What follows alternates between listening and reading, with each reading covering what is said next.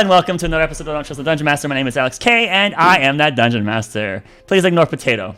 He is just trying to throw a wrench in my freaking wheel here, my spokes. Welcome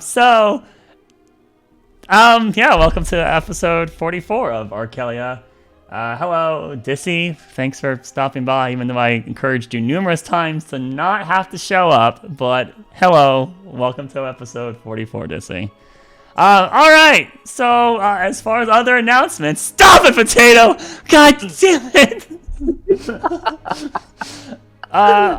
So the only big announcement we have is that next week we are not playing. So do not tune in next Friday. We will not be playing, but the Friday after that we are currently still slated for that session. So who did I just lose? Owl. Right. Who? Breaking it in slowly but surely. It's gonna be one of those days. Breaking it slowly but surely. All right, so she's gonna come back after the recap is done. Yeah, conveniently, I'm not present. I didn't get that -5, so I'm gonna be not present for the roll. Okay, well, with that in mind, that's that. That's the only announcement. We're not playing next Friday. All right, cool. Let's move on to the announcement portion. We had a question to our cast before the session began, who had the courage to actually admit if they think a god is currently dead or not, and 3 people raised their hands. 2 were too cowardice to show. That would be DTW and Al were not willing to put a vote down, so they don't get the bonus. But since Potato, Demi, and Roderick were willing to at least push their opinion on something, they get a -5 on the roll. The lower the roll, the better, for you don't have to recap. The higher the roll, the more likely to recap. So with that in mind, your opinion and you're allowed to express yourself, you get punished. Fuck you for speaking up. No, you're being rewarded for because people don't like doing the recap. Hello. We're getting a -5. -5. Lower is better. Lower is better. Yeah, the yes. lowest. I am be omitted from this because I would like to apologize. Reasons anyway. Yeah, the higher the number's better, and you're in a -5, meaning your number should be lower from the top. Gosh. I'll still get a nat 20. Yeah, alright, so with that in mind, can I get our players to roll those 20s?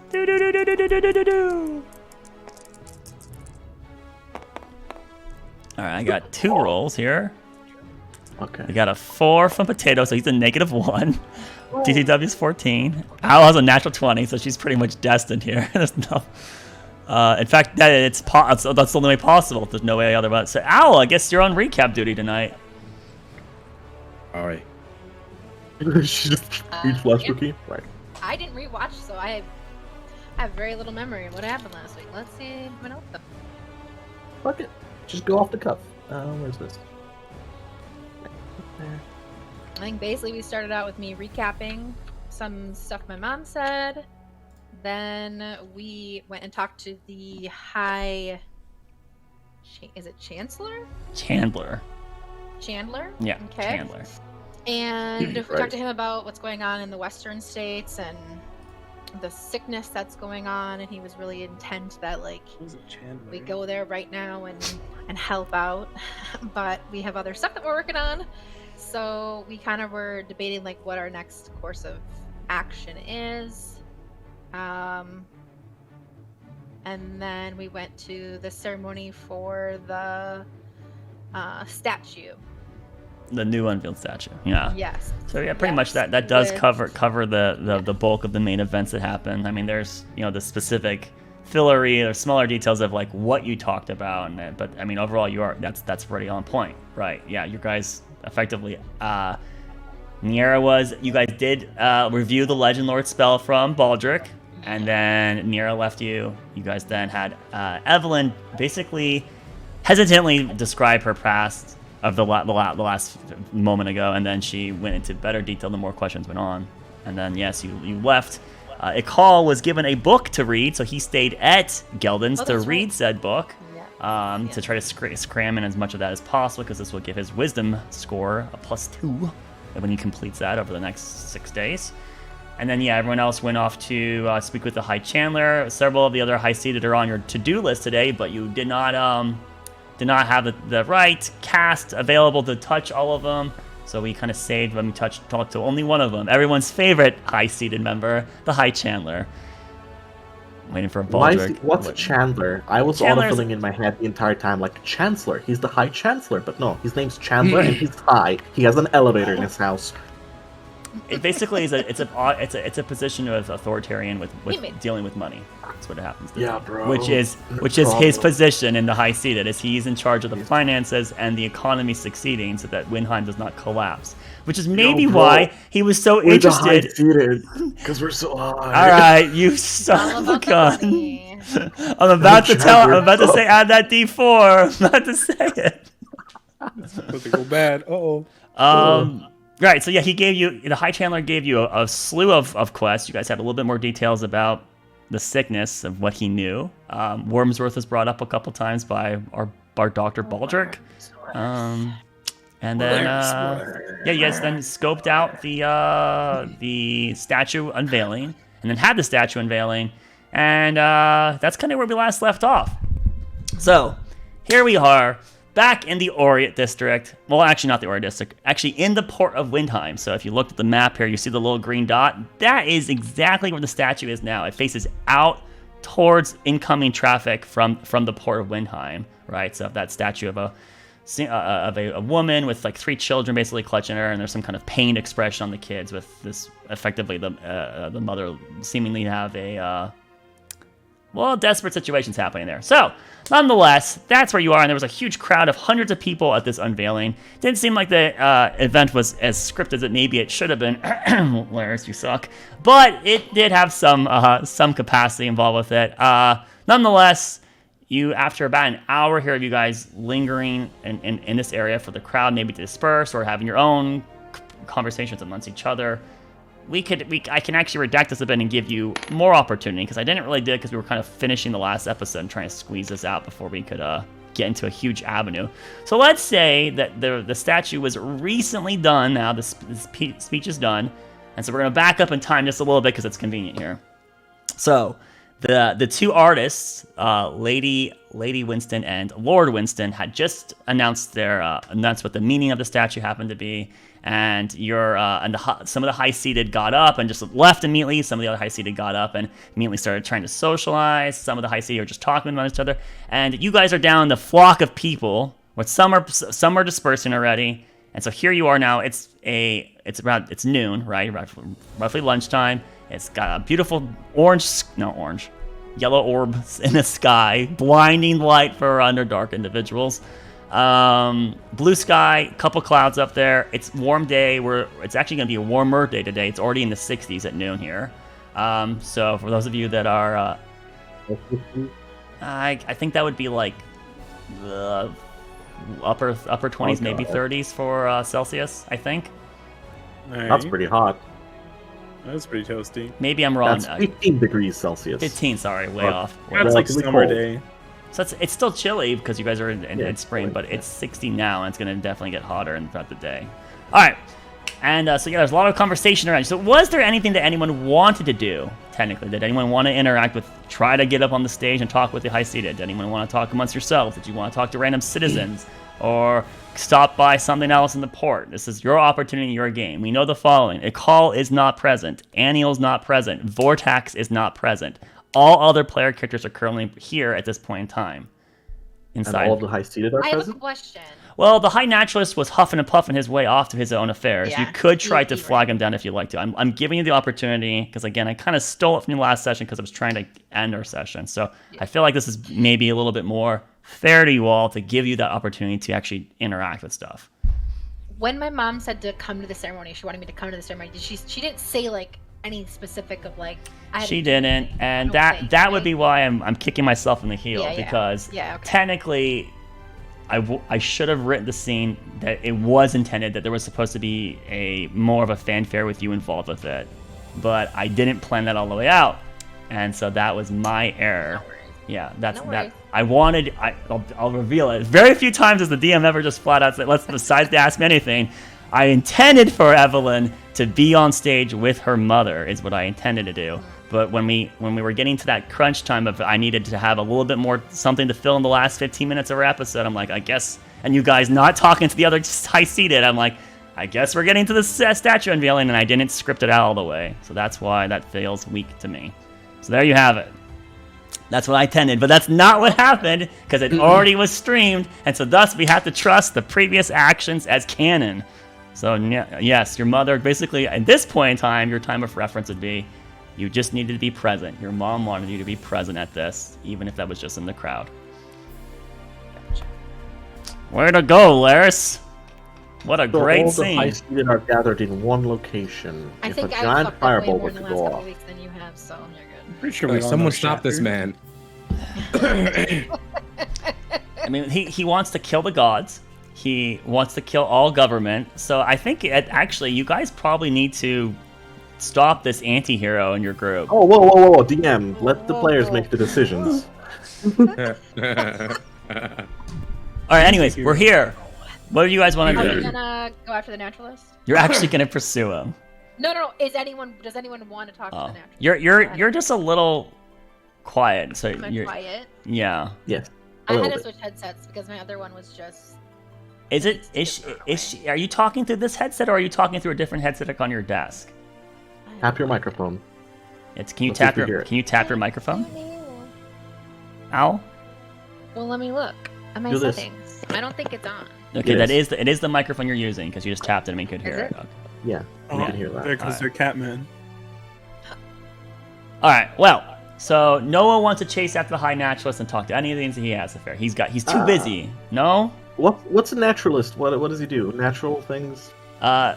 So I'll give you from the context you heard, he seemed to be very interested in the farms. So this guy probably has to deal with agriculture, food stock, things of this nature. He's probably dealing with food supply.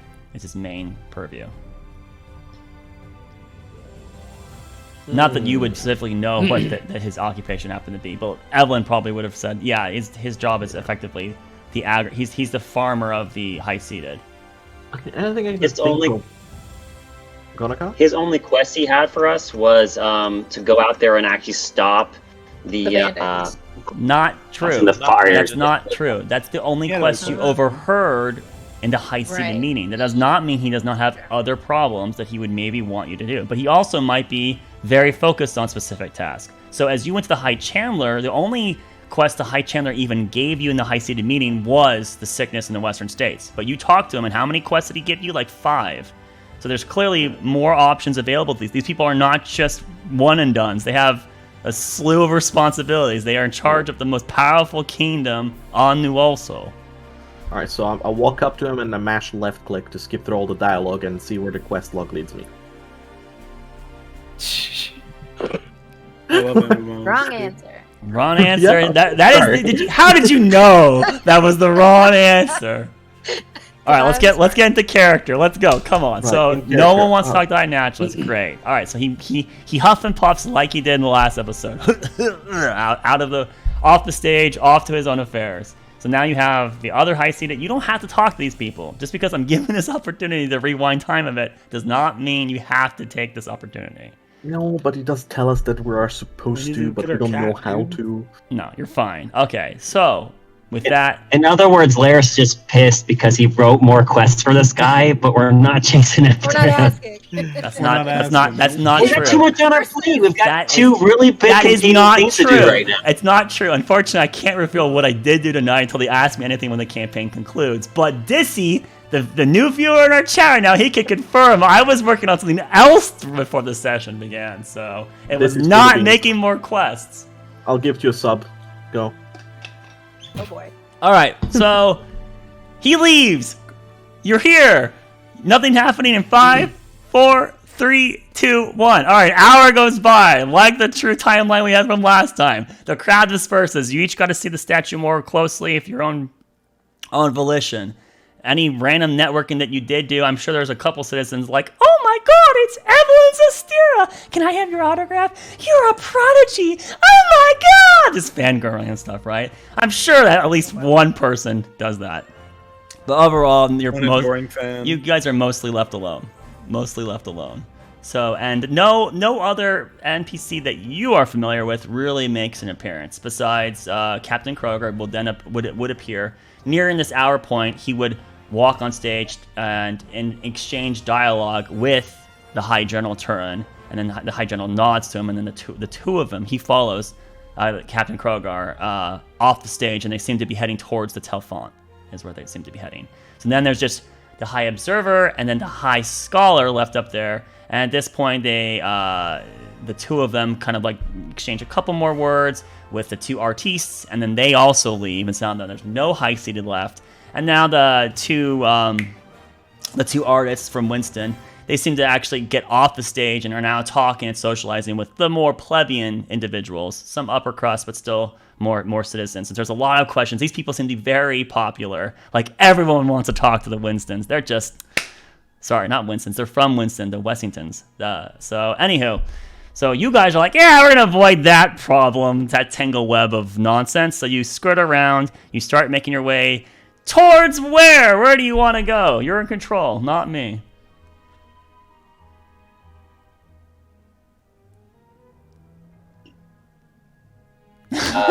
Akal's with us, right? No, he's Not back yet, not yet. at Geldon's. A really solid book. I'll tell you guys Really what. solid book. How many hours? I like Wait, so to how like many it. hours has it been? How How many hours of reading has he gone through? He had like 3 when we were Four. done with Chandler, right? We've gone through 4 hours here is where we'd be. Nice. Okay. And he needs how many before he's good for today? 40. Well, I don't need any today. This is extra. Like, we already timed it out that I should have it done if everything works out during the travel over there. If depending on if nobody allows me to take a watch and I focus solely on reading. So this is just extra time. You'll get in case 10 something hours a happens. day, and you only need 48, and there's 6 days to do it. So yeah, the other 5 days, if you're doing the 10 hours a piece, you're good. So this is just letting you finish earlier is what you're doing right now. Yes. As long as there's no Yeah. complications, let's like you go. being knocked unconscious and or being petrified and then losing. Like, I mean, that'd be very unfortunate. Only, Okay, we got his little only jar. those minor issues. so All right, 4 hours of reading. So that's what you've gotten thus far, but you're going to continue doing that unless you want to stop because it's been 4 hours. I mean, that's an opportunity for you too, I'll call. I No. mean, yeah, Well, my character would be reading. I mean, that's what he said he was gonna do, and It's a pretty boring book. It's very repetitive and it's a device to you. It's very repetitive, but There's Yeah. a line. as you're getting through it, there is like some insight you're getting from it, but it'll magically Strong click and when you powerful finish cat. the last You word in can the do timeline.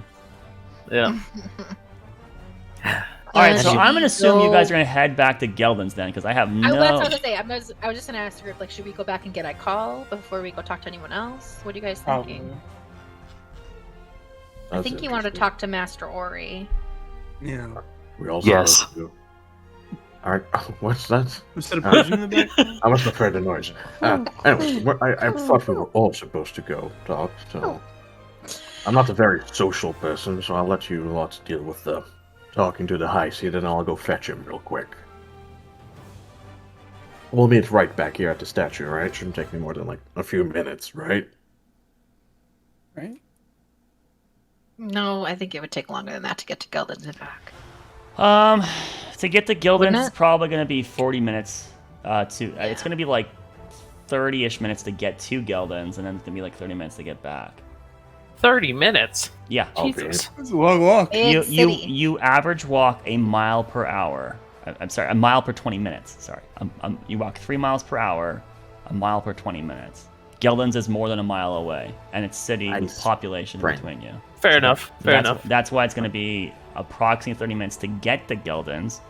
A lot of your guys' exchanges have been in more convenient. The last time we had a benchmark was you guys were technically leaving the Windheim library / the Lorvia Institute of Ascended Arts, and that is closer towards Geldon's, a good half a mile closer. So that's why it was a little bit faster. Sure, Fair enough. I'll just be back in an hour. We need to meet up here anyway, let's not all waste time. Okay, so Thork marches down, and of course we don't have to waste our time on this. So Thork, you pass through Windheim. I wind up my clock. Okay, you walk and wind at the same time, and there's not much interaction with you, for the most part. Yep, that's it. Right, except when you do get to the gate Uh-oh. on the bridge. You look familiar. Seen you a couple times walking around here with some interesting folks now. What's a mutt like you doing with a noble like her? This person look like? I size him up. You turn to this person. It's a human. He's what do you call it when oh god, I know the term and I'm forgetting it. He's strong built, basically. He's got a healthy amount of fat, but he's also got a good amount of muscle under him too. He's currently not wearing a shirt, and he's a relatively hairy individual, and he's just currently like sunbathing basically, and he's got some kind of like beverage in his right hand. Effectively, he looks like white trash is what he looks like, right? Yeah, I haven't had a combat in a while, guys. So Great greasy hair. He's dark brown hair color, and he has black eyes. I'll tell him. I'll just look at him. Whatever I damn want, and I'll turn back and keep walking. Oh, I'm gonna. That's right. Run away. So he's gonna roll. He's gonna chuckle to himself a little bit. It's amusing. It's gonna take a lot more to anger him. Sure. All right. Noted. Can I still want to try that? No. Okay, so you make it to Geldon's. You get inside Geldon's. The place is not too poppin' right now. There's a couple population here, not too much. Did you just freak out? He just pops through the fucking cat. So do you want to just make your way up to Aniel's room because that's where Arkel was last seen with her? Yeah, I'll just wave at the bartender or whoever, just like pass by. Yeah, they don't courtesy or whatever. The bartender actually, there's an eatery to the right, but there's a receptionist. There's a receptionist area in the front, so that's kind of where you would go through. So they actually have it separated from the food and bar and the actual handle, like give me your keys and how's your fare and stuff. So you would wave to them. You walk up the stairs. You go to the second floor. You make your way towards the room where Aniel and Nicole would happen to be. And then a call from your perspective, Aniel has just been resting basically. A couple times she might have entered idle conversation with you, but then it has ended kind of quickly because she recognized, oh right, I'm bothering you, sorry, right? And so you're like, yep, and he's getting right back to licking your finger and flipping to the next page, right? Yeah, it's very boring. All right, so eventually you guys hear a rap at the door, and then Thorek would then probably just turn the key, turn the doorknob, and then the door would open, and then there's your half-orc accomplice, not with the rest of your entourage. Is that a reference to Nyx? Hello. That's the Thorek version of Nyx. Hello. Right. Hello. Oh, shit, she's resting. We're about to go speak to Master Ori. He sets the book down and starts walking.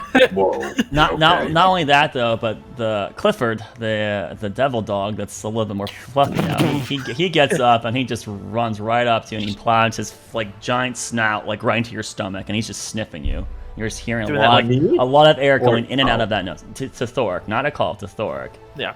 With the dopey dog run. Yeah. Holding back my axe, puts it away. Right. I'll pet the dog. The demon dog. It now looks like a golden retriever, but it has a red brown hair color. So it's a cute looking dog now. It's still very big. Let's say it's bigger than a golden retriever, but this is incredibly unsettling. Arkel is gonna go pick up the devil dog and he's gonna put it down and start rubbing its belly like, oh, it's a good boy. Okay, stay. It turns on its side, looks at you, and then kind of scratches its back a few more times before then it sits up and then waltzes to the side of Aniel's bed before then it lays back down. Got to learn how to treat animals better, Thorek.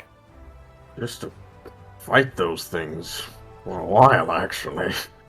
Well, that one looks friendly, which is so odd. Ugh, never mind. All animals have the potential to be friendly.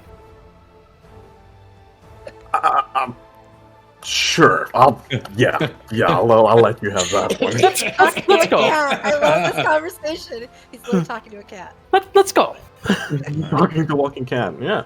Remember that cat's pet the better dog. Remember that pet the witch had behind her hut? It was nice and well behaved, very demon. No, this is a devil dog hybrid. That was a demon dog hybrid. Difference. No, they're not the same thing. There's a difference.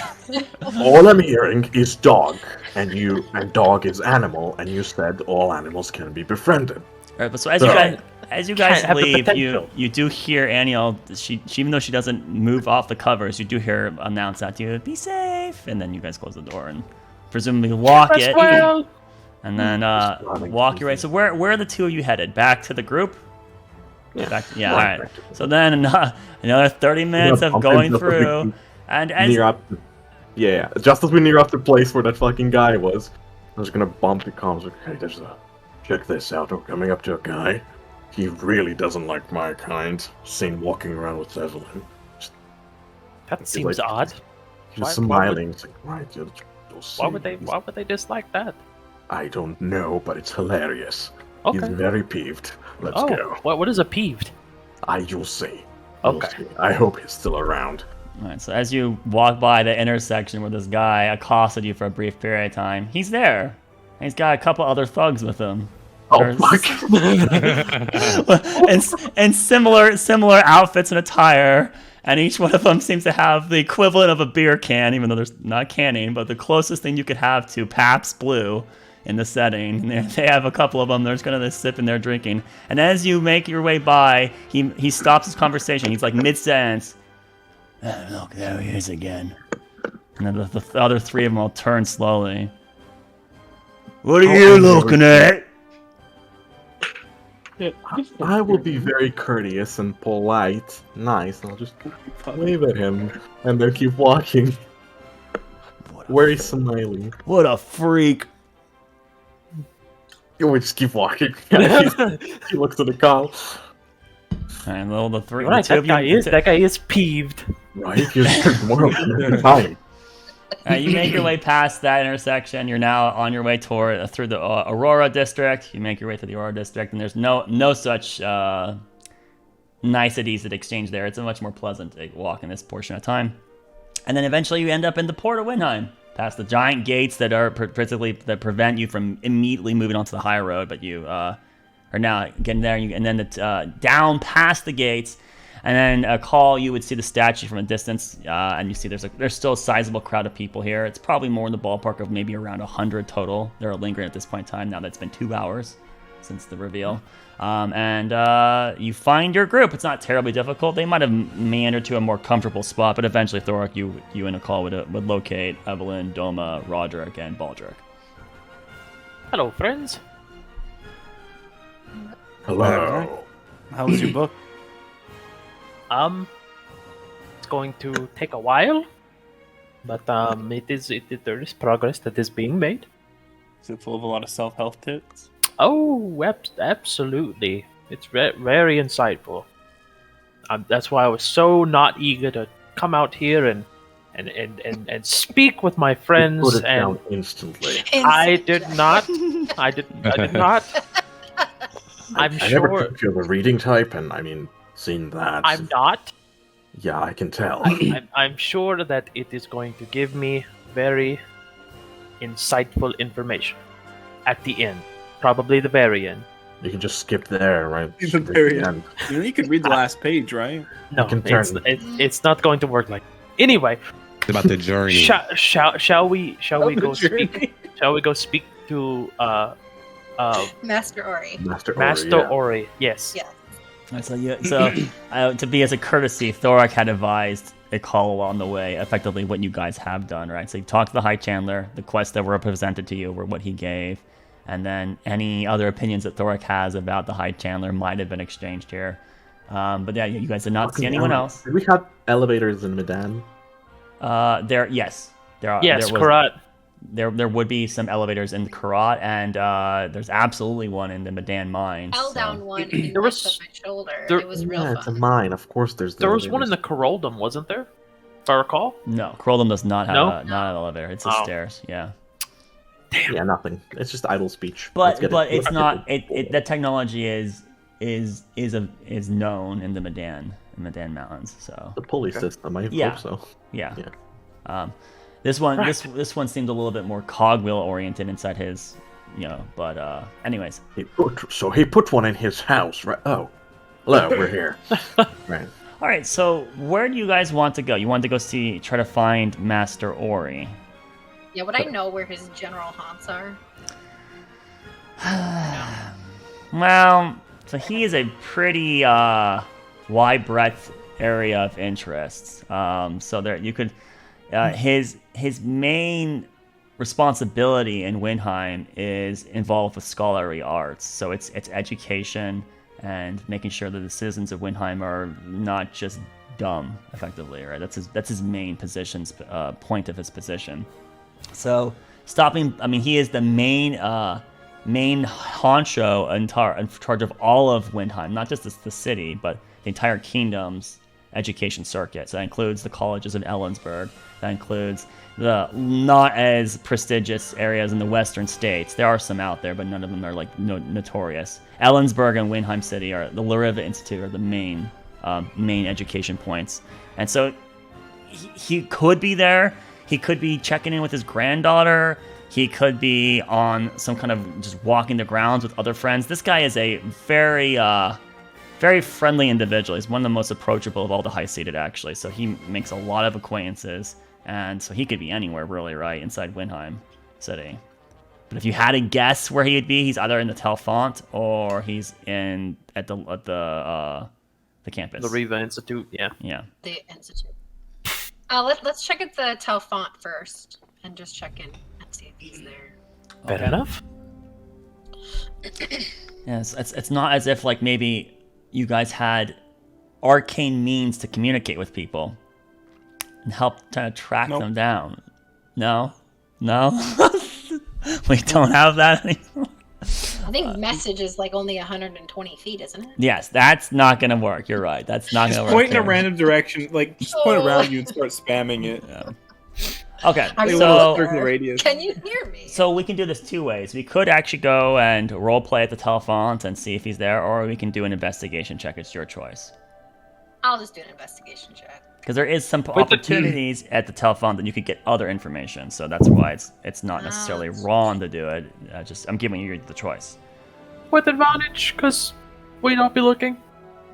Yeah, right? I mean, technically, Give her yes. guidance, If you are all looking, you're not like trying to read the book and walk at the same time. A call. So. I'm not doing that. Roger can help and cast guidance.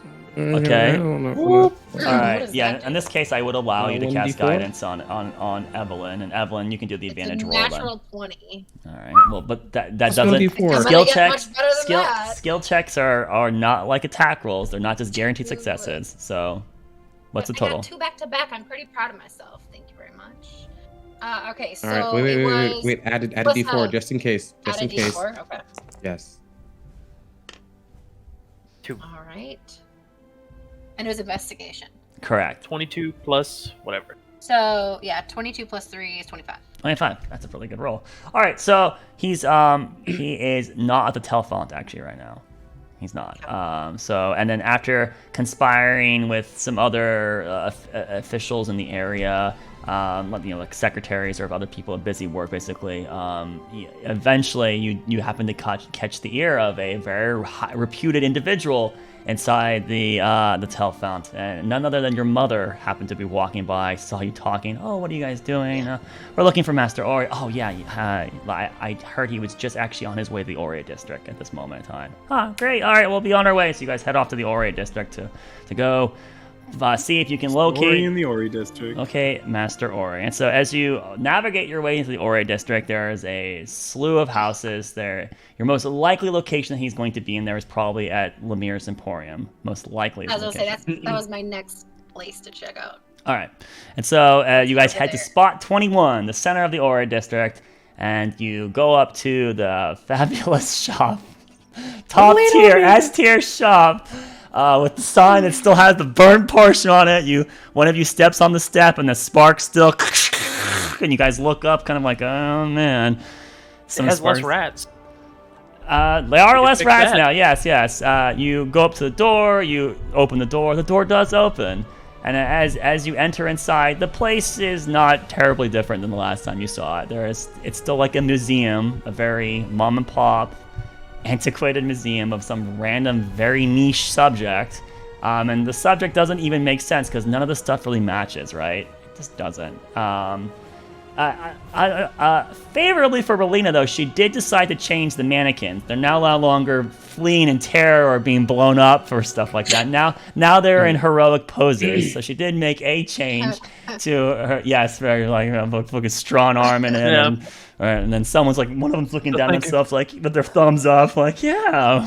So you go past the mannequin aisle, and eventually there is one customer currently inside the shop right now. And they're very short, and they're wearing a very long, dark gray cloak right now. And so as you come in, their face turns towards you, and there's no one helping them. They're just by themselves. You see a pair of yellow eyes staring back. And that this creature scampers off and moves into a different aisle, breaking line of sight of you all. It was a creature? I mean, you're technically a creature too. Well, yeah, but the categorization. You're a living thing. You're a creature. Yellow eyes. And yellow eyes. You do not see its. You do not get a good look at it. Even a call with your passive perception, do not get a good enough look at it. Hello, Relina. Time goes by. There's no response. Ding, ding, Wasn't ding, there a ding, bell? Is there a bell? Ding, ding, ding, ding, ding, ding, ding, ding, ding. No, we don't want to ding it multiple times in case Milla's Ma shows up. We don't want my mom. Casual magic bell. Yeah. So no, Don't just leave these lying Relina's around, shop. Lemir's Emporium does not have a bell. Do we not remember how last time when we got the attention of the shopkeep? Did we say it again 3 times? Relina. No, you. So Call looks skyward towards the rafters. Is there something flying She up was there up right top, now? right? Yeah, and Owl, there's no Mr. Hoots. there's no Mr. Hoots flying about at this moment. At least not from your Not? Oh, perspective. so she's not here. Doesn't Ah, look so like all it. this stuff is free. I get it. So wait, then who the hell was that? That's That's Master what I would- Wolverine. Okay, where did the creature go? It went down like so. I'll remind you that Lemir's shop is very, very much bigger than the actual. Right. Yes, it's kind of like a warehouse, right? It sounded like it scampered off like 2 or 3 aisles away from you. Is it lit up in here, or is it dark? There is light. It's close to dim light, but it's technically bright light. She probably should work on the lighting in the place too. Probably. Master Ori. Follow that? Should we Hello? follow that? Yes. Sure, why not? If Alina's not here, We I'm gonna follow go the look and see if creature. I can see where that thing went. All right, so you are going to go look for it. We'll continue your investigation roll of 25 from before. I'll just honor that. It doesn't take you very long. You do eventually track this creature down, and it looked like it was trying to avoid you guys because, like, after several times of you, like, just like trying to be nonchalant, walking down the aisle, like pretending, like, "Ooh, this is oh wow, man, we could totally use that." You kind of just like at the side corner of your eye, you'd see it, and then it's like it's trying to listen in for you guys, and you can tell it's trying to keep you in its perception, and then it just like nonchalantly tries to move over a couple more aisles or go into behind something. It's just seemingly trying to Eventually avoid your we group, spread out. but eventually. Kinda like- Outplay Eventually, it. you guys Like a creature mode? corner the thing.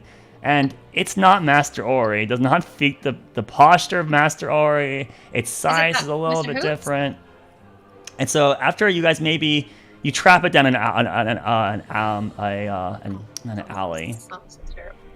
But an aisle. You trap it down an aisle. 2 of you on one end, a Call and Thoric, and on the other end, the rest of you kind of just sandwiched in on this thing, and they can't run through you, so it's kind of, you can hear it as you kind of get closer. It's starting to panic a bit. And then at this point, after you guys are within like maybe 15 feet of it, it then tries to attempt What to does it just look walk like? past Yeah, what is Thoric and what is it? Well, make a perception roll because it's hidden with its cloak. What the Who fuck? Can who we- is can in a we- real perception? Can we all check it? Or Yes, you Just can all one. roll We to would see all if like you to. would All right. like to. All right, thank God. Christ, don't leave it to me. 17 because I rolled an 18. Okay. 11. Okay. Mine is Really? consequential. 3. No, so 9. no. 21. Okay, so Call and Doma know what it is. It is a goblin. That's what it happens to be. Goblins in the shop right now. Excuse me, goblin, sir and or ma'am. Huh? Don't mind me, just browsing the goods here. That's fine. We are wondering, have you seen Mr. Strelina or potentially Master Ori? Have they been in the shop? Oh yeah, I saw them like 8 minutes ago. Insight. A goblin. Yeah, insight that. Yeah. Really like the goblins that work in the 18. rival store. Yeah, I was about to say this is the 18. rival shop's 18. goblin, dude. 18. Yeah. There is definitely some truth being withheld here. Like, so they are latching onto some truth, but you can tell that they are targeting the conversation, the topic you brought up. They're focusing on that. Yes, it's just that, and that's where the truth is. But they were definitely. They don't feel like there's something like there's a hesitance. Like they probably shouldn't be here right now. What has you so panicked? You Yeah, you were asking about. Well, I mean, she was up front with her grandfather, I think. Yeah, just outside the. You should probably go check on them. Well, Maybe by yourself? Oh, I was asked to make sure everything's good in here, and it is. By Rowena? Like who? By Master Ori himself. Yes, he asked me to. I don't think so. Can I insight that? You know, this has need been to really, insight that. really great here. There's no need to insight it. So you can Honestly, tell that he's they're totally getting lying. close. Yeah, this has been a really great conversation, but I think I might need to leave. So I'm just gonna. Wait. Where are you gonna go? And then at that point, when you see Hurry. there's a wave of the hand and a Misty Step gets cast, and suddenly they're now on the Yeah. other Like, side. wait. And then the creature just bolts for the door. I Misty Step after it. Then You got counterspell? you Misty Step after Yeah, it. you have I Misty Step counterspell. after and grab the little shit. All right. Shady Okay, little I need goblin. 2 things. Initiative is what I need from you. Oh, fuck me. Oh, that's not good for them. Okay. What was your initiative? A 19 minus 2, so 17. I think you probably beat it. You beat it. Okay, so you do successfully beat its initiative, and you can Misty Step. So now you're trying to grab it. Now you may make your athletics grapple check, right? Yes. 24.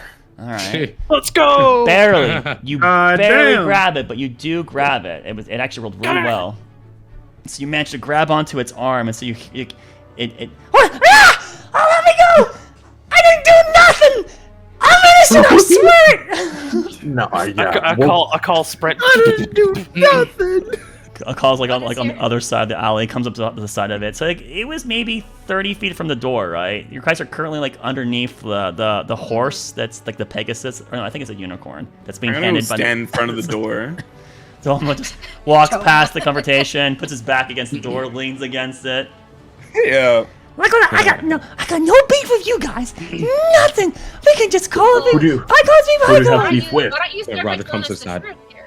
Yeah, the truth will help you out here. What's your name? I am Who sent you telling. here? I do. Glorbert. anyone- That's the name. Glorbert. Yep. Can we Does anyone- Lord Lord- off? Take off the hood. Does That's Yeah, not anybody even a recognize goblin him? name. You take off the hood, and there is a you can tell it's a female. It's a female goblin, and she has very bright pink red hair. Yes, it's a bright shade. Baldric does not recognize this goblin. It's not the ones that he met at Real Enchantes. So it's a different goblin. We're just racist. Oops. We thought it's the same goblins. No. Did Relena get turned into a goblin? It has bright pink hair. Maybe. Relena's blonde. So Okay. My Never mind. inner thoughts of Relena have been wrong for years. You're hurting me. Please put me down. Thank you. I was just minding my own business when you people suddenly were cornering me, and I'll get the guard. Guards, help! We are the guards. Casual, quiet. Guards, help! Okay, they're on their way. You should be panicking because they're gonna arrest you. But it's a good thing I they're on think their we're way. okay. Sure, Yeah. they're on their way. I can see what's going on here. Ikal, hold on to this for a moment. Hand to Ikal. No. Okay, so I think we got off on the wrong foot here. So I said think my we name did was too. my real name is Baron, and So I feel that this is very. Why would you run it? Inside this? Why would you run it? That's a not their name 24 to either. hit. That's not their 24, name. yeah. 24. Baron, just look. Your name's not Baron, but I'll call you Baron. What are you doing here? You can't. I'm lie not to us. stealing. I was not stealing anything. Then what were you doing? I was. I look him up and down. Is he wearing any of the items from the list? She is not. She does not appear to have anything on her person that would be one of Lemir's items. No. Then, if you were not stealing, and you were not purchasing, you were investigating. Are you working for real enchant? You see a noticeable amount of perspiration starting to appear on their face. I didn't say nothing. You can't say. I didn't say anything. You didn't. But listen, we are very smart, and it would be very bad business for real enchants for it to get out that they're stealing magical ideas from another shop. We weren't. I mean, they aren't stealing magical ideas. They're not. They're not. I might have a relationship with one of the employees over there in Real Chat. I don't know how you knew there were goblins over there, but yeah, so, I mean, I might be associated in loose conjunction with your metagaming, so, but... Baldric would have been with us, so he never mentioned that he didn't mention to you guys that he saw goblins. If Cal was here, he would have said it. He might have, but he's not. Yeah, might have. Fair enough. All right. Fair.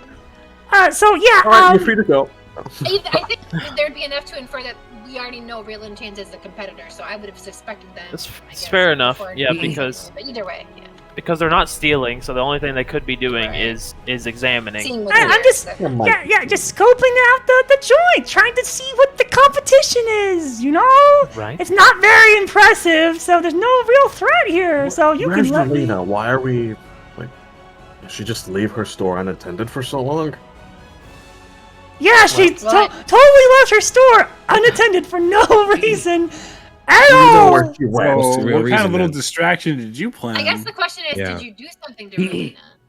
I didn't do anything to I don't- Relina. No, I wouldn't mess with the Ori bloodline. That's how you get turned into a frog for the rest of your days. Well, you're here in their store, so of course you would do something. to Insights her on I didn't do bloodline. anything? Yep. They probably planned some minor Insight. There's distraction. so many of you that you're bound to have one of you succeed. She's lying. She did do something. Yes. Tell me Thoric. what you did to Relina, and maybe Thoric, we'll can let you hold do it. this?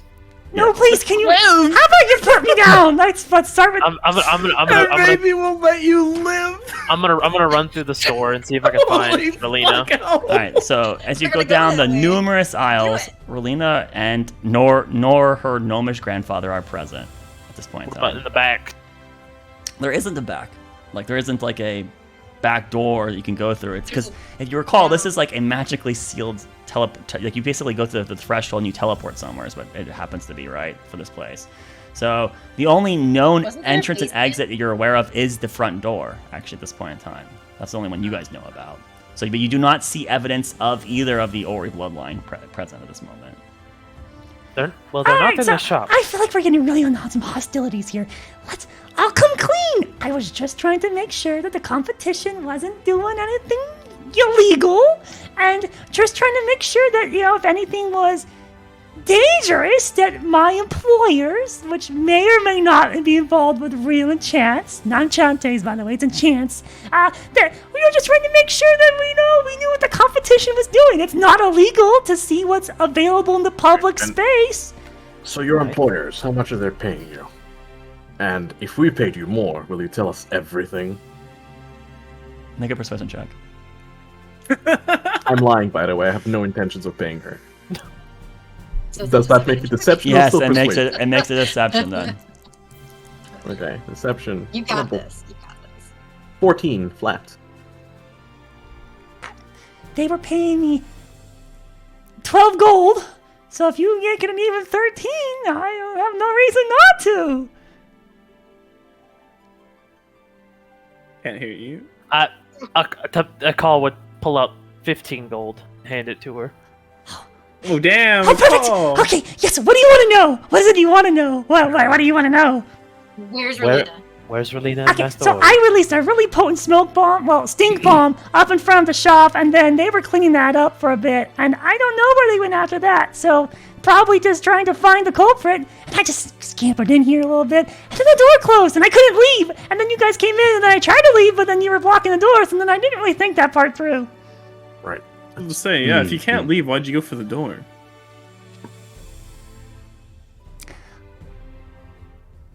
That's a good point. Damn, didn't think about that.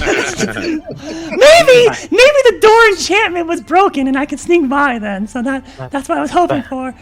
Wait, is the door is it like locked? Why couldn't they leave? I test the door a little. The door does not open. It is currently locked. Oh boy, that's how Relina deals with thieves. To find the thief, or the one she thought was someone doing shady shit. Seems that we're stuck in here with you for the time being. So that's not. You just paid me 15. But see, this 15 gold. Yeah. So well, this is a very fine. We're on the. That your employers. I mean, there's nothing that's valuable here. This place is a trash heap. I don't know why they wanted me to come look at it. It's. I got better stuff over at the Real Enchants. Oh, do we? I mean, do they? They have way better quality merchandise than this.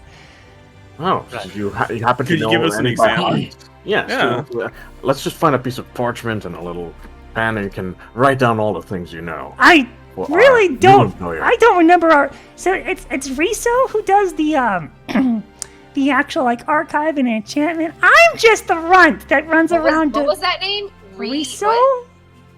Riso. Oh, I probably shouldn't have mentioned him now. Shouldn't I? Riso and Remember the Risa. Yeah. Wait, you know Risa? That's not me. No, I said that out of character. Oh, out of character, right? Yeah, of course. Yeah. What's a character? All right. Yeah. But now that you mention it. Right. So. And what is your real name? Oh, we're friends now, right? For 15 gold, I think we deserve a My name is Risa. Oh, I see. Fair enough.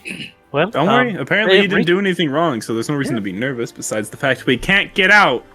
Yep. Is that bothering anyone else? I mean, No, she'll be back soon. She'll be back, hopefully. Maybe. Before we starve, hopefully. I also have a magical axe. I'm not good with being stuck places. Are you making an Not gonna- intimidation roll? Is that what you're talking about? No. Breaking the door down. It's a magical door. I have a magical axe. Back in the mine, this is what we call the dwarven lockpick. Oh no! Just let I'm it pretty be. sure. We're nowhere near the city right now. Well, as it stands, we can sit here and, chit chat. Taylor, you're crooked. Risa, what goes on in the city? How is business at Real Enchant? It's great. We're the best magic shop in all of. I mean, they are the best magic shop in Windheim. Primo number uno. Do you make all your magic items in house? I don't make your magic items there. No, it's not me. It's Riso. I mean, yes, it's Riso. Well, that's what I meant. All the magic items are made in house. That they're not imported from somewhere, or Well, I mean that there's Stolen. some importing happening, right? oh, from where? Where is your suppliers? Philippe, the Elder Wow. Isles, the Western States, or some of them from the fringes, but we don't really want to talk about, there's fringes? they got some good enchants from out there, very What? naturalistic. What comes to you from the fringes? Yeah, but Wow. how's the Yeah, fringes? nothing below the bar. It's all above the bar. I promise Of you. course. 100%. No, Yeah, just of in course. general, like Totally what agree. comes from that far away? Can I Yeah, how that far last in the part? fringes are we talking here? I mean, that's on a need-to-know basis, and I don't think you need to know, so... Pull out a coin, a golden coin. The gold. We'll give her. It's pretty far-reaching. We got contacts all the way down in Falcon Rest. I mean, they have contacts all the way down in Falcon Rest! Falcon Rest. Where's the map? That's But you don't have a map. No one bought a map of actual fucking New Ulster. So we need to do that before we leave. it's far southeast. It's far southeast. Huh. Well, that's You fairly would- neat. Evelyn would have an idea that it's east of the Falit Deserts. Oh. I would relay that information. Limited information I have, but I'd relay that to them. It's east Yeah, of so the Lily Desert. we got some things that come from there, and that those might be of questionable origins, but we don't care. It's whatever the enchants happen to be, we sell them. It's money. It's not illegal. No, of course not. No, of course not. Questionable origins, huh? So- That's real comforting. Since you're working with magic items, what do you think about these? And he's gonna show the bracers of defense. What would you rate these at if you were to say price them? I don't do the enchants. He's not the enchanter. Well, I know you don't do the enchants, but if you're involved with the business, Well, those would be at least 3,000 gold. so Anything- around the same price as Relina, yeah. I think she it was charged you 3,000. Relena charged you 2,000. Fair enough. Yeah, so she discounted. You give us one hell of a discount for And everything. then if we notate Baldric's scene specifically, Risa, when she returned with his scroll, she introduced a higher charge up front. Right, And then Riso Baldric brought it down. Yeah, Riso brought it down after Baldric's very persuasive "don't mess with my time" nonsense. Yep. So there probably is an inflation that's happening at Real Enchanters a little bit. But that still seems like a fair enough. price. It's not like she's charging Yeah. it for a whole item category higher. That is Right, That's still right. that is still a reasonable price and supply and demand. And she might not have known of Relina. Relina might also be a little bit more desperate. You get friend bonus. There's a lot of calculation involved with it. Yeah. Well, fair enough. Just a little bit. Right. Well, so this is great, but I just would love if you put me down. I just would love. I mean, we're friends now. You said, right? Friends. Friends don't keep holding on to friends and choking them. I put her down a while Oh. ago. Oh. Slow. Oh. Casually just There we go. holding her up. Yeah. Okay, So that's she's down. much better. And she puts the hood back up again. Oh, goodness. You know what they say is that if you're caught doing bad things near the Oris, that you're never seen again. Well, that would So not now be you're very all my good. accomplices, actually. So if anything bad happens, we gotta work together because we don't want to. You want to be part of the team? We're totally in for it. Totally. Hey, all you want to in be part for of the it. team? Totally. We can go on grand adventures. Hey, we're the Heartseeker. Want to join? Yeah, we're an organization, startup. We're into wide-ranging activities, including making lots of money, Yeah. monster hunting. Oh, I love money. So what was that one about money? Oh my god. I love Stop, money. just stop. You guys- Well, we frequently come upon magical items of unknown values. Oh, unknown origins. That's just like me. I mean, like the boys at Real Chance. Right. Right. Yes. You guys happen to have a very mean boss that beats you up and bosses you around and makes you do all the mean work? Do you guys No. have no? We no. do not Nope. have that problem. No, We have a work friendly ourselves. work environment. What it must be to be your own employer. Oh, one day maybe, one day. Just gotta This keep is- this is- saving. This is a thought. Wait, what are you Do I see saving? fruits What anywhere? are you saving for? Just This is to- where we to start started my guild, own guys. business is what I'm trying to do. Because no, I mean I have my own business. I am not employed at Real Chance. I am not part of them. So wait. So, if you're Okay, not okay. employed and you want to start your own business, what if? Hear me out. If you need a better work environment, you work with Relina and get in good with Master Ori. Sounds like a better thing, does it not? No, because the Ori bloodline kills ya or you disappear. There's bad hearsay about them, so That's hearsay, though. Who said the hearsay?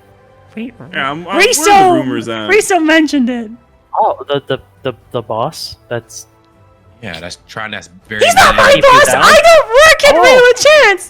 So hypothetically, if I was working at Real Chance, then yes, it would be Riso. Yes. And the head bobs up and down like several times in like affirmation. Like yes, that's definitely the case. Yeah. So you don't work at Real Chance, right? No, I don't. I don't. But you can see the heads nodding slowly with it. Yeah. I'm a very bad liar.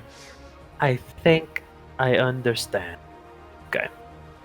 Well, So you say you heard bad things, but what are the official rumors? Huh? They I was turn, willing to hear gossip. they turn you into a frog and they cook you. Is that the Frog actual legs. I hear rumor? frog legs are pretty good. That's what I mean. They eat frog legs. Gnomes are evil. They're the most evil creatures in existence. I think that's Yeah, I mean, there's. that's. Yeah. I don't think Other that's foundational. Like it's true. I think you're being tricked and rused by your boss, who is being. Oh, if you worked at Real Enchants, your boss who is being abusive. I'm sure. I'm You sure make a that persuasion boss is roll. Probably just trying to keep you there and underpaid at that. Go ahead and roll with advantage now because of the underpaid comment. Let's go! Nice! Underpaid. Unnatural 20. Ooh! Wait, you think Riso's withholding my earnings and lying to me? I mean, if I was working at Real Chance, he's holding my earnings and. I mean, if you were working there, and your, I mean, your boss what's your is wage? constantly coming down, How much are you being What's your paid? wage? docking your pay every time. What you just what said would that. be your wage if you worked there? My bad. What would be a good wage if you worked at a pretty powerful magic? So let's look at this. You said my bracers were if you worked there around 3,000 gold, were they No. not? You make commissions. So let's say every item you sold. I'm assuming the cost of the magic item would be around half. So 1,500 would go to the store. That would mean that there's another 1,500 gold to be split up but to the rest of the employers. But then there's the overhead, the charges of making new items, investment, all that stuff happens to be with it. And Riso said that their actual profit margins are very tiny, and that they couldn't afford more than the silver a day. But only he It's told over you a that, day. correct? And think about And how and I only got a 1 silver bonus for the whole year of good work. No, yes, you're definitely being underpaid. Oh, definitely. You should at least have made 10 gold off of a single item purchase of that size. I don't disagree, Carl, but since when do you know so much about economy? I thought you hated money. You see, Right. as a Must be a new leaf book, of isn't the it? as a leaf of the Broken Peaks, it is my duty to have many dabble in a little of everything, but not be a master. That is the best way to put it. Nice. And So you're saying he's lying to me? it is a very Mostly fair, taking advantage of it. very fair assessment. I'll that he kill can him! do. And she's like, just starts swinging wildly. Okay. Okay, Don't break the Relax. shop. Don't break the shop. Relax. You'll have to pay for it. Yeah. Don't break the shop. relax. Deep breaths. Now, Mhm. be smart. Think about what you can do. You could work with Relina. I would be willing to say that we could get you a better introduction. And as you said the word introduction, there's suddenly a change in air pressure inside the shop, and the door creaks open, and you see two silhouettes. They're like very long by the light, stretch their way in, and the little short person next to you, their head turns to the door, and they suddenly scamper behind you, a call, and they're like shielding themselves behind her leg. Yeah. Oh god, I'm going to die! Oh my god! Oh my god! Oh my god! Oh my god. No, you're not. You're all right. You Calm will down. not be a frog. And as if it Frogs was don't even taste you. like a Disney movie, from the perspective of the door, these very heavy footfalls come in. But realistically, no, it's just very light footfalls from Yeah. probably two gnomes entering the shop. But you can tell the goblin's perspective is like a giant's about to come in and destroy Yeah. them, right? The door closes behind, the silhouettes break. Well, that was very strange, now was it? I know, it's such a weird thing. I mean, where'd that smell come from? But it's resolved now. Okay, let's get back. Elena, Hello. Evie? Hello Elena? again. you have a visitor. You see, Not you see a thing Whoa, fly that up in the includes air a us. bit, and it does a It couple does. circles before then it lands back down near the front of the door. And then you hear footsteps approaching. And then there is the High Scholar and Relina and a call. You feel a very tight grip on like your left leg. Yeah, there's like some shaking, trembling Your going on. fur's getting all messed up. So, What brings you guys here? What's so Well, we were looking for Master Ori, but we stumbled into a friend of yours here. Well, friend maybe Hopefully soon to be that friend. word. Who's your friend? interesting? Yeah, That looks very like it's a goblin. What's a goblin doing here? it is. So, Mhm.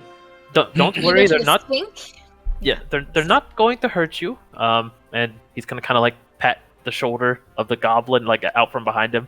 Like No, the who goblin is does he? not What did move. I Right? miss? You kind of have to like peel it to push it forward. It's like trying to like stay to the right side. Eventually, it's out. Eventually, it's like a foot away from you, right? Yeah. And then there's So, like a quick shakily wave before it then retreats back into its cloak. So, when we arrived, we found this individual who we later found out is the one that started the stink bomb. They I'm sorry. officially, they're sorry. Officially, they do not work.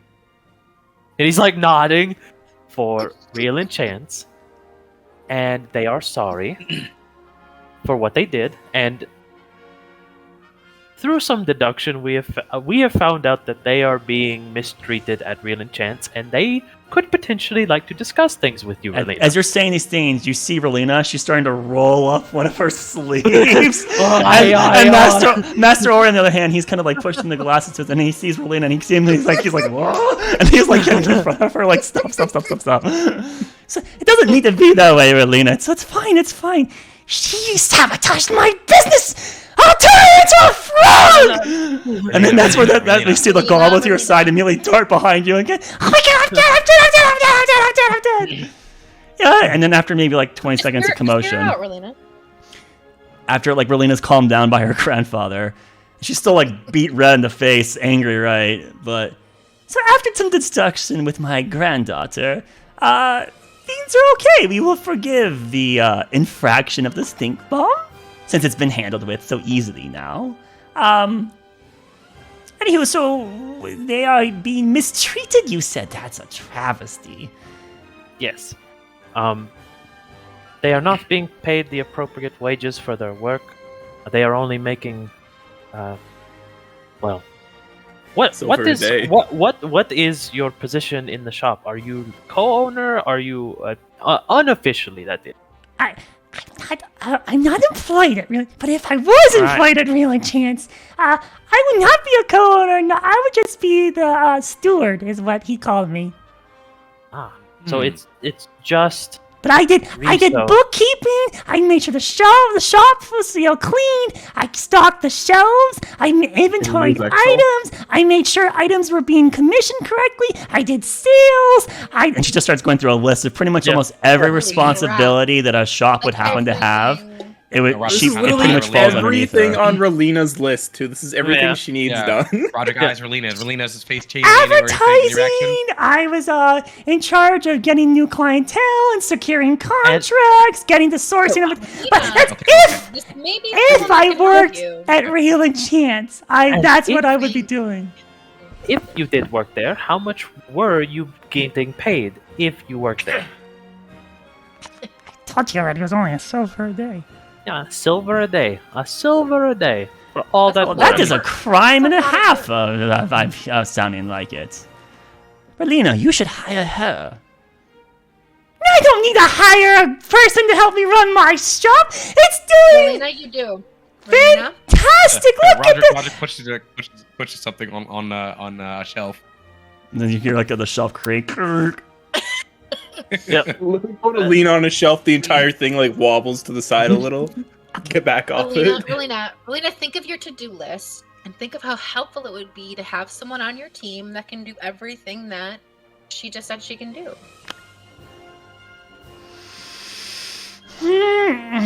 And think about the implications of if your Better- competitor were to lose a valuable asset if they did work there. Ah, that's very true. Very true. But What did Riso do furthermore- exactly when he was? And they currently only work for a silver. Well, and if they can get the shop So minimum fixed wage. up and help you get the shop fixed up, you'll probably have a lot more customers too. Fair enough, Relina. What did Riso do? Risa. What did Risa? Risa. What did Risa do?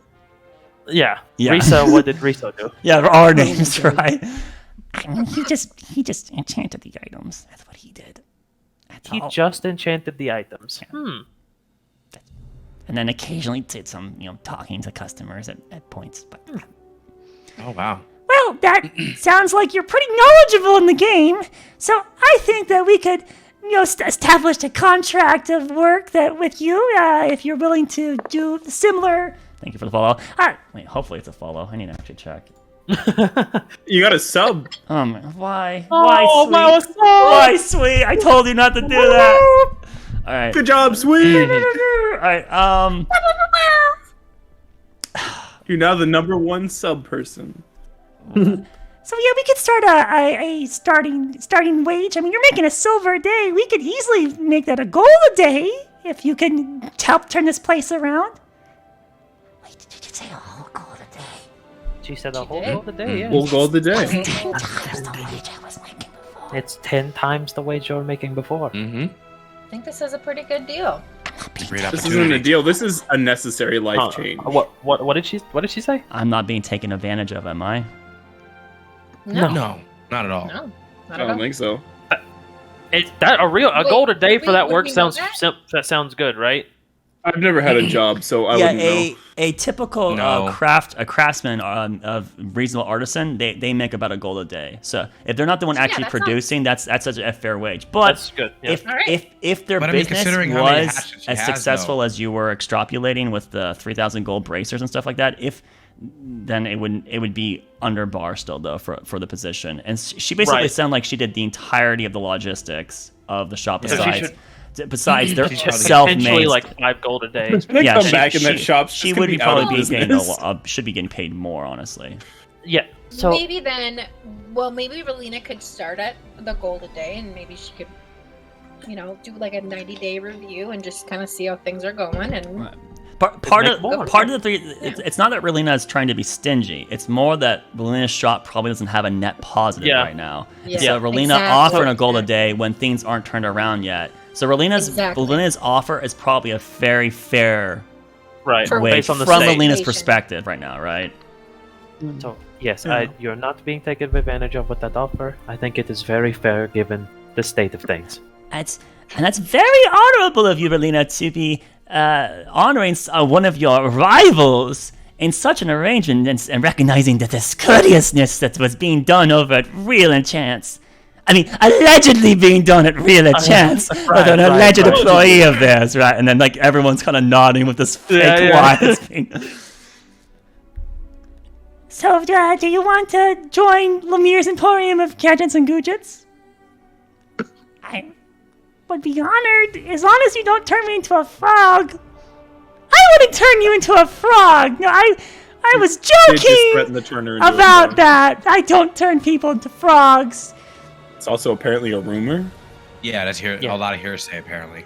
Yeah, I wonder Riso where apparently that started came that. from. Why would people think I turn people into frogs? I don't do that. So, anyways, but just to be fair there, Risa, having illusion magic isn't very favorable if you're gonna, be in my shop. You're not gonna be able to run around like you are right now. Well, I mean, I was trying to be incognito, because if I was a spy from Real Enchants, I couldn't look like my real self. I had to have a persona of something. Ah, yes, of course. Well, I mean, What's your persona's name? Baron, remember? Baron, that's right. I was Baron! Baron, Right. Baron, yes. yeah. Right, so, well, if you want to dismiss that spell now, you are free to do such. Right, because you're hiring me, right? Yes, right. Oh, yep, I'm hiring you so you can remove that illusion magic. I'm just Okay, hold on. You see she kind of like twists a ring on her finger, and what effectively is the disguise self-spell fades. And then there would be the goblin that Baldric saw the day before, the one that was closing shop, which I think had like I think she had a darker shade of red hair color, and then she's just a little bit taller than she is here, a little bit more cleaned up than the one that was scampering around. It looked like the one that she was trying to emulate with Religion Magic looked much more like a rogue. Like it had like very deep mascara on that tried to like cover Literally the a rogue. But really, unfortunately, it actually was making the eyes pop more. So anywho, so now you have a much more pretty, let's say, goblin present. And not to confuse you here, because I never described the goblins. These goblins are much more civilized goblins. These are not the ones that have mangled teeth and probably kill and eat like random humans out there. This is probably a civilized goblin is what this happens to be. So they do appear much more cosmetically pleasing. Let's say more like World of Warcraft Galewright style goblins. Much more akin to that. And so at that point, the goblin Risa pulls her hood back and as the illusions fades, and you can tell she's still like very nervous and uncomfortable with the entire arrangement. Well, okay, well, now that's done, I mean, let's get to work! Why don't you follow me and we'll go ahead and show you the rounds? Oh, okay, yeah, I mean, okay.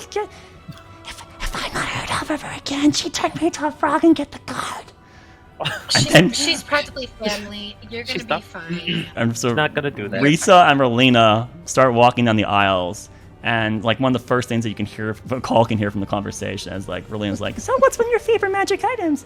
"Oh, I really love magical brooms." "Oh, I love magical brooms." That's and they seem to be suddenly getting into a really big heated discussion as they start moving down the aisle.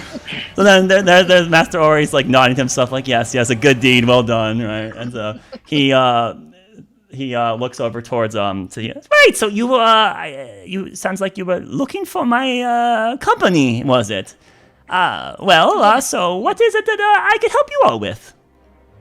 Well, we have a lot of questions for you. Lots of questions. Do we maybe wanna? Do we need to go anywhere different? Are we good here?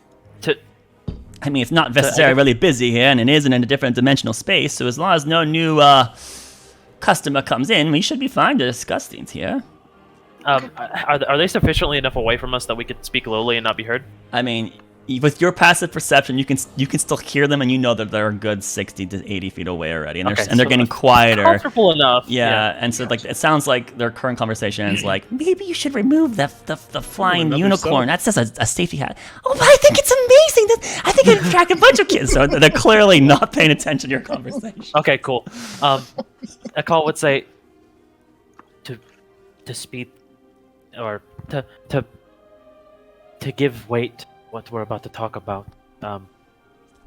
Actually, he looks over at Evelyn, like this. Well, I guess I should start. Have you talked to my mom since last night or yesterday? Wait, was that yesterday? That was yesterday, right? Yesterday. Have I talked to him? I have talked to your mother numerous times today. We had several conversations in front of the revealing of the statue, the new antiquated piece that we've added to our history. But yes, I have. So do you know what you talked to me about? I do know something she disclosed. Yes. I've told them a little bit, but some of this might have to it might have to do with that, and we have questions kind of that we just, Well, congratulations on surmounting the obstacles that were presented to you, my dear. Of course you would, because you were taught by a very renowned and powerful of the arcane. Not really. You do a great job, but so I'm proud that you have managed to overcome it. But it's not like your mother has revealed everything to me. No. I know. I know. I know. I wanted you to know that I know, and we just have some questions, and some of it may have to do with kind of like that history. If you have any information on more of that history, I guess. Well, you'll have to be more specific as to what information you're looking for. I am quite learned, but, it's not that I have studied every subject in existence. And maybe subjects of other planes is a little bit harder to have firm information on. Right. We have a lot of Where do we questions want to about start? we have a lot of questions about our plane, if that would Yes. focus on Well, that. I kind of want to sit down, but then he's like looking at like Yes. the nearby Is there environment. is there like an office that we can like sit in, or? She doesn't don't have really anything know like what that. I've recommended a lounge area numerous times to my granddaughter, and Well, she is very stubborn. Lisa can help with that. Yeah. Well, maybe Risa can get some sense into her. If it sounds like they're booking up well. All right, so That's I okay. guess we'll just sit on this crate then, and he just presentations to clean it up a bit Yep. and sits down on it, and the crate still creaks. Call sits on the floor. And like as you sit down, there's like arena dust that kind of moves. Yeah. All right, He like draws so like a ring around him. let us move on then. Well, so what are your?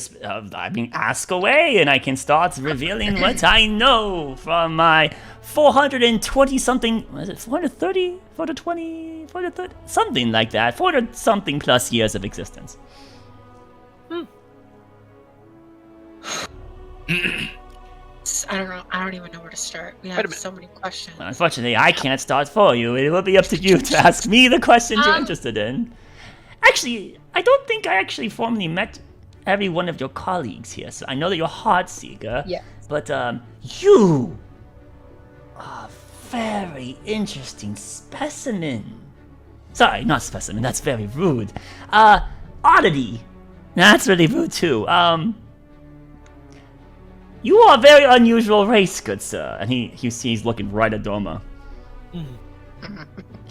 Might I just propose a thesis, a hypothesis, let's say? Are you perhaps maybe of a infernal legacy running through your bloodline? Whoa, what gave that away? Jesus, sweet. Doma looks at his hands. Thanks for Shit, I'm the 5 subs. Alright, Oh, you're pink? well, pink. it's not just that, the horns and the, Yes, horns? I have horns? Man, you are I the touch most. my head. I'm very do? concerned for you, Evelyn. This is the group that's gonna help. Anyways. Yes, I know I'm a Melina made tiefling. him look like a human at one point. It was quite interesting. Does Doma not have horns? Oh, he does. He Yeah. has. He's- Look at he's his token. multi-flank. His Got it. tokens. Oh, his he was sarcastic. Okay, I thought Yeah, he was they're being what? Yeah. Oh shit. When the sarcasm goes too far. All right. So, well, so you. But yeah, I'm a tiefling. Why? What's the Interesting. That's very interesting. Very interesting. How long have you Why been? is it so He interesting? came to our world through a portal, actually. Sucked out of hell itself. Mm-hmm. I think. Very interesting. You see, he's squinting. He's looking at you like intently. Doma just looks concerned. Is that bad? Oh, no, sorry. Excuse me, my rantings. Right. So you had questions for me. What is it that you wanted to know about? So, well, I have a personal question that we can get to after we discuss these things. But based on what Evelyn has told us and the things that are happening in the background, civilization. Many things are happening in the background, so. Yes. Oh man. Oh wait, I was doing introductions. So Yes. your name, Yeah. names. So, sir, Paladin of Marlesh, it seems. What is your name? Yeah. Doma Zarte. It's nice Doma. to meet you. Zarte. Interesting. And you, sir? And he looks over towards Roderick. Go by Roger Greycrow. You look a little bit on the frailer side. Do you eat enough vegetables? No. I eat more meat. Well, you might want to diversify your portfolio a little bit.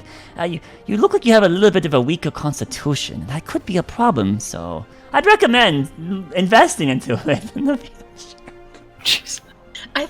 He's thrown off. That. Good lord. All right, and then Yeah, I mean, I don't have weights to keep with me, unfortunately.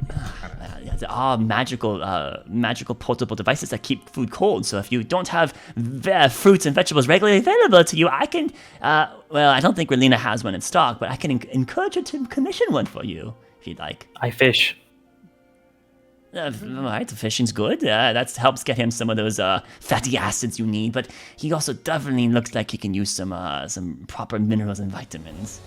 You see the dark rings under his eyes. It looks like he's been plagued by some sort of horrific terror from beyond. So, I'm just into the depths of my soul. I'm kidding. You're actually. all right, and so Roderick Greco, Domazarte, and he looks over to Baldric.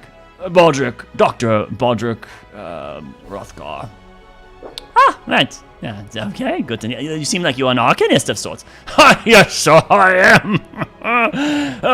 Also a very well-learned individual like you. I see. That's good to have. We need more of us to pass on our legacies to those around us. Pass on legacies? Not necessarily, really. Oh, wait, yes, Doma was my, supposed, legacy.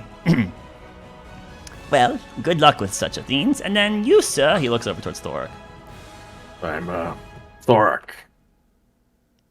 Last name? Surname? Dawnbreaker, I suppose. Closest thing that comes to a last name. Is that a self-assigned last name? More of a title. Yeah, kind of.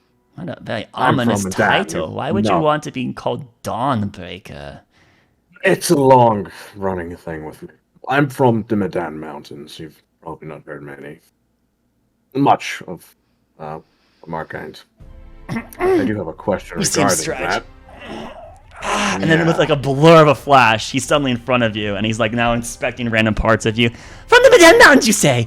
Interesting. I actually can see some of the dust onto your cloak here. Oh, tell me. Have you found any of the ruins of any of the fabled previous civilizations that used to exist down there? Tons, wherever you go. Do you happen to have a map of the area? I need to know it now. Please show me quickly. Come on. I look over to Call. He seems more knowledgeable right now. Are you from the mountain too? Yes.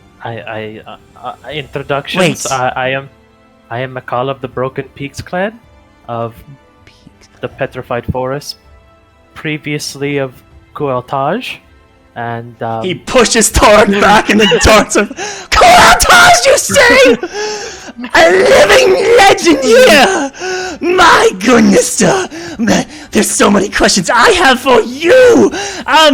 Wait, sorry, let me compose myself. My eccentricity sometimes gets the better of me a little bit. Kueltaj, you say? He like runs his hands through his hair, and he has very little hair on top of his head, right? Kueltaj, you say? Yes, how is Kueltaj these days? Well, it is... I was actually going to get a question about this, because it is lost to us. Oh, isn't it lost to us all? So there are no remnants that remained. Actually, we haven't been able to go back there. We are unsure if there are... We know where it is. We cannot get to it. Really? It's been overrun. So they have been... The ruins have been uncovered? Or the location? We think we know where it is at, yes. We just have not had enough people to go for it. Huge! That'll be my magnum opus before I die! Oh my goodness! Quickly, can you show me... Do you have any maps? Anything that could possibly point me into the direction of where this city may or may not be? I would very much... The Great Gate, as you know, has been closed for some 3,000 years. Not a single person. There was rumors that maybe some of the civilization had survived the calamity, but we never affirmed it. But you are saying it's absolutely down there. That is mind-boggling. This is the biggest historic advancement since of recent history, actually, as of maybe a couple of weeks ago. But we will ignore that for now. Master, should we be worried that the Great Gate is open? Or do you think that will be... that's more of General Turin's concern at this point in time, and High Chandler, really. I mean, my purview of making sure Windheim is educated is not necessarily as concerned about what's going on in Medan's monarchy. So, right. Whoops. Stop. There. So, yes. Sorry. But a map, anything, a scrawling, something. Certainly, one of you has a map, right? I will absolutely love to discuss this with you at further length and give you as much information as I can. Splendid. Absolutely splendid. I would be in your debt, good sir. And you, because you know a little bit about the Undermountain too, then, since you're from down there. He is, yes. Perfect. Yes, and we have much to talk about later. Much to talk about indeed. Oh my goodness. I feel like I just shaved 100 years off my life. I knew you would enjoy meeting this group of people. I knew you would enjoy it. Alright. Well, wait, you had questions for me. Sorry. What is your inquiries? Before we get to the questions, I do have a request. We need to get official permissions to go and look at do some research in the library, and we were hoping maybe you could help us get the right paperwork. Oh, easy. It's done. He runs his finger in the air, and then you hear him mutter and breath. The next time that my protege, Evelyn Zestair, comes through and with her band of Heartseeker, do not restrict them into the restricted section, and make sure all paperwork is filed. Thank you. Thank you. Okay. There's like an awkward pause as he's like, you can tell he's getting a message back, and he's kind of like staring off into space for a moment. And then he just kind of nods to himself as whatever the reply happens to be. It didn't seem to be discrediting whatever he was asking for. Correct. Right. So that's now handled. You should be able to access the restricted section within limits. If you need something ultra restricted, there might need to be people present for that. I could be present. Or maybe if you have questions about such things, maybe I could answer such things too. Maybe help expedient your inquiries to some regard. Anywho, so that's done. For that. Okay. Where do we start? Yeah, we have a multitude of questions. Let's start with the anchors. Anchors. Interesting terminology. Do we even start with that? I don't know. No, we've already brought it up now. What about anchors? What are we referring to here? So, surely not the seafarage kind. That would be too mundane. No. We're talking extraplanar anchors. Is that the right terminology? Elemental extraplanar anchors. Things like from the planar. Like the Mall of Jalzim is an anchor. Yes. Well, is it? Is it? We think that's one, and we also think Medan might be an anchor. There's only one known anchor that would meet what you're referring to, and that would be the anchor located in Medan. But this is not a very well scholared subject. But you know it's in Medan? Well, it's more of speculation by an acquaintance of mine, a very long-lived acquaintance that maybe some of you have been advised about information. It's more her sighting than anything that has confirmed that such a thing even exists in the first place. That's our biggest source of information on these supposed anchors. So, out of character, was it out of character? Was it mentioned about the signs of an anchor? What do you mean by signs of an anchor? Basically, is there like physical attributes basically that this was never preview to you guys. The most you know about it is literally what Niera mentioned to Evelyn, which was very brief. She said there were the anchors that went through the Feywild, and I walked across one. It's like pretty much all you know. So you know very little. This is not a subject that's brought up. Like it's esoteric or guarded information. Is it just that no one is like research this, or just he doesn't? Well, you have to ask him. I can't speculate for you, right? That's not fair. I just want to ask that in character, out of character, because I wasn't sure if it was mentioned in character at some point. I had to go. Yeah, you guys yourselves as players know very little about the anchor. So anything you've speculated about yourselves, that's all you. So the Mall of Jalzim being anchor, I've never told you that. So no, it was speculation. Yeah. Yeah, speculation. Okay. So go ahead. All right. So, were there any mentions of like physical characteristics or anything that would link to anchor being in place. But I have asked our patron, knowledgeable individual about the anchors numerous times, and she's revealed some things to me, but it's not a topic she's talked a lot about. I think we'd have to actually inquire her more about its characteristics, but it seemed to have a physical characteristics. I don't know if anchor would be the right term. Sounds more like a bridge to me. But that's a term she put it. There's very little known about this subject, and because we don't have a live specimen to study, 3,000 years have gone by. We potentially do now, if the anchor is still there in Medan and the mines are open. Excellent point. Unfortunately, I don't have the lifespan to search all these subjects. Oh, Medan coming back is... There's so much that could be done. No. Coulatage is the most important thing to look into. Absolutely. So it's more of a bridge. So what... I can't even. You wouldn't even probably know. Is there a way to close the bridges, or are they just always open? These anchors.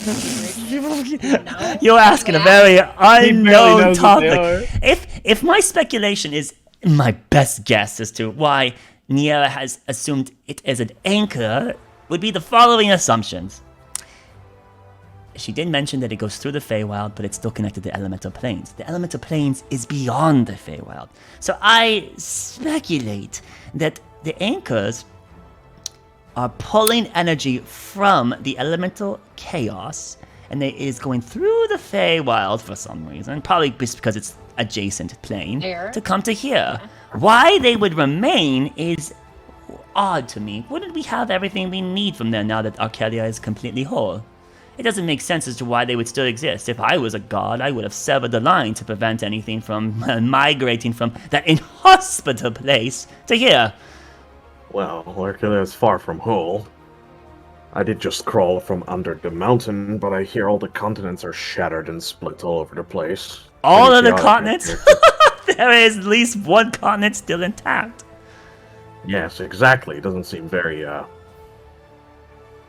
the hell do you know about that? I was told. I had entirely new world open to me. I'm not just gonna sit around and do nothing. You must be referring to the one you're on now, aren't you? New also. I was referring to a whole separate continent. Silly me. Sorry. No, New also is a subcontinent, a fractured piece of the previous continent of Estrin. There is one intact continent. Also, we speculate that it's far to the south and west. How many continents have cracked apart? Only one to our knowledge. Yes, just So us, Estrin. One cracked into 3, but there was one that was untouched? Yes? Yes. You don't remember this? I swore I told you about these things, Evelyn. But then again, sometimes you did have that faraway look in your eyes as if I was going on too deep. So, this probably was one of those topics. This continent, I do not hear of it much. Does it have a name? The one that has not been cracked? The remnant empires of the human and giant kind. Aradun. Aradun is the name of this continent. So Aradun. There was supposedly, from what we can surmise, two subcontinents. Oh, sorry, two continents. There's Estrin and Aradun. And Estrin is the one that's been... It's fractured. Yes. So just to help you here, Estrin is spelled Estran. And then to give you the correct spelling of Aradun, it is Arahdun.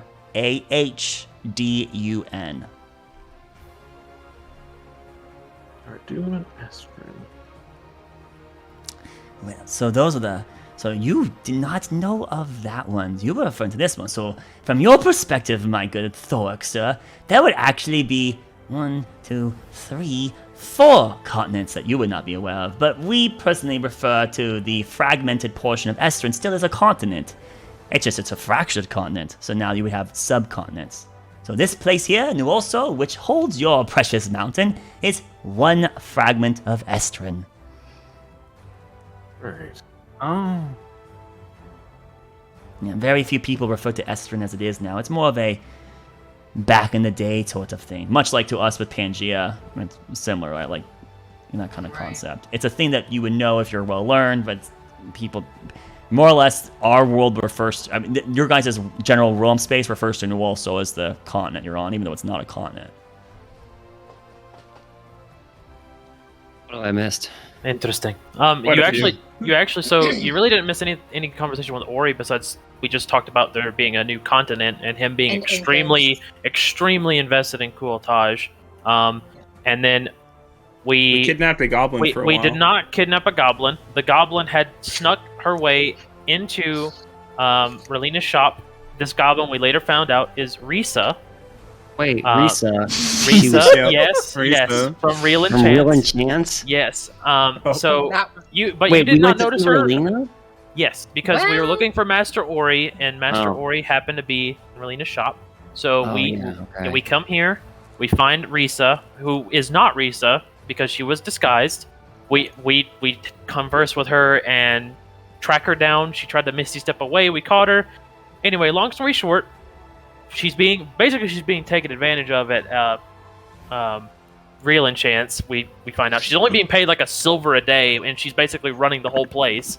And so it's a bit of a slave driver, huh? Yes. And so we actually got information from her for 15 gold because a call's nice, and then we got her a new job at Relina's, getting a gold a day, provisionally until the place gets better. This is how Relina's shop is gonna get fixed up. Yes.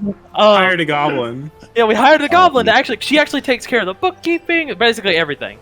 Anyway, everything besides enchanting herself, she does not have that skill. But she did like Relina all the does. Implied that she did all the other logistics of the. Risa was the one that did the enchanting. Risa was the enchanter, and she was pretty much the operator. Everything else, but she did not. She didn't know that what she was doing was valuable. So yeah, and so we basically told her that she was getting taken advantage of, and that this was a better offer. She accepted it, and then Master Ori's like, yes, this is good. This is good. So we do that. We do introductions of Master Ori. He's very intrigued with Doma being a devil, basically. Devilkin, having infernal blood. Tiefling. Yeah. And then he was very interested with Thoric coming from Medan, especially because he's tried to get... He even... Before we said anything, he immediately asked about Kualtaj. But, like, even before we even mentioned we were from, like where in the mines we were from, and so we had a miniature conversation there, and then we're on the topic of anchors, and he explained, like, based on how Nira has spoken of them, it's more like a bridge, and it cuts from like Newell Sol, our plane, through the Feywilds to the elemental plane, almost like a spike. He speculates. There's very little information about the anchors. Yeah. And kind of what I was thinking was happening anyways, though. Yeah. So, yeah. but he brings up a key point there of if he were a god. Wait, no. Yes. Who said the line if he were a god that it would make sense? Mentioned he did, this, right? He said if I was a god, I would have severed the anchor. It has served its purpose. Is what he because it is pulled. He said it has pulled all the energy it's need to. We have all we need here, and it's too dangerous to be left open to, like, all that energy that's over there.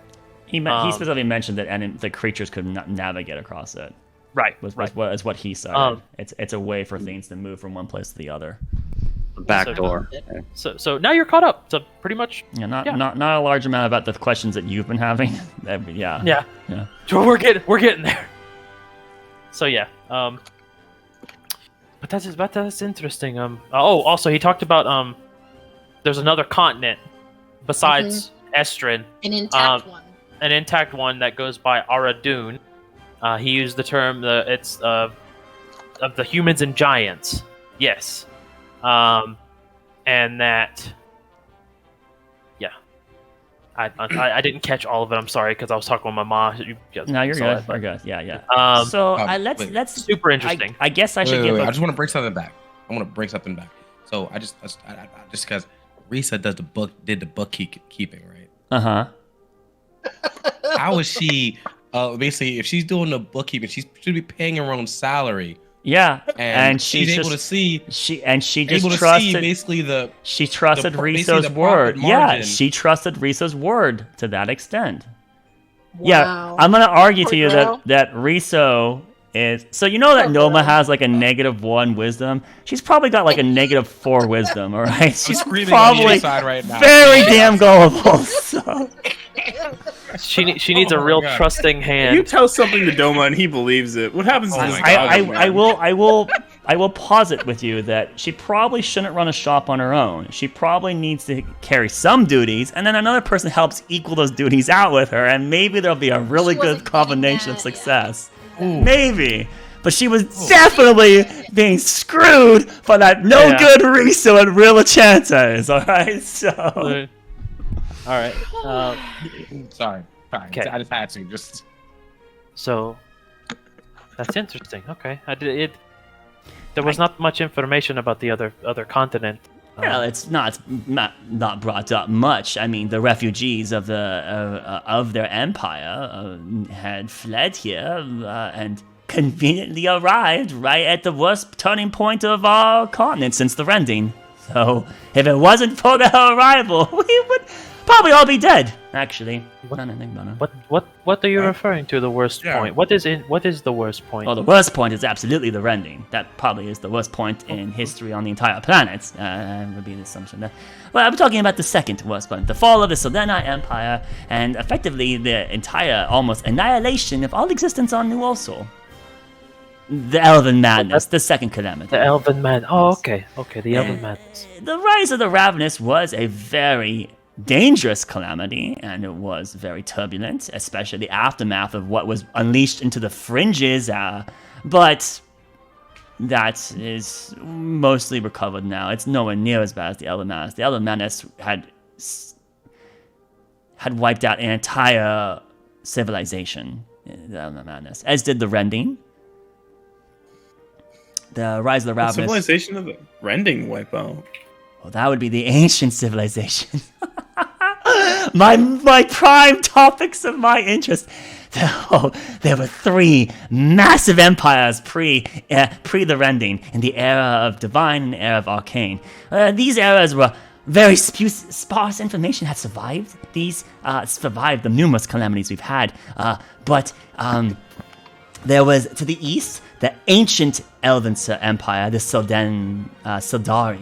Sildar? Oh god, here we go, fact-checking time. I gotta make sure which name. Sorry. Oh, where the heck would it be? That's probably this, right? Nope, that is their version. Go to Eridune, dude. That just sounds cool. We'll just take a ship. And a Dune. Eridune. Go to Dune. I guess this is gonna be... Where the heck would I think it's Sildara. No, that's the name of the subcontinent. So it's Sildarian, is it not? Sildarin? You know what? It would probably be in the Elder Isles section. Is where they would refer to it.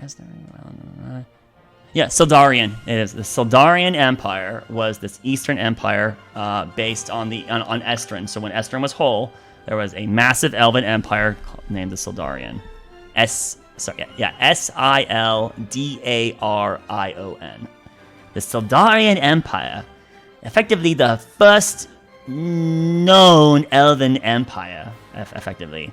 And this led to 2 other smaller empires post the Rending, which was the Isrenai, which are still in control of the Elder Isles as we speak, and then our predecessors of Windheim, the Sildenai, who, in a namesake towards the Sildarian, named themselves very similarly, probably to try to spur Elven interest to go back to their old imperialistic roots. So, at least that's what we speculate anyways. So, but we're not talking about post-Rending, we're talking about pre-Rending, aren't we?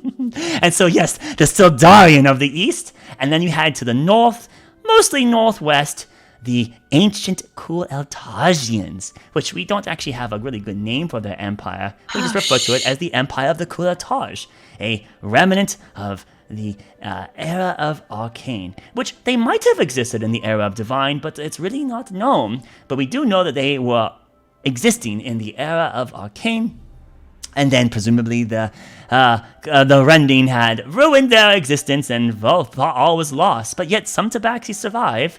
And as you, my good sir, just alerted me, there are ruins! Literal ruins in the mountain. Oh, I can't wait to go and confirm some of my hypotheses. Let us know when you go. Yeah, my clan actually is descendants of original survivors from back then. And the story goes. There has to be stories. Oh boy, we have so much to discuss, you and me. And you, don't forget, I'm not forgetting about you. And he's looking right at, pointing aggressively at Thoric. There's things that you know too that I need to know about. Master Orin, would you, by any chance, know anything about a certain Orin? The fucking title was right. Agnir? An Orin, a Lightbearer, by any chance. Does that name ring any bells? Lightbearer? Not familiar to me, unfortunately. No, sorry. Never mind. Write that down. Write that down. Write that down. Wait. Can you tell me the point of prevalence? Why would be this name? It sounds. Well, the name Ori, it's just the thing that comes to my mind, though it is under the mountain and the name pops up some 1,000 years ago. I was interested if it may have been one of your predecessors, ancestors, another line. The Ori, well, so you would know that the guy that you're referring to is not a gnome. He's a different lineage. So yeah, they should not be have related. halves. What was his? It's very unlikely that they are related in any capacity. Just the similarity in name is not close enough. Yeah, his first name I think was Orin, right? Not Orin. Yeah, and I thought I misspelled it when you that's told us. not Master Ori's first name. It's his last. That's his surname. Ori is his surname. A lot of things happen in 1,000 years. Anyways. Yeah, fair. Okay. So, no, not related. Got it. Okay. Sorry, I don't know enough about the inner workings of the mountain. It's been sealed away for 3,000 years, and when you don't have access to things, it's really hard to come to, let's say, hypothesis about what could and could not have happened there, which has been part of the problem of a lot of verification of a lot of our theories of history. But that's what makes history so exciting, because there is fact. Something did happen for certain in a certain arrangement and order, and there is 100% truth that you know is there, and you just need to keep digging till you eventually get to that truth. It's not like it's being obscured by, let's say, she that shrouds or something. It's there, and you can find out about it. The thing about digging that dwarves happen to do a lot is you can dig too deep. Don't want to uncover unwanted things. Fair. There are calamities and dangers that happen when you go in the wrong directions. Anyways, in the last empire of the pre-rending was the ancient Dragoni, which were located predominantly in the west and a little bit in the south. We believe that they actually had their empire extend past the Felite into the Firath region. So those are What was their name? The ancient Dragoni? Yeah, were they just the ancient Dragoni? That's all they were called. That's the title we have given the predecessors to the Solokal, the Dragonborn lineage. We call them the Dragoni. That's the name of their civilization. Cool. You mentioned in jest, she that shrouds. A terrible creature that one is. Can you give us what information you know about it? Gosh, there was so much information I could have given you about the previous topic, and we're already diverting. What a shame. I'm sorry. She that shrouds is a very dangerous entity that we believe has her roots out in the far realm. And, well, we would say it's one of the elder evils, for sure. There are many. There's 5 notable names that come to mind when you refer to the elder evils. There would be she that shrouds, that which hoards, and the other ones. The torrential dream, I think, is one of the names. The marionettist, and then the discorded maw. The other 5 notable names. Discorded maw. Discorded maw, yes. So to repeat for those of you that are... Some of you are taking notes, yes? None of you are taking notes. Come on, people. Pull out pens and papers, please. Parchments, come on. Thoric is writing it down. Someone's writing it down on his hand. That which your hand's gonna run out of space so fast. Call already has it written down. He's like, There's like 5 names on his hand. No other notes. Yes, These are titles. There aren't names. No. They're all names to these entities. Many names to these. Do you want those too? Goodness, we'll be talking for hours here. Relina, can I have some tea, please? I don't think she heard me. She must be too busy with something else at the moment. Anyways. So, yes, Elvian is the official name of that which hoards, right? And then there was one of the other ones. His antithesis, we believe, would be Lecalathip, she that shrouds. And then there is Hostul, the marionettist. And then you have Kurthshalak, which is the discorded maw. You're like, I'm not even gonna try. Spelling? Why is he called it? The spelling, yes. Alright, so Hostul is Hastul. Okay, I was close. And then Kurthshalak is Kerth apostrophe Shalak. And that's the discorded maw. Discorded, distorted, discarded? Discorded maw, much like the Discorded software maw. we use to talk, Discord. But discorded maw. The discorded maw. And then we had Lecalathip, which is she that shrouds. She's spelled Lyk apostrophe AthilYp. And then the final one that we mainly know of that realm space would be, this one's always hard, Willow Yarag. Is that right? Hold on. Yeah, sure. Willow Eog is that, and that's the torrential dream. Is that one? These are all from the far realm. The far realm. The elder There's primals 5 of the elder far realm. Yes, ancient You spelled creatures that that last are. one. Sorry. Yes.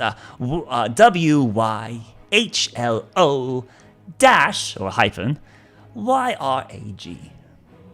YRMG. YRAG. Willow Eog. Willow Yarag. Arg. Wrong. At least they're original with their naming scheme. These names come from these or was it WHILO? WYHLO dash YRAG.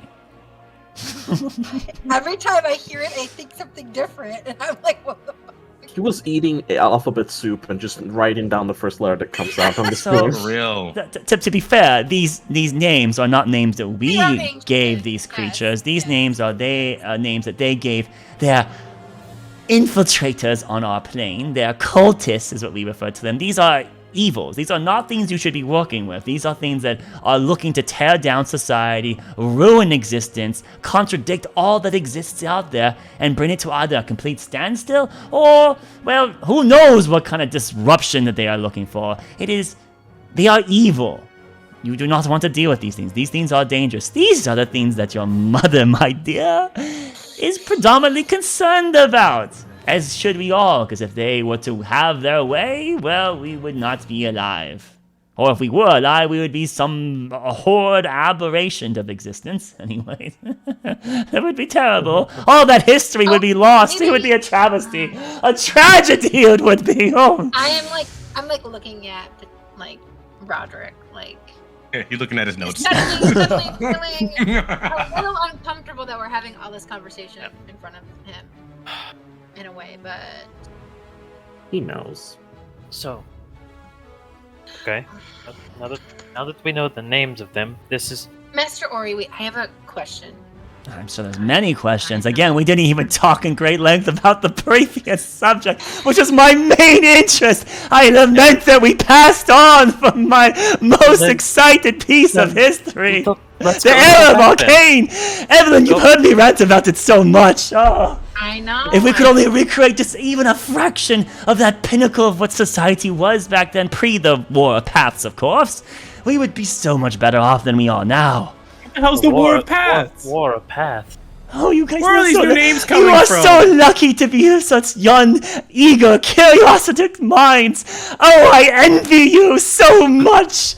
I really need that I've learned tea. more in like the past month than I did in like 6 years of, or maybe like 20 years of my life. This is Doma, the two of us just left the mountain. There's a world 10 times bigger than anything we've ever known, trust me. yeah, I know. I lived in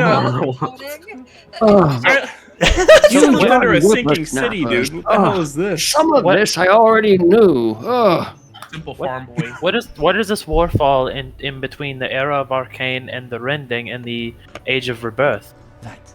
So, post the Era of Divine, hopefully you're aware of that, right? Then it became the Era of Arcane, which was, we estimate at least 1,000 years of great prosperity for almost all mortal races. And this is when these three main empires that we have notated, there could be far more. We only know about three main ones from the few sparse scrolls that have survived the numerous calamities that we've had here on New Orso, one including that of the entirety of Esteren. And these, so of course, our lineages are tied to those of our close ecosystem, which is predominantly the remnants of Kulataj and the remnants of the ancient Dragoni. However, there was a strong, prominent foothold of Sildarian, and we believe that they mainly stemmed in the southeast of what is New Orso now. So if we look of New Orso as its own little separate piece here, the three main empires that were vying for its control would be the southeast, which is some extension, or at least assumed to be extension of the Sildarian, and then to the north and northwest there's being Kualtaj, and to the far west and south being the Dragoni.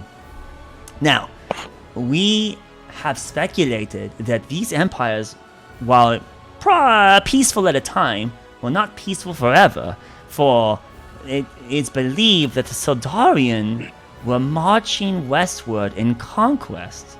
And much like the Sildani trying to claim New Orso, it seems that the ancient elves were very much militaristic, at least is what our speculation happens to be.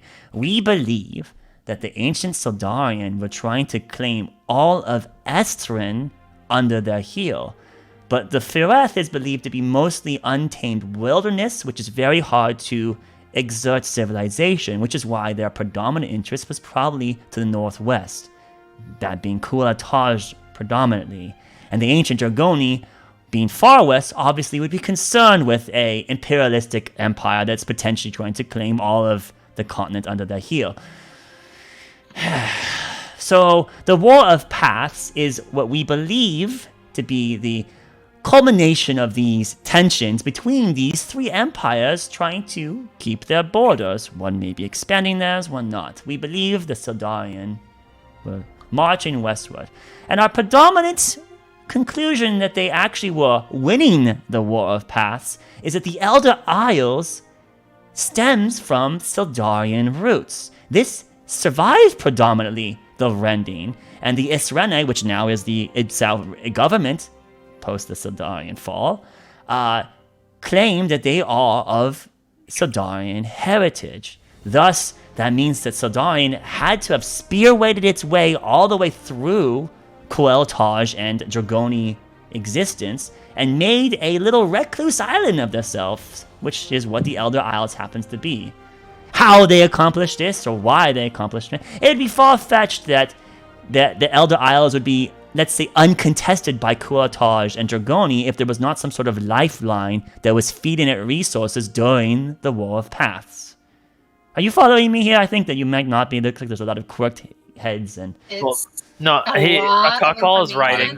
A lot of words. I just wrote it down right now. I'll process it whenever. What he's trying to say is that there's three sort of territories, and the Sildarian Empire, the elves, were pushing through and kind of waging war against the other two, and they had pushed so far west that they actually got to the Elder Isles and made an outpost of sorts there, meaning they must have been able to be strong enough to overpower the other two armies, the other two empires, to be able to get there and make a foothold on the western islands out there. Right. Because after the rending, they still existed and there's elves there. So that must have meant that they were able to push through the other forces to get there. That is what he's referring to. And if that is true, that and which we almost accept as common truth of history at this point in time, Kulataj and Dragoni were not faring well for their borders to have just been spliced up like that and separating the two empires to allow a line for the Sildarian. So they must have been losing the War of Paths, is at least our assumption. Unless they were focusing on other fronts, perhaps further south of the Dragoni into the Fireth. Maybe the Tabaxis or Kulataj was predominantly pushing along the northern section of Estrin and coming on the side. It's really hard to speculate when we can't even access the other subcontinents to prove any of potentialities of what they were doing then. All we have is these few sparse little clues and some scriptures that reference to these themes and doctrine, but a lot of it was lost in the rending. A lot of it was burned up or destroyed or buried or ruined. So I have a question about the rending, as you just brought that up. If what you're saying is true, and that the Sildarian Empire was to the east, that would mean that where the Maw of Jalzem sits would have been almost near where the heart of their empire would have been, correct? Very good guess, but we don't believe that's true. We believe that there was a very powerful extension of the Sildarian in the southeast corner of New Ulso, towards the center of what we believe Estrin used to be. We believe this was probably their biggest bastion, but not their home HQ or headquarters. Right. We believe the capital was far, far east. East, right. Yes. There's a few comments about very long-winded journeys, and these journeys indicate home being farther, mileage. It doesn't quite add up to the center of the continent, but more far northeast, which is why we have dubbed that region of the subcontinent Sildara, in homage to the Sildarian Empire. I'm sure they probably have some random wackadoo name for our subcontinent if they survive the endless demon armies and whatever else happens to have you post the rendings, untold catastrophe. All right, here, wouldn't it be amazing to go over there and find out if there actually are survivors? Preferably friendly survivors that don't wish to destroy us and kill all existence. That would be very prudent. DM, what's the islands called again? The Outer Isles? The Elder Elder Isles? Isles. Which is west the Elder of Isles. If I remember correctly, the Elder Isles were relatively not super ravaged by the rending. Is that correct? That is correct. They did suffer dramatically from the rending. There was supposedly a massive tidal wave that caused huge damage to their infrastructure. But the history that we believe was that predating in the era of Arcane, on the cusp of the War of Paths, or in the War of Paths, depending on which way you look at it, that the Elder Isles was a recluse, some sort of escape, a haven for the most elite of elite, the noble of the noble. And these are the progenitors, the ones that survived the rending when they were so far away from the epicenter of the calamity, that being what we presume to be the Maw of Jalzem to date, that these nobles that survived, they quickly recognized that they were without their seat of power and roused the civilization to their will before a revolution occurred there, establishing their own new government, which has become the Esrenai government. And smart for them to think rationally quickly like that, because in a point of panic like that, those that have just been spoon-fed their power from previous lineage probably wouldn't have retained it very long when survival is important again. So, were there records lost during this tsunami then? Because wouldn't we have some sort of source material? A lot was lost, and I'll remind you here, the Elder Isles was a vacation spot, not a point of governance, but a place to relax and get away from governance. So the documentation that it survives such things is poetry, artistic, and flavorful. That's not so much really about the going-ons of what the Sildarian were doing. But these are the main points of that we have cited that have helped us more than anything in our scholarly works. There were the surviving scripture that happened to go through the Elder Isles. More than anything, that's the best piece of any surviving history that we've been able to analyze that have given us the theories we have now about those points in time.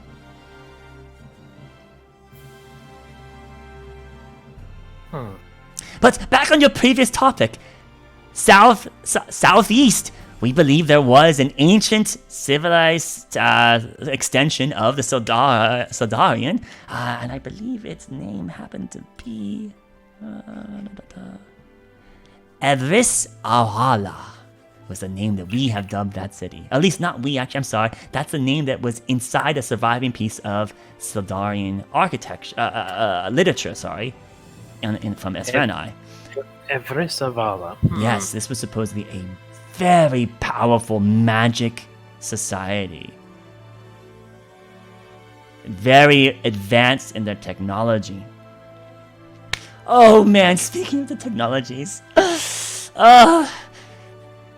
you are all very interested in history, clearly, right? All of you? And with Evelyn in your midst, and you are absolutely trustworthy.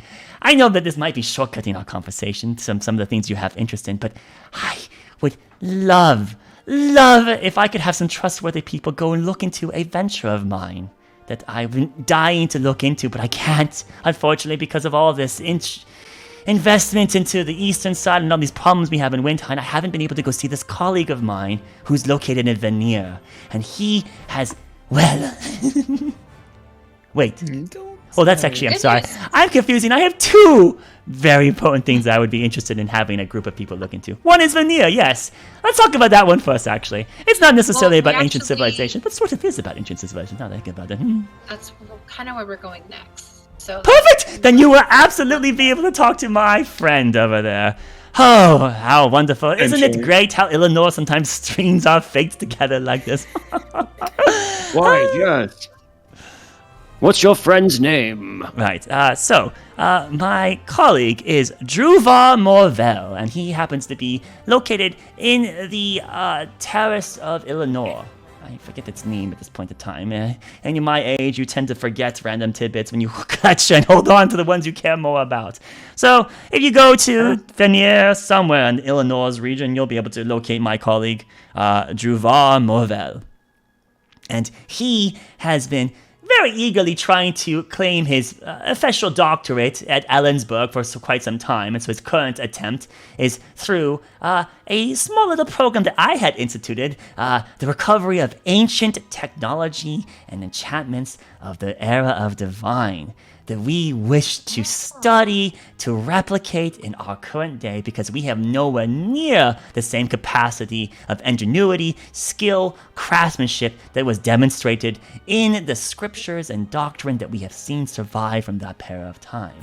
And there, my colleague has been looking into a long-lost ancient artifact that we have notated several times survived the rending and was present through 1,000 or so years up to roughly around the Second Calamity, where there it just winked out of existence. And he claims that he has found proof of its final wielder in Vanir, and he has invited me to come down there to share these findings, and I have unfortunately not had the opportunity to do it. And he, of course, did not pen me these things because such things are a risk in the wrong hands. So I need a trustworthy source.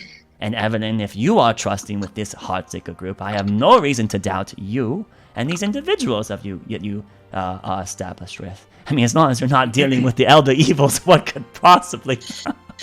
Well, anywho, so I would love if you would go talk to my colleague in Vanir.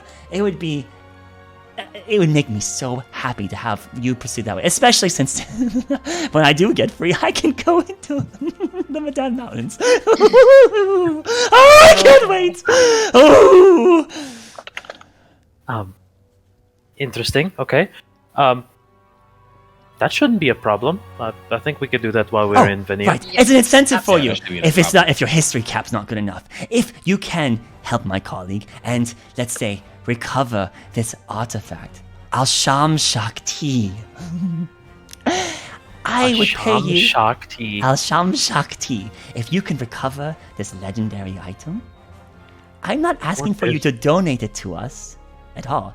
I just wish to study it. An hour is all I ask, and I will award you 5,000 gold of my personal funds just to study the object for 1 hour. That's all I ask. What is this object anyway? Is it dangerous? It's such a good topic. It is a supposed relic either from the era of Arcane or the era Divine. Some cite citation that it was a gift from Drabalor himself. Others cite that it happens to actually be a creation from the ancient Dragoni Empire that they used as instrumental to help hold their territory against the Sildarian incursion.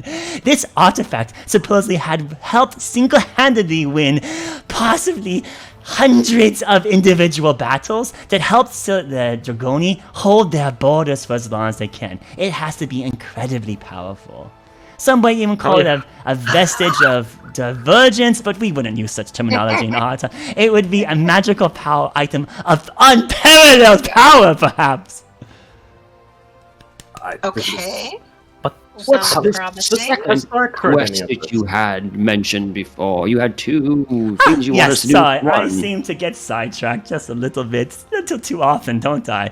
But yes, Hasham Shakti, it's a gift from the gods or created by us mortals. And if it is created by us mortals, then we can recreate it. We just need to study it for a little bit. Oh, to be able to recreate things of that potency, to bring back civilization closer to the era of Arcane.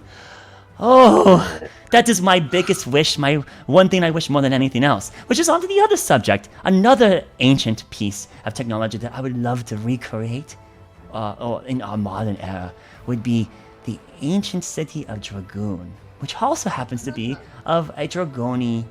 We have multiple avenues that we're looking for. Some are involved into specific reliquary weapons, such as the Al-Sham Shakti, and others are more of technologies that existed back in those era bygones. And specifically, the ancient city of Dragoni, which was this ancient city of Dragoni, Dragoni was called the City of Dragoon, was the name that we have seen cited to it. And what makes this city more interesting than anything else from the ancient Dragoni Empire was it has been cited numerous times, even though there's not much scripture about it, as a floating city, a city that flew in the sky. And while we can create levitation enchants to help things puppet them around the air for most time, most of our flying related spells are limited to creatures and for short periods of time. And then I'm sure you go, well, Master Ori, what about the Hallowed Chantry over there in the Court of Revenants? Well, yes, there is a very potent levitation enchant that requires continual donation over a certain period of time to help keep the Halo Chantry, the Halo itself, floating up the Chantry. But more interesting... City would be a lot of energy. Yes, a very powerful source must be fueling it if it follows the same rules that we follow now.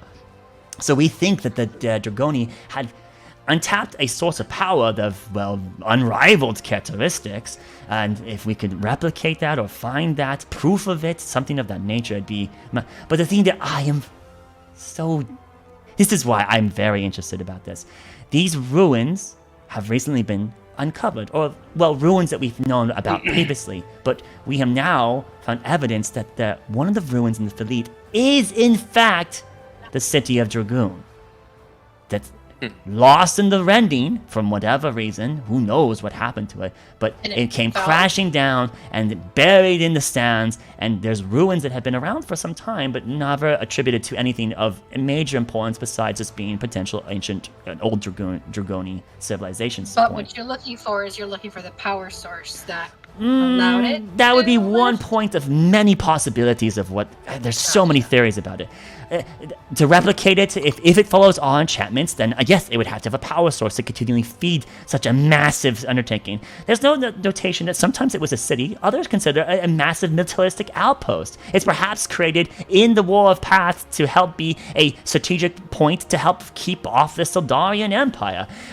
There's other notation that, which is what I'm more excited about, is that it's not just a levitation enchant. It had a propulsion system. This thing moved, which is something that we have not been able to recreate for a static, non-organic object ever. We can, through a great effort, move an object and have it levitate like the Halo Chantry, and keep it suspended in that point of space relatively, but we can't have it move along the x-axis, right? We can move it up and down, but we can't have it migrate to a new location. And if Dragoon is, as it's been cited several times, being a floating city or outpost that had the ability to migrate and traverse, if we could recreate that technology, even in a smaller downscaled size. Let's not even talk about a city. Let's just talk about something like a seafaring ship. Something that could fly through the skies energy. and go to the other subcontinents to confirm the theories if there's other civilizations that are still out there. Do you know what that could mean? That's why this is of utmost importance. Dragoon might be the key to flight. It's so exciting! What exactly do you want us to look for out there? Is there anything specific? Are you looking for text? Are you looking for anything that could prove that it is Dragoon, that could prove that it was flying? If there happens to be some sort of scriptures, topography, pictograms, what else do you call those? Hieroglyphs, something, any sort of text that survives that helps illustrate it. Oh, if you can actually find potentially an engine room or a substance of incredible magical potency, similar to that than maybe what is in the Medan mines, the Agnia that exist down there. But I don't think even Agnia could propel a city for a flight of this magnitude. It would have to be such a darkly pure source of Agnia that we've never heard of. Maybe the dwarves were hiding it from our existence, but it would not be likely. Some sort of technology, enchantment. There also could be other major artifacts there. Don't just keep your eyes open for just specifically the flight possibility, but anything of antiquity. Perhaps any of the relics that the Dragonis used. Maybe a sister weapon or arsenal that is to Asham Shakti could exist inside the Dragoon. Now, I would like to pause it here just for a moment. Just pause and then pause it as well. That there is possibility that Dragoon is not safe. It will take a capable group of ne'er-do-wells, might I say, that have the capability to fight through potentially any lingering defenses that might exist in a potentially previous militaristic outpost. So, I'm not wanting to send you to your doom, but you are clearly capable individuals. After all, you just accomplished what your mother had set for you. So, if you could allocate the time to either these endeavors, or both these endeavors, I would be so indebted to you all. Especially since it then lets me go into the Medan Mountains immediately and look into the ruins of Kumatage. You don't know what that means to me, oh! We're gonna for sure do Veneer. We'll check that out and we'll see what we can find out.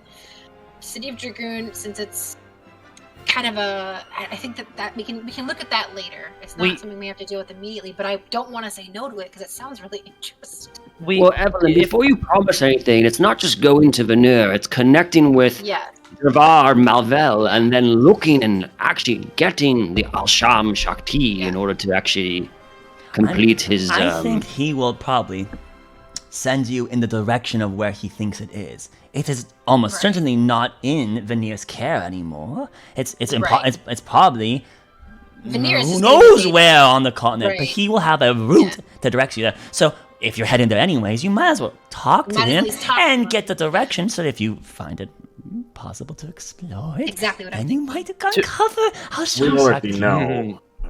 You know who is also looking for certain legendary weaponry. Perhaps this might be the next one thereafter. That's kind of what I was. Yeah. Okay, so what are you referring to? What was this? Someone else competing, looking for a legendary? We could get to that. I do. Maybe you wanna. So I do want to. For the sake of you, Master Rory, to give you kind of an idea, we are as a group very concerned about what is happening in the Western states. So the original plan we had was that we were going to go to Veneer. We have something we have to do there, and we can look into that issue for you. But afterwards, I think a pressing matter is the danger of what is happening to the citizenry of the Western states. There are lives being lost, and I think that needs to be dealt with. Of course. These are things that you could explore. And my Yes. timetable is going to be much longer than I'm sure yours will be. And having my best apprentice on this would be very valuable to me. I couldn't trust someone more. Melina's coming with us. Perhaps, well, Melina is currently not able to travel to such extent at the moment. Means that your best apprentice, Melina. Relina was not my best apprentice. Relina is currently more skilled than your Evelyn in your group, but Evelyn is, let's say, a prodigy in arcane. In far less time, she has succeeded more than any of my previous. Must have mage inherited it acolytes. from her familial ties. And then I wink at Evelyn. Yes, she must have inherited it from a very powerful mother, who's quite long-lived. Did you guys talk to him about this already? Did I miss this? They we hinted that Yeah. they hinted early on that Oh. and they asked him It if he was knew just a, about it, "Hey, I and know, he I inferred know." that he knows some things, but he never flat out Okay. stated anything. Okay. Yeah. So that I wanted to get that out, but you did have a question. Okay, let me pose it this way. In your studies, Mm-hmm.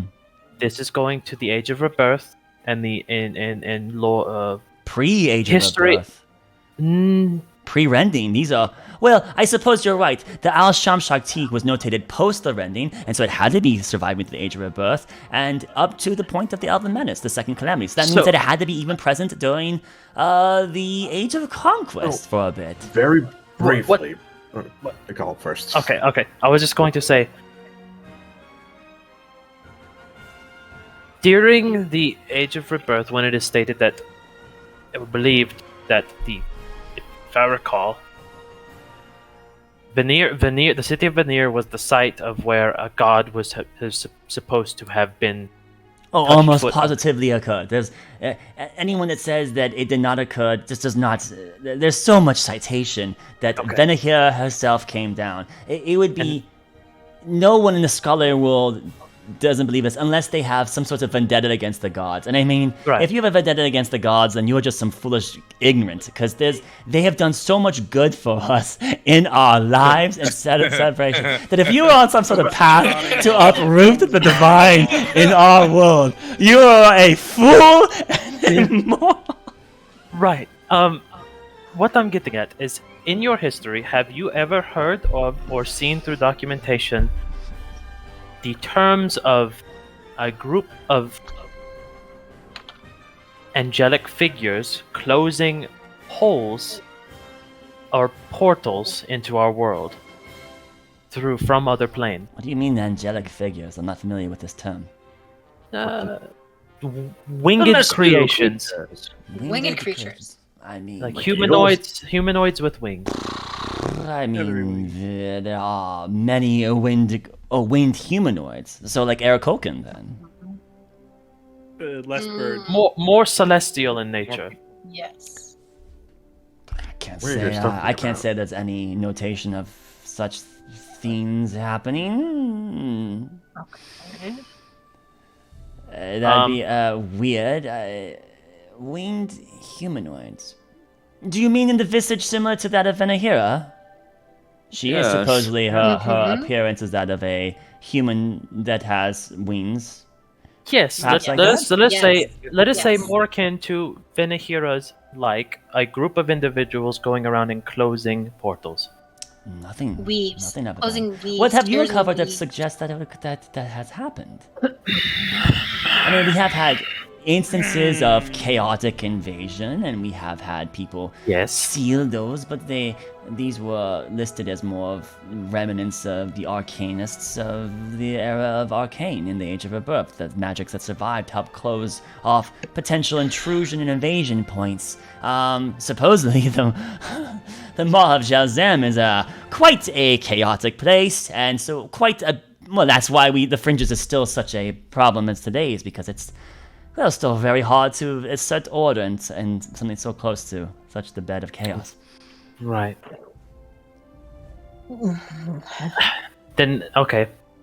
Before we delve into that, have you ever heard of a relic that goes by the name of Ardoth Ravine?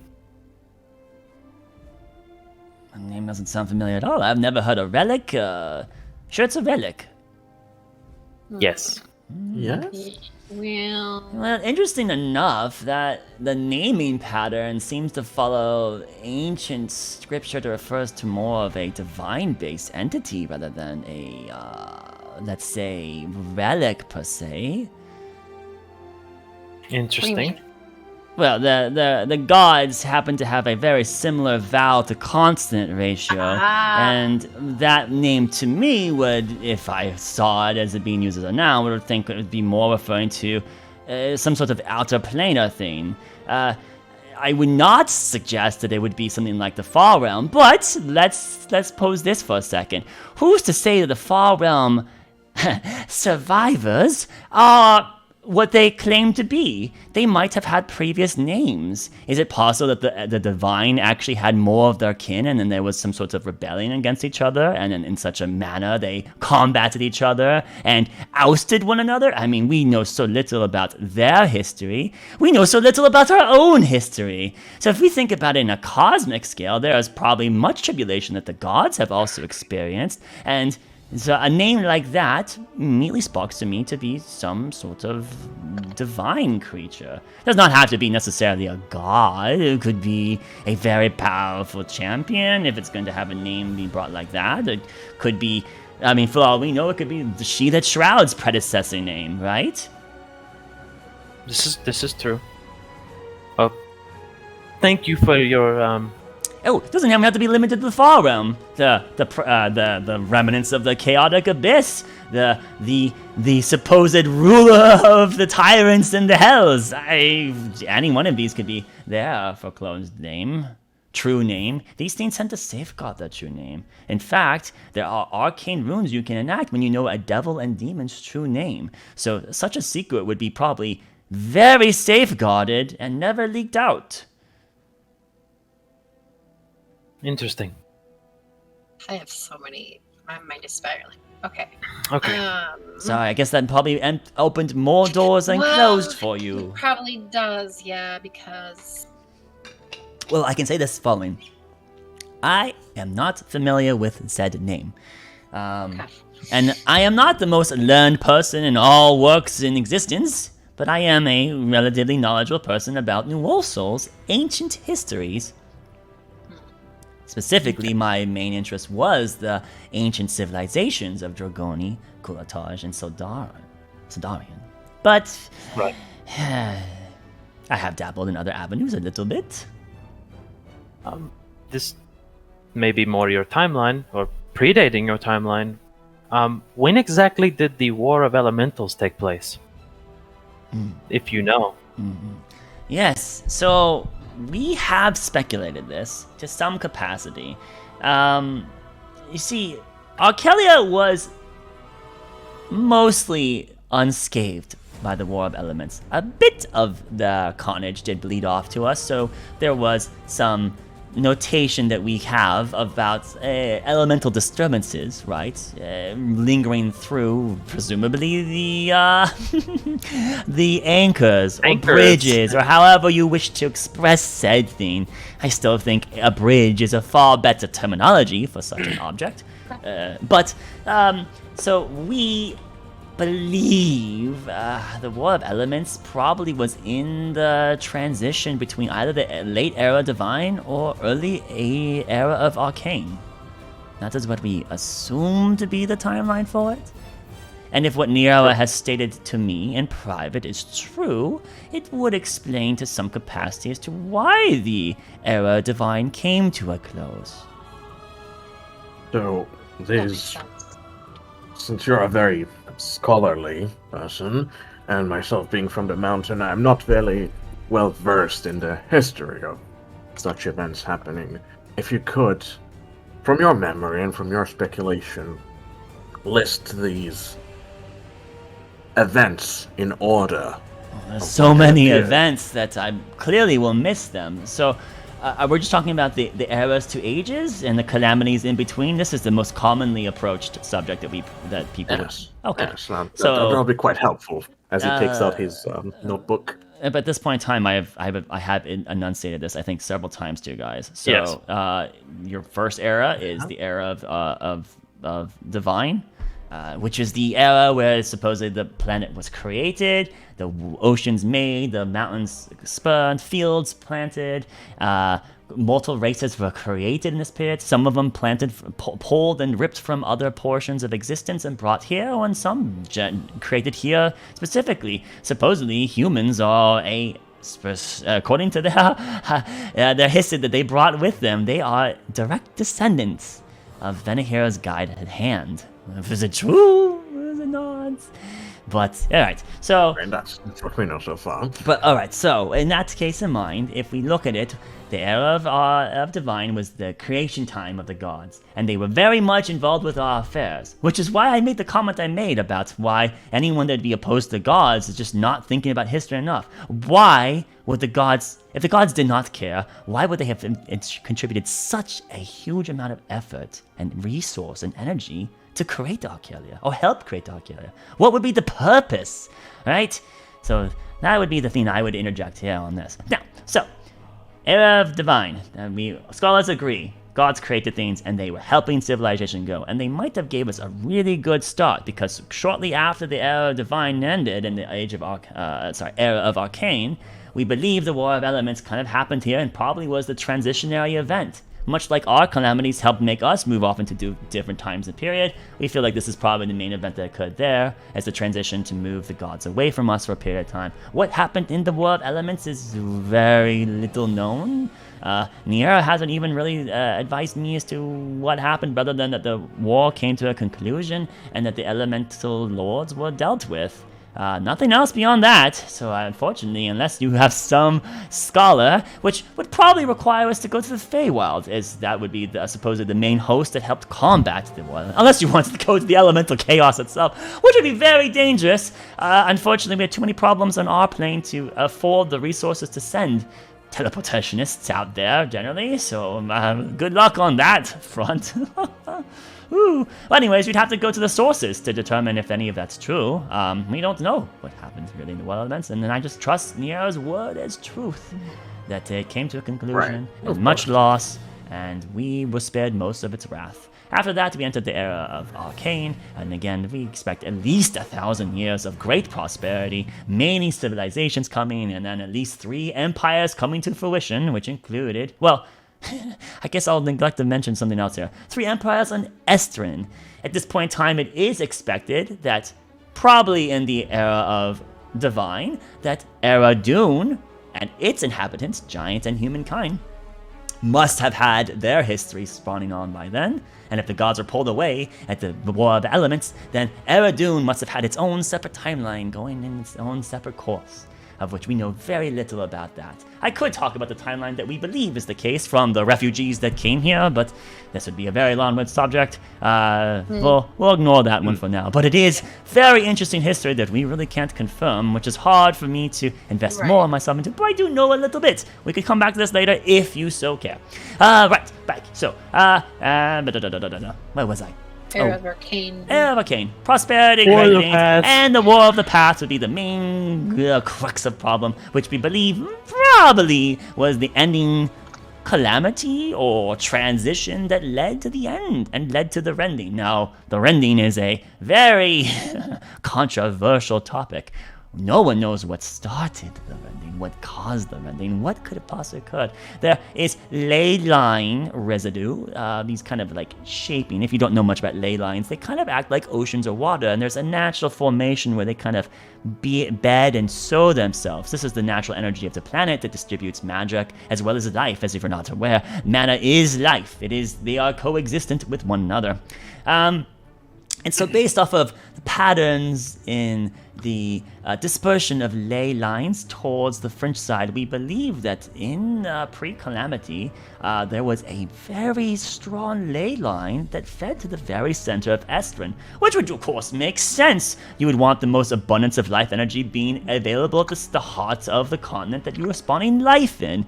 Was this an oversight by Venahir or the other divine, or was this just something that was intended to be, but something disastrous happened? Who knows? So it could be some sort of ley line congestion, much like you could say a stroke or a heart attack. Potentially, who knows, right? Something could have blocked the energy from it, or it could have swelled so much and exploded. However, what we do know for certain is that a calamity occurred and it originated in the heart of the continent. And in that wake of this catastrophe, it was of such devastation that it almost wiped out all of existence on Estrin. The remnants of Aradun do not notate much, at least from what they stated, about a major calamity on their end. So I suppose the distance between Aradun and Estrin is quite large for them to have escaped without any major notes in there. Or if it did happen, there was some other calamity that was overshadowing it, perhaps. So nonetheless, the event occurred, Estrin was torn asunder, and mass death occurred, and the upheaval of all our pinnacle work of society and the gods' investment. And then you would have, this is where we start having all these different civilizations. And again, we would talk about really what we know about New Ulso and not so much what we know about the other ones, because we don't know much about the other ones. So you would have the Soldarian, post the rending, there was a, if you were not aware, we consider this part of the same issue as the rending, but it was not just the catastrophic breaking of the plate tectonics and then the elemental energies that linger still now to this day inside the Maw Jazem and the cult of Straits of Ruin and such of that. There's all that lingering elemental interference. But there was invasions suddenly. We then started having denizens from other planes of existence starting to, infiltrate and try to annihilate things. Immediately after the rending, as if in conjunction with it, there was a massive abyssal army. Demons of untold proportions were apparently on New Ulso soil, marching across the plains and destroying all of existence. So imagine if you were one of these people that was part of a great civilization beforehand, and you just had pretty much half your civilization wiped out, and there's very little infrastructure or, governance or order remaining, and suddenly you had hordes of demons at your doorstep, killing everyone nearby you. It must have been a very terrible time, which is why we consider this the worst point in all of existence, because not only was the rending catastrophic, but also that we had neighbors come into our plane shortly after. Now, this was not faring... Oh, what was that? How did they come? Where did they come from? Just appearing out of nowhere? We do not know. We Where did don't. They go? We surmise that they had a foothold in the east or southeast region. We can conclude this because the majority of the damage that did not survive the rending was the pieces that were furthest away from that point. Now, of course, this could be just southwest, southeast or east. So now we could conclude that a lot of this devastation was from the catastrophic heart of the explosion or whatever eruption occurred there in the first place. But I would argue that it was probably in conjunction with it. And so this leads to one of the big critical theories about what actually happened. Are you saying the closer you were to the Maw Jazem, the more demons were running around? That is one of the hypotheses, and that is why one of the most critically scholared approved theories about what actually happened in that city that was adjacent. So Evris Ahala, that previous Sildarian city near the Sildarian bastion, right? It is possible that there was a bridge formed between the abyss and the material plane, and such chaotic energies eroded fabric space and caused the calamity. It's possible, But who would be foolish enough to do this? And so this leads to a whole bunch of conspiracy theories. Was it a misstep by the Sildarian Empire as a ruse to just finally stamp out the resistance of Kuataj or Dragoni? Or perhaps was it the Dragoni or Kuataj, desperate with their losing war, doing a sabotage maneuver at the heart of the most pinnacle city of the Sildarian expanse? If it was sabotage, they doomed us all. If it was the Sildarian trying to just close the deal with a new weapon of mass destruction, they doomed us all. If it's not related to them at all and just a pure coincidence, then what truly happened? Oh, it's so hard. So hard to know. Demons of the Abyss, they stopped after a while? No. No, that leads to the most significantly religious point in our existence. Venahira, coming down from the heavens. This is when she touched on Veneer. And she saved us from annihilation and fought back the demons. Wait. Venahira landed in at the end of the eras. She wasn't just a part of the world at the very beginning of the era of Divine. No, the rending concluded from scripture of Veneer, Venahira's descent is what stopped the rending. Now, the rending was not just the point in time of the planet being torn asunder. It includes the post-apocalyptic situation of the demonic armies and fiends coming through and tearing and consuming life. So this is a period of time of unknown duration of time. So it could be a couple months, could be years. It's no way to know, unfortunately. But it concluded that the western side was losing, as there's very little survived the eastern side. So we imagine why we posit that what happened was its origination is closer to the southeast, east or southeast, because the spread of abyss weakens as you kind of move away from that point of origin, right? Like a sphere or a glob of water. It's just, there's less interference the further away you are. That's why we can kind of triangulate it towards the southeast. So when she came down, do you know what she did? Well, Veneer claims that she went immediately into confrontation with them, annihilating them in mass destruction, and that some of the Prince of the Abysses tried to fight her, and they didn't fare too well. There was a specific confrontation with one such demon, a very powerful prince demon. The Hungering One supposedly fought her numerous times, and never was fully destroyed by her, and kept retreating back more and more, desperate, to the point where he was the last demonic prince that we believe still existed on New Ulso soil before she finally banished him or destroyed his mortal form here. But as we know, an abyss creature dying of that magnitude is, well, more of an inconvenience than an actual solution. It will be reformed in the abyss if it has the power to do such.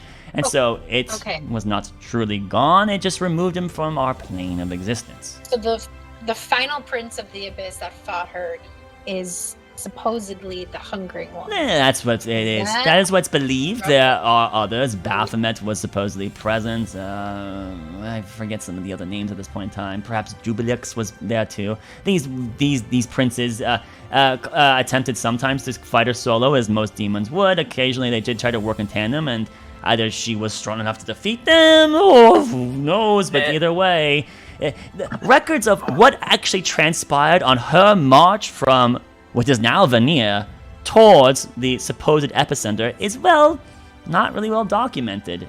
Because mortals didn't really follow in her wake, right? And if there was a mortal that followed in her wake, they probably didn't fare too well against the armies, even with their divine patron right over them, right? They probably were more of a liability than a benefit. And there's no record stating that any entities were with her, or is it just Veneer? Or Venahira? Venahira is the only one that we believe was going forward. If she had other entities with her, it's not known. Unknown, yes. Right. I don't believe there was a divine host present with her. The other gods, unlike when Yera mentioned about the War of Elements, there was the whole host of divine, and they actually had support, right? From the Feywild helping them to whatever capacity. There's no such documentation cited from any of the religious scriptures of Vanir, and I have been given access to the, let's say, reserved sections of Vanir based off of our more recent partnership that we've had with Vanir. They have opened more to us, so it's possible they might be hiding secrets, but I speculate that she was probably on her own. Could we also get access to that? Yes. I have no control over Vanir. They're their own separate the restricted state. area of the library here. Well, we already got access to that. We have access to our library. Yep. We're Yes. good. All right. You were having a moment, I think. Okay. That is quite rude. A lot of information. But it. Okay. Okay. I mean, when we Okay. get back, hopefully I'll Okay. be accepted as an official paladin, So and maybe I'll have access to that stuff. maybe. Maybe. So okay, that So she came down. She fought them back. At The her invasion ceased. at her own peril, she fought the denizens of the abyss, and Did she survive? I'm assuming. no one knows. Presumably, yes. The event stopped.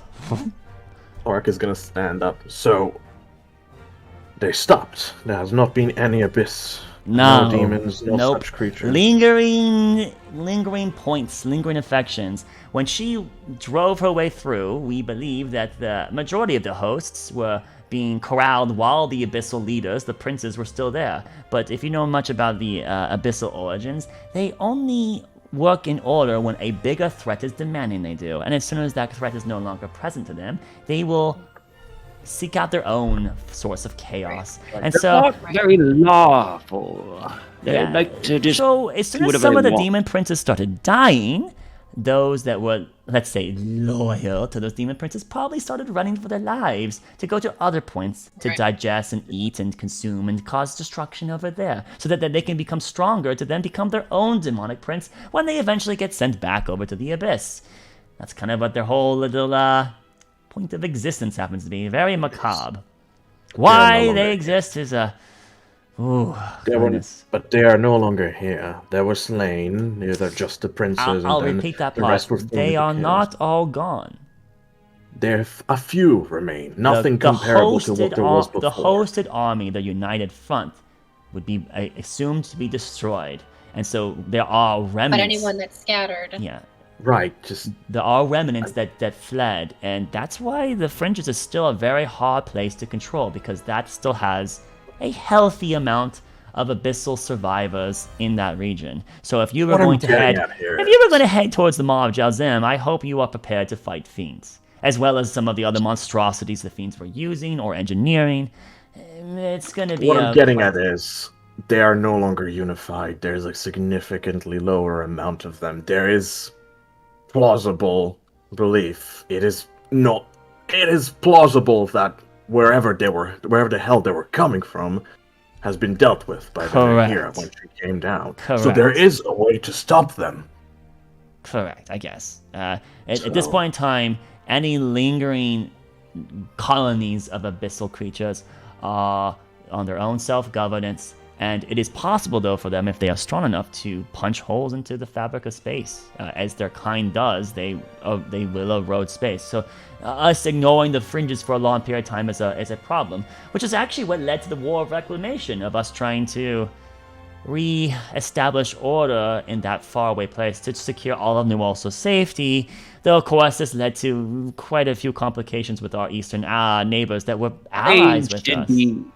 Which age did the War of Reclamation occur again? War of Reclamation is in the age of Unity, I believe. Yes, Age of Unity. Sorry. Era? Now, So this I age. neglected to mention a very key piece. Well, no, we're not there yet. Sorry. We're jumping through different points in time, and now I'm confusing things. So yes, the War of Reclamation is in the Age of Unity. Is when that occurred. We haven't gotten quite to that point because we're trying to go through the timeline, right? The last thing we were talking about was the rending. The end of the rending. Yes. The all end of right. the rending. So Vanahia marched over there and killed the demon princes, and without their presence, the remaining demons were slaughtered or fled and then have made their own little safe havens out in the fringes and hopefully are staying far away from us mortals, and those poor souls that still decide to live out there have to deal with. So the rending concluded. Venahir saved us, right? And then Veneer would be the remnants of Veneer then started treating that place as holy because it's now apparently permanently consecrated from her touching ground there. As amazing as it is, I have been there, and there is you could say a presence that's there, oddly. It feels different than being elsewhere on the planet. Wait, so, That's good news. So let's see. Okay, so the rending. After the rending, you then have the Age of Rebirth, which is, we believe, go about 1,000 years. Records were lost or reformed. Civilization started rebuilding its walls, investing into itself. Armies were remade. Conquest was used to try to help expel any of the lingering threats that the rending still had, such as demonic armies, such as some of the... nope, that wasn't quite yet, actually. That would be later when that started happening. Sorry. But yes, demonic armies that still existed and other threats that maybe were in allegiance with them were believed to be predominantly kicked out of the western side. And I don't know if I mentioned this, but the rending was failing pretty badly for us on New Ulso, and the armies were well into Philite and destroying what was left of the Dragoni Empire, and they were making their way up here towards where we would now be Windheim. And Windheim is, well, considered like the last cradle, right? We barely survived because the god came down. So, anywho. So, right, back to the point of time we are talking about, which was, what again? Age of Rebirth, right. So now we're in the ages, and society reheals itself, and this is where the Isrenai would have established themselves. They have they, according to their literature, they said, fuck everyone on the mainland, they're on their own during the Abyssal Army portion of time. We'll just stay here, we're safe. And they instituted their own little government over there. And then when they then looked back over at us on the mainland, they recognized that we survived somehow. And then that's when they went, I think I want to get back on some good relations with the mainland. And so they sent over their good old envoy, which would be our original monarch of the Sildenai Empire. Which, oh boy, what was his name again? Erakal. I have to go look it up. Let me go look at Windheim lore. Windheim. Right. Erakal Delranesh, the first Delranesh of the Delranesh line, which was the line that lasted through the entire Sildenai Empire. Now, he was a very powerful and influential member of the Isrenai Empire during the Age of Rebirth, or rather the ending of the Age of Rebirth, and he was sent over from the Isrenai and the Elder Isles to, you guessed it, what elves like to do: conquer and control New Ulso and institute order. And so he went on a marching campaign on their behalf to claim New Ulso for the Isrenai. But it didn't take him too long to realize that the Isrenai were more reliant upon him than he was reliant upon them. And he rebelled against the Isrenai. And then that led to a war that I can't quite recall the name of right now.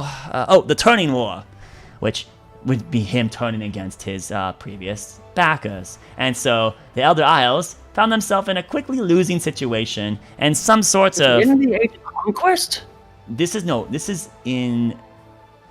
the ending of the Age of Rebirth and starting the Age of Conquest, yes. Because of this Isrenai starting to assert their foot of domination on the rest of New Ulso soil, that started the Age of Conquest. Erakal, Delranesh being the focal piece of that, and then him eventually rebelling against the Elder Isles and the Isrenai, and establishing his own kingdom, his own empire, which he dubbed the Sildenai. And they're the remaining elves that survived here. And I'll remind you that there are other races that existed, but the elves were still the most predominant survivor. The Tabaxis seemed to have disappeared during the Calamity. We assumed that they were effectively annihilated in that course of time. So I am very much intrigued about this ruins, you say, of Kuratash? Do you happen to know what they look like? What kind of just architectural structures did they happen to have? Were there scrolls, hieroglyphs of some sort, something of that nature? So, based on what the elders told me, one of the key features of the very center of the city was a massive pyramid structure Fascinating. Here, Flashbacks. All right. Sorry, we're moving away from the right topic onto other topics. I sometimes scatterbrain. Right. So, Arkelya rebelled against Isranai, and he started the Sildenai Empire, and he recruited the survivors in the Age of Rebirth. Many elves joined his cause because he claimed, we will restart the Sildarian Empire and do what we were supposed to do, I guess is what it was implied. And the Isranai didn't agree with his monarchy, and they did the Turning War, and the Isranai lost. And I guess Arkelya Turning War. This is called the Turning War or the Rebellion War? This is the Turning War, would be with the Isranai versus Arkelya and his Sildenai Empire. Or his starts of his Sildenai Empire. Now, Isranai lost, but Arkelya did not intend, I guess, at the point in time, to take control over them, and a treaty was assigned, which allowed the Isranai to remain their own point of governance, that he would respect as a sovereign state of his own, and that he would get New Wolso, and then they could start having good relations again. So, despite all the bloodshed that was endured by both sides, the Elder Isles just could not properly reclaim ownership of an area that was already being militarized by another individual. And so it was very foolish of them, and it was dumb of them to trust this man in the first place. They should have picked a better candidate. But what can you expect of the long line of elves and their constant need to be the top dog on Estrin? It's just what there was in their blood, apparently. Alright, so Arkelya has had many descendants, but we're not going to go into them and the numerous pros and cons they've had. I mean, some of the great... Probably the biggest accomplishment they ever did institute would be the Alabaster Highway, which I'm sure you're all aware of the Alabaster Highway, of course, right? What? Wow, it seems like so. Yeah, the giant white highway that connects the western states to the eastern states, and in fact, connected all of Estrin together. I'm sorry, not Estrin, all of New Wolso together. It was a monumentous ingenuity structure that was developed.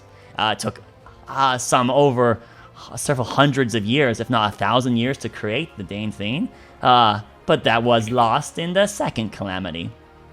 So during the Age of Conquest, not only will the Sildenai beat the Isranai, but then they also beat into submission all the other empires that remained and rebirthed themselves, including the Solokal, who ended up...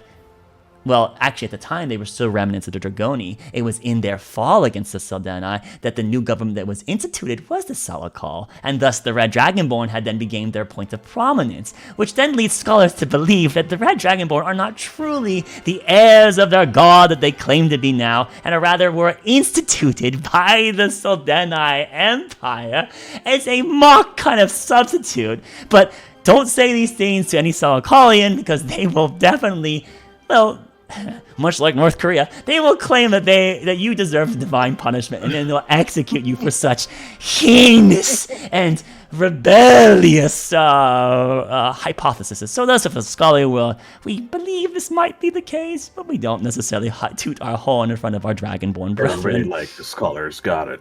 So, anywho, the Dragoni became the Solokal when the Solokal replaced the Dragoni as what we believe is a puppet government of the Sildenai Empire, and then the last real remnants of that the Sildenai were really struggling with at this point in time was the dwarves of Medan, who in the Age of Rebirth claimed the mountain, this mountain that existed there, as theirs, and refused to yield up, and they kept digging deeper and deeper into the grounds and formed their city of Medan, which the Sildenai wanted all of New Wolso, and that was probably their most difficult conquest to fight through the stubborn dwarves over those hundreds of years. But eventually they did win, and they, if I recall, instituted a city, a fortress in that area to maintain control, which tell me, does Bellinor still exist down there?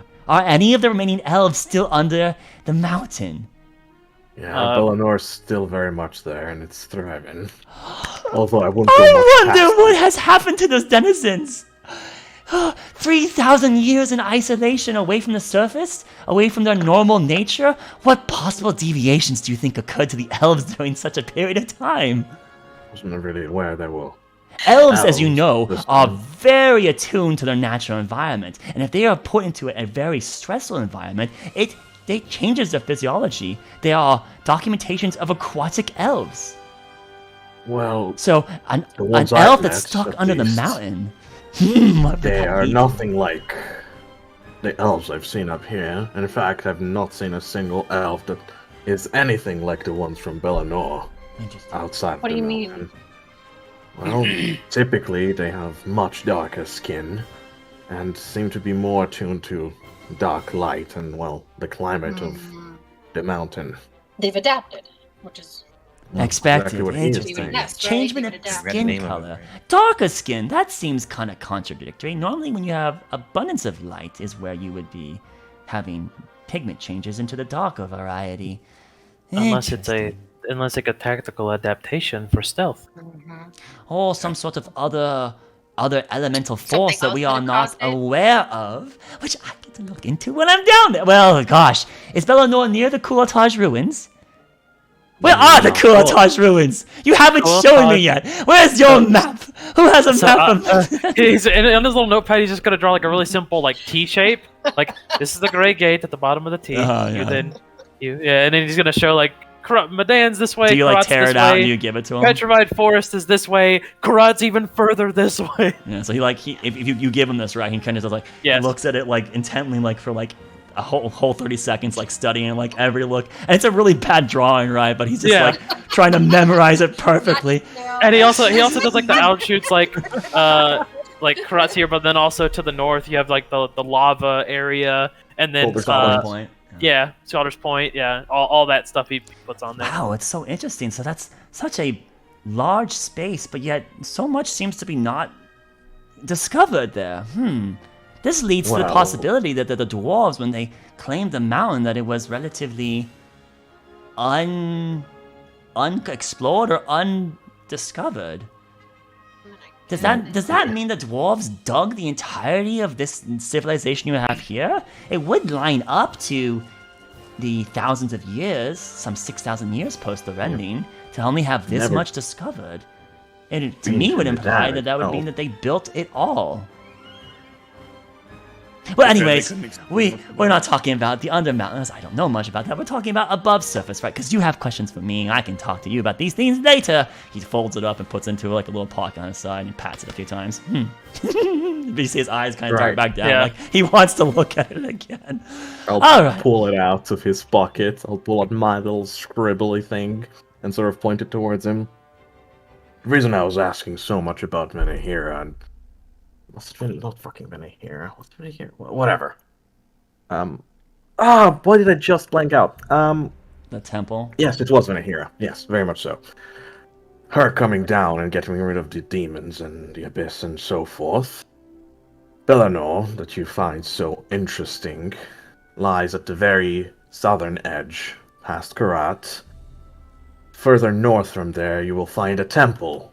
Temple of the Eternal Flame. Do not go past that point.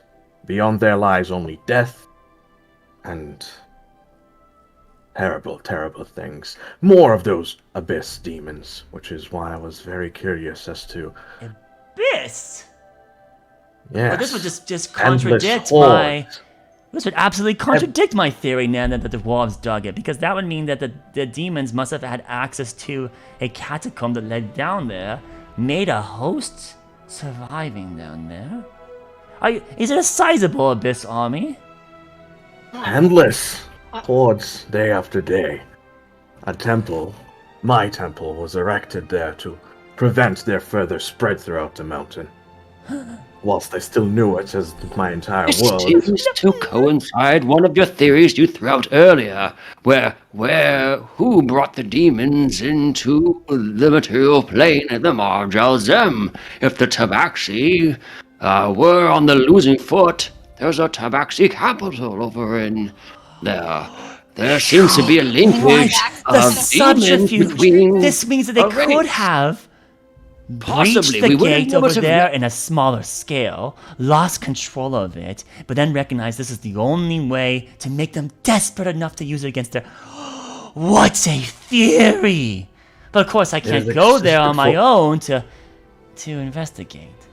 It has existed there for 1,000 years, and not once were we able to go make any sizable discoveries in the underbelly. Sounds like a desert. Our entire purpose your there warning is very much noted. We or those that come with me will avoid that. And it's this northern direction that petrified. Grove Forest you talked about. The western side, yes. Yes, north of there. That is where Kuataj is. Oh boy, I can't wait to see what I can learn from there. Alright, so history. Where were we? Medan fought Sildani, and the Sildani eventually claimed, and they put a fortress down there, Bellinor, which apparently survives to this day. Amazing. Alright, so, after this, you are in the Age of Conquest still, and the Age of Conquest ends because of the second calamity. The second calamity being the Elven Madness. Now, do you know much about the Elven Madness? Cause... I'm gonna guess the elves went mad? Exactly. The ruling caste of New Ulsul, Elven Sildani, went crazy and corrupt and started just being chaotic and destroying themselves. And the elves fled. The other races were not affected by this. Only elves were affected by the Elven Madness, hence the name, the Elven Madness. Where it came from, we didn't know. We don't really know how it was resolved either. But we did know, there is noted that a group of very powerful adventurers, leaders of several different tribes, are what resolved it. Now, in the Elven Madness, in the fall of the Sildani, very similar to that which we hypothesized for the first calamity. The Elven Madness seemed to be more affecting the eastern side of the Aloran mountain range. And so the fringes suffered the Elven Madness more than anything. The massive, huge cities that used to exist there, Morel, Fort, gosh, what are the names? Map. Oh, that's the current map. Old map. Do I have the old map? I'll have to look it up on my computer. You know what? It doesn't matter. The old elven cities of Sildana. I'll ignore this. They have names. They were named. Trust me, I named them. They fell one after the other. Ah, you son of a bitch! You had it. Where's the damn map file? Don't believe me, huh? So did he just say, out of character, did he just say that the closer you were to the Majel Zem, the more the Elven Madness was present? Is that what he said? Sounds like it. But isn't Windheim so far away? I thought the elves had gone mad at Windheim to have let other races into Windheim. Well, we're kind of They had to admit defeat. The Maw is freaking an anchor point, right? So that's where it all bled over into the main. But it's not. He doesn't seem to think that. Or Well, Niera confirmed it for us. Niera confirmed that the Majel Zem is an anchor for the water plane. Niera, she admitted it. I watched the episode again. She actually said that the Majel Zem is the water plane anchor. That's what I thought, but I'm like, Ori doesn't know everything Niera does. She hasn't shared everything with him. He could not know that my mom told me that either, right? So maybe he's just not sharing out of... It doesn't matter. We trust Niera more than Ori anyway. Niera told us that's factual. All Ori knows is what Niera told him, and Niera also spoke to us. And she may have lied to him, right? Who knows? Yeah, not that right. I'm saying So, she would. I don't think she would. I don't think she would because he's stuff he's unsure about, like that, we can, and stuff he's unsure about, but the Niera told us about, we can be certain. Okay, she's telling the truth. It doesn't matter that he doesn't know. Mob Jalzem and Medan, but he calls them more bridges than anchors. We can resume back to this so you guys can theorycraft later. All right, so sorry, not to interrupt your train of thought. All right, so Fort Morel, as the city I mentioned to you earlier. Well, no, actually that was Sildarian. You're right. That one was lost. That was presumed completely annihilated in the rending. There was I believe in the Age of Conquest, he tried to make a new city there, which apparently I didn't name here on the map. I don't think this is the right map. I know I named that area. I know I named it a new name. I guess it'd have to be in his. You know what? F it. What the hell did he name it?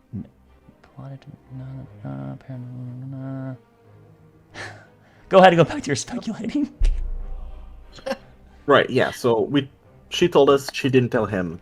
We trust. So we know of two guaranteed anchors we are definitely aware of. One is in the mountains, one is in the Maw Jelzem. Right. So the Jelzem, Maw Jelzem is definitely the water plane. Right. Nira absolutely confirmed it was. She absolutely did. I have a timestamp in Heartbeat chat when she said it. What element would the mountain be? Earth? Earth, all right. most likely. We believe so, yes. So my theory. And we believe those two are the ones that are corrupted through the Shadowfell. Is the theory that we're going I don't by, think so. right? I don't think the Earth one's corrupted. My theory is that the water one's corrupted, and but she did not confirm which ones were defiled or which ones were not. But my theory is, especially now with them telling us now that the epicenter of the Maw Jelzem has more Elven Madness radiate near the center as opposed to the outside. My theory is that that's the side that's connected to the Shadowfell. That's the cryptid side, and not the Earthen side. And we speculate not the Earthen anchor because she would never go through a chaotic area. Exactly, right? that's right. That's right. She had to go through the Earth anchor, which was safe. The water anchor is the one that goes through the Shadowfell because that's where the Elven Madness is bleeding through. They did something to the water anchor. What did they do? They closed it off. They broke the bridge. Well, they tore it down. They didn't know what Now they they're did, right?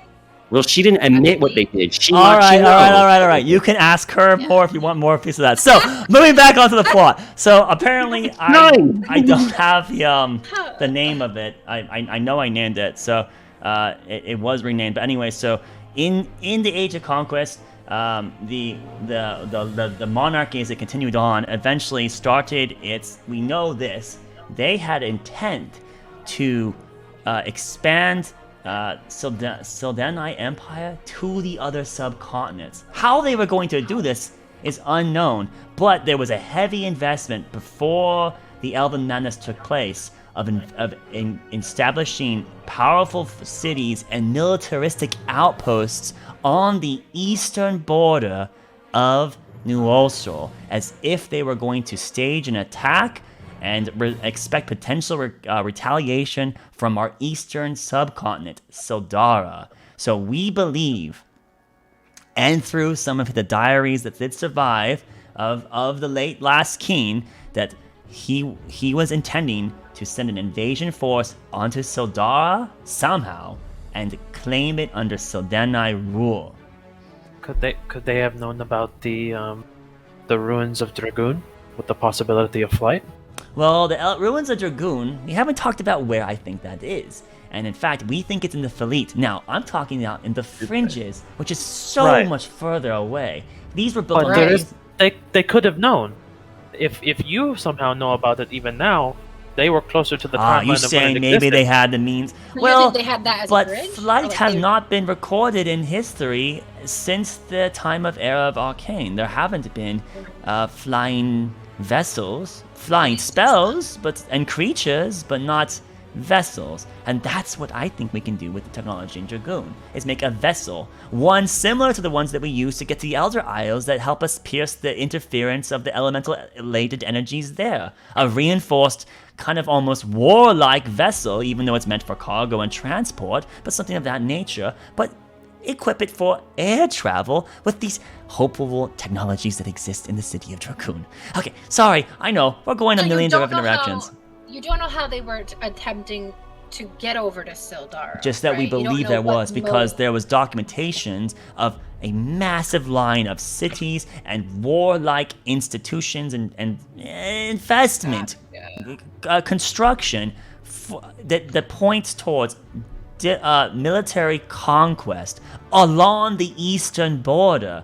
So the only good assumption is that there was a planned invasion to go into the other subcontinents, and specifically probably the eastern one, because there's not such documentation on the southern border, which would be going to the Fioreth region. So we believe he found a way, or he devised a way, or hoped for a way. I mean, it's not like he was probably going to tear down the entire forest and build a bridge from one side to the other. That would be foolish. Who would do preposterous. Preposterous indeed. There would be no way you could build a bridge through the Devil's Spine to Sildar. That would not work. Trees grow infinitely, I suppose. But anywho, so ignoring that humorous anecdote, he had cities, and there were several out there. There are some that still Fort Morel, Selvorn. These are remnants that exist. Even Fallcrest is a revived Sildeni city that was lost in the second calamity of the Elven Madness. So these cities dropped one after the other, and far more carnage and destruction happened there on what we know had heavy footholds of civilization. Thus, we believe the Elven Madness originates in the Fringes area. Which direction, though, is unknown. There's no way to know if it was north, south, or which part along the latitude? No. Longitude, whatever. Either way, the one that goes up and down, that one, that would be the case. We don't know which direction that happens. We just know that there was far more destruction on the east side, and the west side was losing. In fact, the heart of the Sildeni Empire, which would be now what Windheim happens to be, did have a different name. I forget what it is offhand right now, as I'm forgetting a lot of things apparently right now. But when this elven destruction was coming here, the elves. This is what led to the Unity Pact. So I guess I should mention up a little bit more. Before the Unity Pact, we had refugees arrive. Refugees from the other continent, which is how we know it exists. Aradun refugees. Humans in giant ships. Massive, way bigger than a human could be constructing, right? Or if they would, it wouldn't make sense. Because these were ships that were designed for people 8 times as tall, 4 times, 5 times as tall, creatures of 20-foot variety, which is how we also know that there were giant kin that also come from Aradun. Giants and humans originate from that continent. And there were giants that were documented with them, and these refugees that came here somehow did not have their ships go asunder through the interference, the elemental energy interference that separates our continents from that continent from our continent now. We would love to go explore and try to get to Aradun now, but the same problems that we have from getting our subcontinents to each other seems to prevent us from getting from here to go out there. It's the same complexities. And they never discussed the technologies used to get across. There wasn't technologies. They had seafaring vessels that used wind. There was sails. There wasn't some sort of arcane propulsion, which is what we do with the Elder Isles today. So they just got lucky. Yeah, but dozens of ships lucky. Thousands of people came to shore. So it's a conundrum that scholars have never quite determined what happened or how it happened. And now was it at one time, or was it over a period of time that the refugees landed? It was over a period of about a couple months, I suppose, is what we believe. But I would like to remind you here that this was during the Elven Madness, as Eastern society was being destroyed and eroded. There's a lot of chaos happening at this point in time, and so we don't get good pictures of such specifics, right? These are more of parables and what can be true about the myth and blah blah blah, but somehow these ships arrived on the western coast, all the way up to where Westwind is now.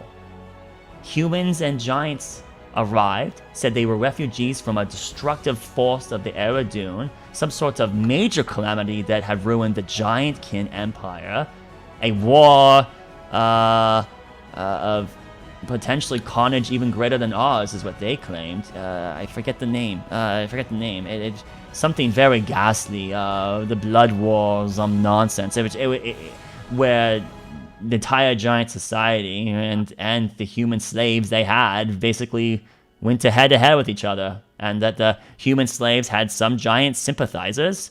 Post something called the Doling or something like that, their society began to decline, and this is when they had some sort of revolution, and the smaller races, the humans, with their sympathizers, rebelled against their greater brethren, the other giant kin that did rule society, and it was a very destructive, bloody mess, and some other calamity occurred that I think froze their area or some nonsense, and they ran away to escape that calamity, and who knows if anyone still survives in that place now. But the survivors that did retreat, those that got lucky, they didn't know there was another continent out there. They just prayed and hoped to their gods, and Eleanor was cited to be a pretty prominent one with Giantkin, and Venahira was the primary deity for Humankin. And, well, they found their way to Western States. They weren't the Western States back then. And their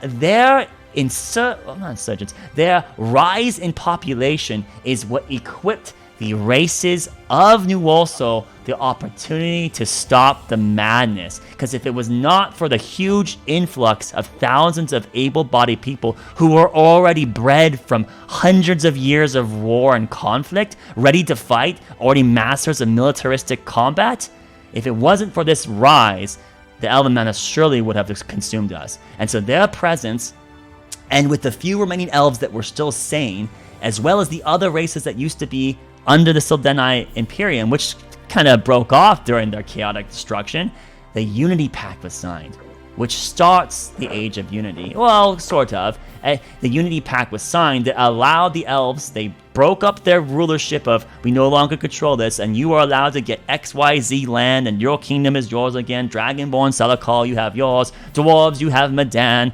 Halflings and gnomes are allowed to help us govern here, and even our new arrivals, the humans. If you can help us prevent the complete annihilation of our kind, we will give you these assets. And that's how we have basically Windheim now, right? Our governance now of this council is instituted based on the sole portion of this, of the necessity of relying upon the other races to stop the elves from just completely going extinct. So power was given away in the Unity Pact, and then these races worked together to march eastward, I guess. And in these confrontations, there was a group of renowned individuals who have statues out there in Windheim, and they they had helped use the military devices, or not devices, tacticians. Many of their powerful combatants went with this group, about 7 or so individuals, and they headed south, is what we know, but we don't know what they did to resolve it. However, not all of them survived. Oh, I also think I'd like to mention that it wasn't just the what we consider the fair skin races. This also included the more beast-oriented races. Goblins and orcs were also part of the Unity Pact. They were given the marshes and the fringes, and they were fine with these things. So this was the accord that was struck, and everyone seemed relatively happy with such an ordeal. And as a united front of all these races that were previously under a tyrannical monarchy, well, they repelled the Elven Madness and marched eastward and dealt with it. That group of heroes did whatever they did at that final crucial moment, and those that were corrupted mostly were not able to be reversed, and those that were able to escape the corruption, Esrenai once again getting to escape quite a bit of the Elven problems, got us get out of free, right? So, anywho, Elven Madness was dealt with through whatever means, and How long did the Elven Madness last again? That age of the Elven Madness? Well, the Elven Madness is potentially a year or two, is what we believe. A year or two. The Age of Conquest was totally how long? 1,700 years. 1,700 years. Yeesh. Yes, boy. See, I've been talking for such a long time here. Right. Well, I'll pour him some water in out of my canteen in little cups. Here, you keep going. Grab some water. Oh, I love when I have people interested in our history. It's so nice to see other curious individuals like myself. What's I a whole envy new you. world? Architect of curiosity. Oh yes, you believe in Eleanor? She is quite. Oh yes, quite there's most certainly some of her play going around nowadays, if you know what I'm saying. It's possible that maybe the gods helped. Maybe Eleanor helped string those Giantkin and Humankin along. If Eleanor is the Giantkin patron saint, maybe she's the one that helped. Was able guide to them. hold back the elemental disturbances just long enough for them to get over here. Perhaps it was suppressed. You're right. Interesting. Wait, suppressed? Why would that? That means it's suppressible now. Why wouldn't?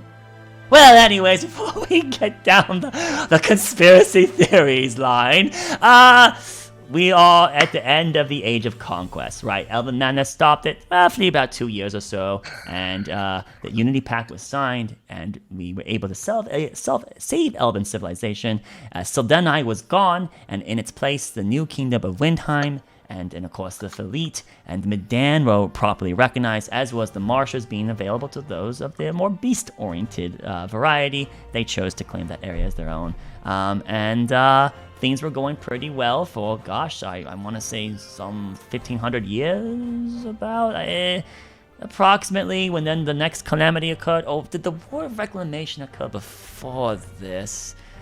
These are where it's kind of a little bit harder. Let's see. I think the Reclamation War is after the Rise of the Ravenous. Let's double check my notes.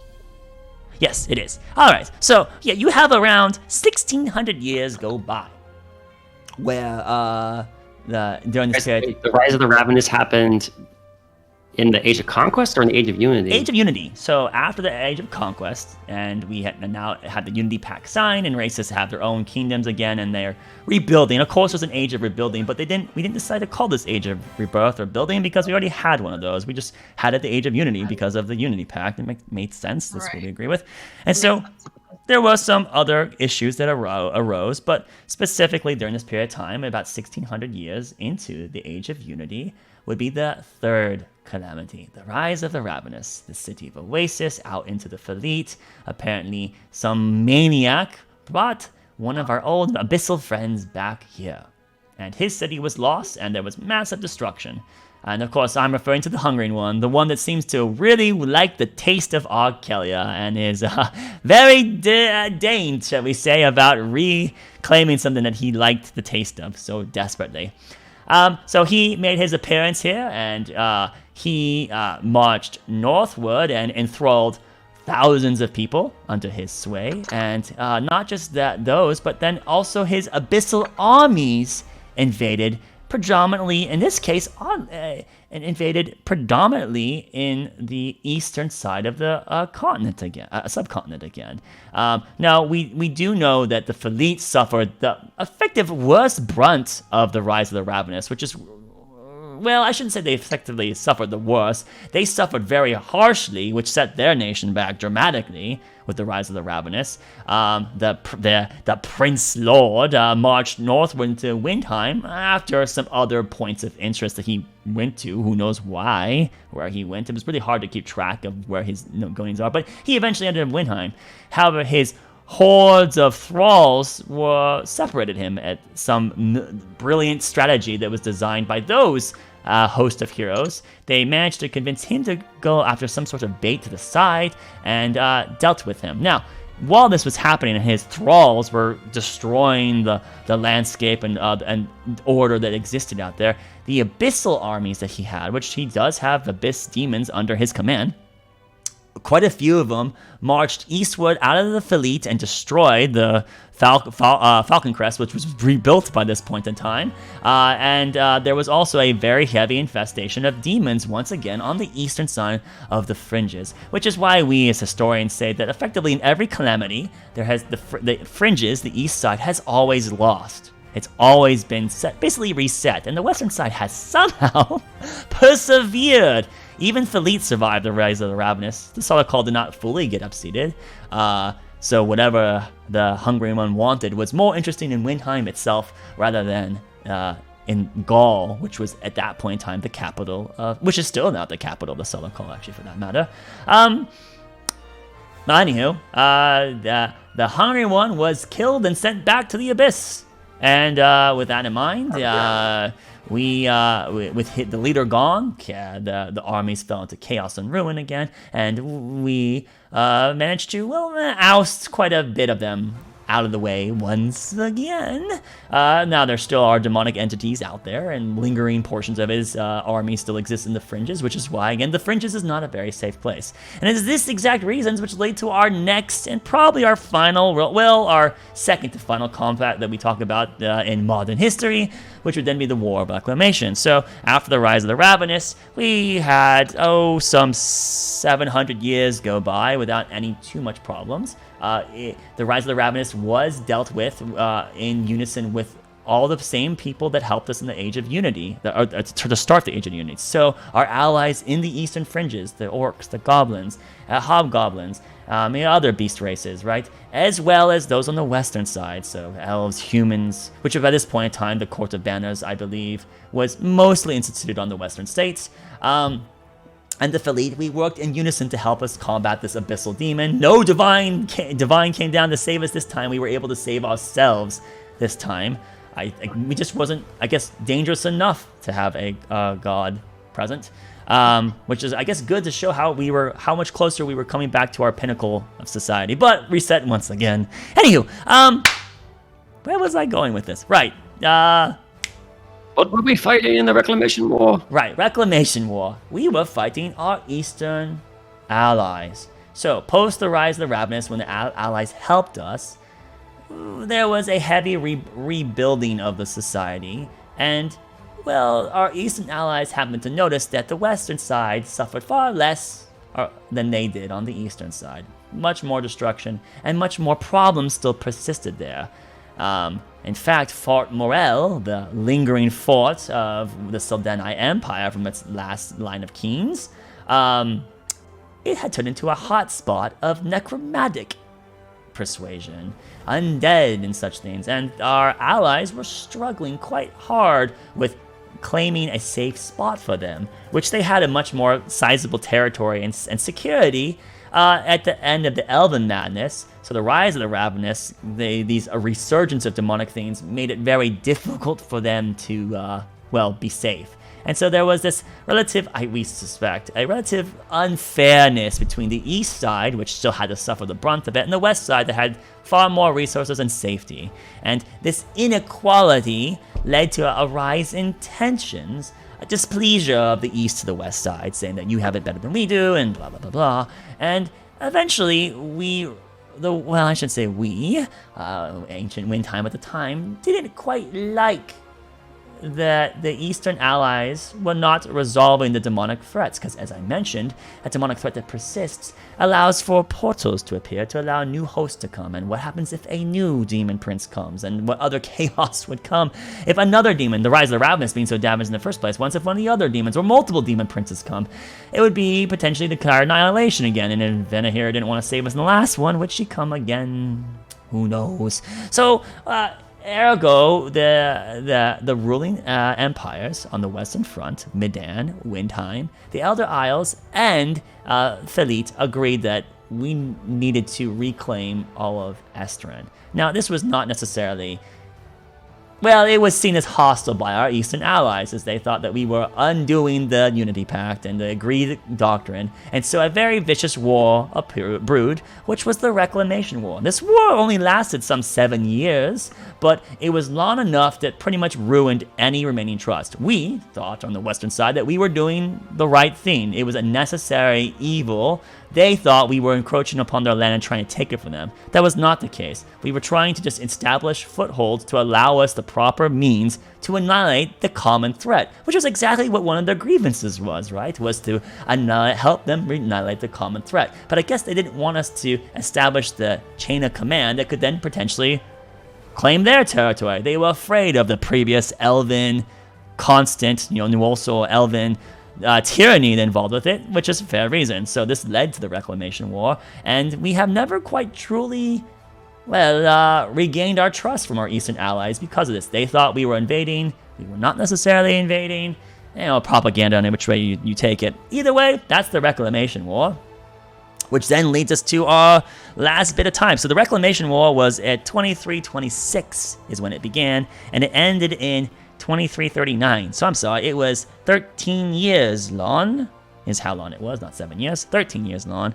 So 2339, and then at that point, we would then go next 800 years to the present, now being 3152 is where we are now. And I guess you would know 100 years in the past, so 3052 was when the Armistice Treaty was signed with our Eastern ally to prove to them that the Reclamation War was a mistake and that we really want peace so that we can all work together. The Reclamation War lasted how many years? 13 is how long the Reclamation War lasted. And ultimately, we saw this was not a success. on the western states. We eventually abandoned that front. Public opinion plummeted with so many people dying. The Eastern allies fought tooth and nail with their territory, as well as the other threats that existed out there. It was a catastrophe, a major setback. Windheim held the brunt of the problem on this, being still the predominantly most powerful empire, but the other ones did suffer a bit as well. Now, I guess I neglected to mention here that the Medan Empire, the Great Gate was closed on the edge of the Elven Madness, is when the Great Gate was closed. Now, we don't know if the Great Gate was closed because they were afraid of the Elven Madness, or more so that they could escape their predecessing Seldeni captors, right? But whatever method you happen to be, they used that opportunity to close the Great Gate and avoid the chaos themselves. The Great Gate was closed when? In the Elven Madness. In the Elven Madness. Right. So at the end of the Age of Conquest, before the Age of Unity, so it was over 3,100 years ago, was when the Great Gate closed, and we believe that was because they wanted to reclaim their home, and then let's just use our basically impenetrable gate to stop us from having to deal with any of the problems the Elves are having to deal with. Because if the Elves are annihilated, they can't come back here. I guess they were going to. We think they were going to try to hide it out, I guess. Anywho, so I forgot to mention that. Great Gate closing there. So now, when I mentioned the Medanians helping us combat onto the Eastern Front in the War of Reclamation, as well as, the ones that did, effectively the ones that were above ground soil, the ones on top of the mountain, those bastions, these outer extensions of the Medan Mountains, because after all, we don't just say the inner working of the Medan Mountains is for the dwarves, it's also the surface of the mountains is their technical territory, and they do have a few bastions out there that still survive to this day, and those dwarves, being separated from their monarchy, panicked and looked for allegiances, and of course went with their most powerful ally to the south, Windheim, which led them into the War of Reclamation and the other fiascos that they've been assisting us with, right? But this is nowhere near the Medan Empire that used to exist much longer before, like the ones that fought against the Sildenis in the Age of Conquest. Question. Yeah, so the gates closed during the Elven Madness. Does Thorak know anything about any Elven Madness happening under the mountain? It is not documented that there was really any Elven Madness issues. Rather, the Great Gate closing was the monumental point in history on the Undermountain, and it was the separation. The elves in the Undermountain were unaffected. Yes. Presumed to be unaffected. Alright, I'll let Mr. Ori know. And for sure, he said that the Grey Gate closed before the Elven Madness, or in the Elven Madness, during. Presumably during. With all the destruction there, history's hard. The records are hard to keep track of, and but they believe that during the 2-year span of the Elven Madness, the Grey Gate was closed at that point in time, probably as an opportunistic move for the dwarves to separate themselves from the previous tyrants. Which meant that they secluded the one elven outpost in there against their colleagues, but the dwarves thought they could pull it off, and apparently they did, because their empire survived underground, as you guys have found out in your more recent plot line of the story. Got it. I'll let him know. Let him know what? Right. So, it appears not of much importance to me, but for your records and history knowledge you're also interested in, I have no knowledge of any Elven Madness happening or reaching the mountain. So the elves in Dunor seemed mostly unaffected by it ever since the Grey Gate closed. Well, this does. It'll be far more relevant to you. That leads to the very interesting thing. It never was documented how the Elven Madness spreads. So we still don't know how it went from person to person. If it was like an illness or a disease, then that would make sense, as the disease could never go underground, right? If they closed the gate before it got to the western side, completely annihilated the Elven civilization. Perhaps it had something to do with sunlight. We'll never know. That's also possible. Maybe being in the darkness prevents the Elven Madness. Either way, you're right. These we can only hypothesize as things, but nonetheless, it didn't exist down there. That's an interesting tidbit of information. One of the many discoveries that we have when instituting ourselves with our northern neighbor. Of course, I have many questions regarding that situation, but let's ignore that because we're almost done with our quick history of recent New Ursel. So, quick. I'm sorry, it's been definitely long, but you asked. You're not disappointed, right? I feel like you were all so... right, of course. I love being around people that love history as much. But for their sakes. Yeah, just their sakes. Right, so, yes, you have the Unity Pact, the Unity Pact, and then we have the War of Reclamation, and then we have the Disarmament Treaty that was signed about 100 years ago. Now, as you all are aware, we didn't get quite our century of peace with our Eastern allies. Things were looking quite great, and it was, a year or two or a year and a half before the centennial of that peace would have arisen is when the orcs started attacking us, which has led to our recent events, where we have had, which we haven't actually named the war yet, but I don't know, the War of the East? It seems, we'll have to think about this, I guess. It's not quite history. Do you know why the orcs attacked? No. Did we know that? We don't know that, right? This would be predominantly line of inquiry I would present to your mother. She's the more interrogating type, but we got preoccupied last time we had a conversation. Fair, but what she's told the other high-seated is that we do not know why the orcs either that survived are completely ignorant, or they're really good at keeping secrets. A lot of the very loyal and faithful fought to the very end, and so we don't have a lot of sources as to what they did and why they did it. We were wielding some pretty, I think the one couple that we fought were very necromantic in nature, so I guess that kind of lines up with everything else we've been hearing about that from the... There was quite a bit of necromancy that was being used by them, especially Ordelka, which is why it took so long to get. Quite a few skeletons and zombies were being utilized to prolong that, which is historically odd because the orcs have never been one. They find such magics an affront. So why they did it's it? Just strange. Desperate, I suppose is what it is. They were exposed close to the Fort Morel, and Fort Morel, of course, has, a fabled lich necromancer, blah blah blah, something that's puppeting a huge army horde over there, and that's not too far away from Ordelka. What's east of the orcs, towards the coastline? East towards the orcs, towards the coastline. The reason I'm asking is, could the orcs have been pressured from the east to push west? Yeah, so what we have here is that there is the city that does run down the delta of the orcs, right? So eventually comes Lathian River, and it leads to the city, one of the remnant cities that was going to be used as a port city, presumably on the invasion to Sildara, and that was the city of Selvorn. So we know Fort Morel, which is actually, now that I look at the map here, it's actually pretty far away, a good week and a half or so, maybe 2 weeks away from Ordelka. So it's probably more like Selvorn might have had some sort of discovery occurred there for the orcs. But we know Fort Morel has a necromantic presence. Falcrest comments about it quite a bit and asking for resources to fight against an occasional zombie attack or so. I would not be too out of question to think that the remnants of Selvorn also had some necromancy. Maybe some spread from Fort Morel up to there or something. Who knows?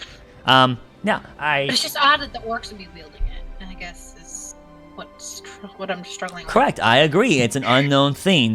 So your speculation is as good as mine at this point, and we haven't... They did mention they were working with a winged one, but she might have just been crazy. So winged one. That's actually true. Where did you get this information from? We fought an orc by the name of Babarusa, and she mentioned that a winged one had given her a prophecy, and she was destined to kill us. Winged one? Or something along those lines. Well, that comes to mind of something draconic is what comes to my mind then, but dragons haven't been recorded in history for some 6,000 years. What happened to the dragons? Your guess is as good as mine. We know that they are depicted in some remnant ruins, especially in ancient Dragoni ruins. So the era of Arcane absolutely had dragons, as well as we would assume the era of Divine would have dragons. These are documented existences, but ever since the rending, there have been no sightings, at least substantiated, proven sightings of dragons. So we assume maybe they went extinct they just couldn't survive post the rending. Something changed in the environment, the ecosystem, that prevented them from continuing living, and they all died. Right. I mean, there are skeletons of that we find occasionally on digs of draconic such entities, but no living ones. So I guess from what my understanding is maybe this Babarusa was an oracle or a seer, and she kind of mentioned this prophecy. So that's all I was trying to ascertain, is where that could have come from and how that would have to do with necromancy of any form. I think that if the necromancy is probably unrelated to whatever prophecy she was given. Yeah, it might be just that if there was a winged creature, it might have spurred them to war for some reason. And the access or close presence to these necromantic individuals or other enemies they've been combating with, maybe they've made alliances with one of them out of certain arrangements, perhaps. That is a interesting part. We had no such information about a winged one, but I don't know what other winged. Most winged creatures are seen as benevolent boons to help us, not necessarily usually champions of the divine, not well, except for the abyssal fiend variety. Perhaps an abyssal creature, a Baelor, perhaps. They could still have some of those. Those have wings, do they not? Maybe even a devil or two. Horn devils, Aranesses. Actually, no, Aranesses don't exist. That's right. Nope, scratch that. They don't exist. Horn devils or other devils with wings would potentially be.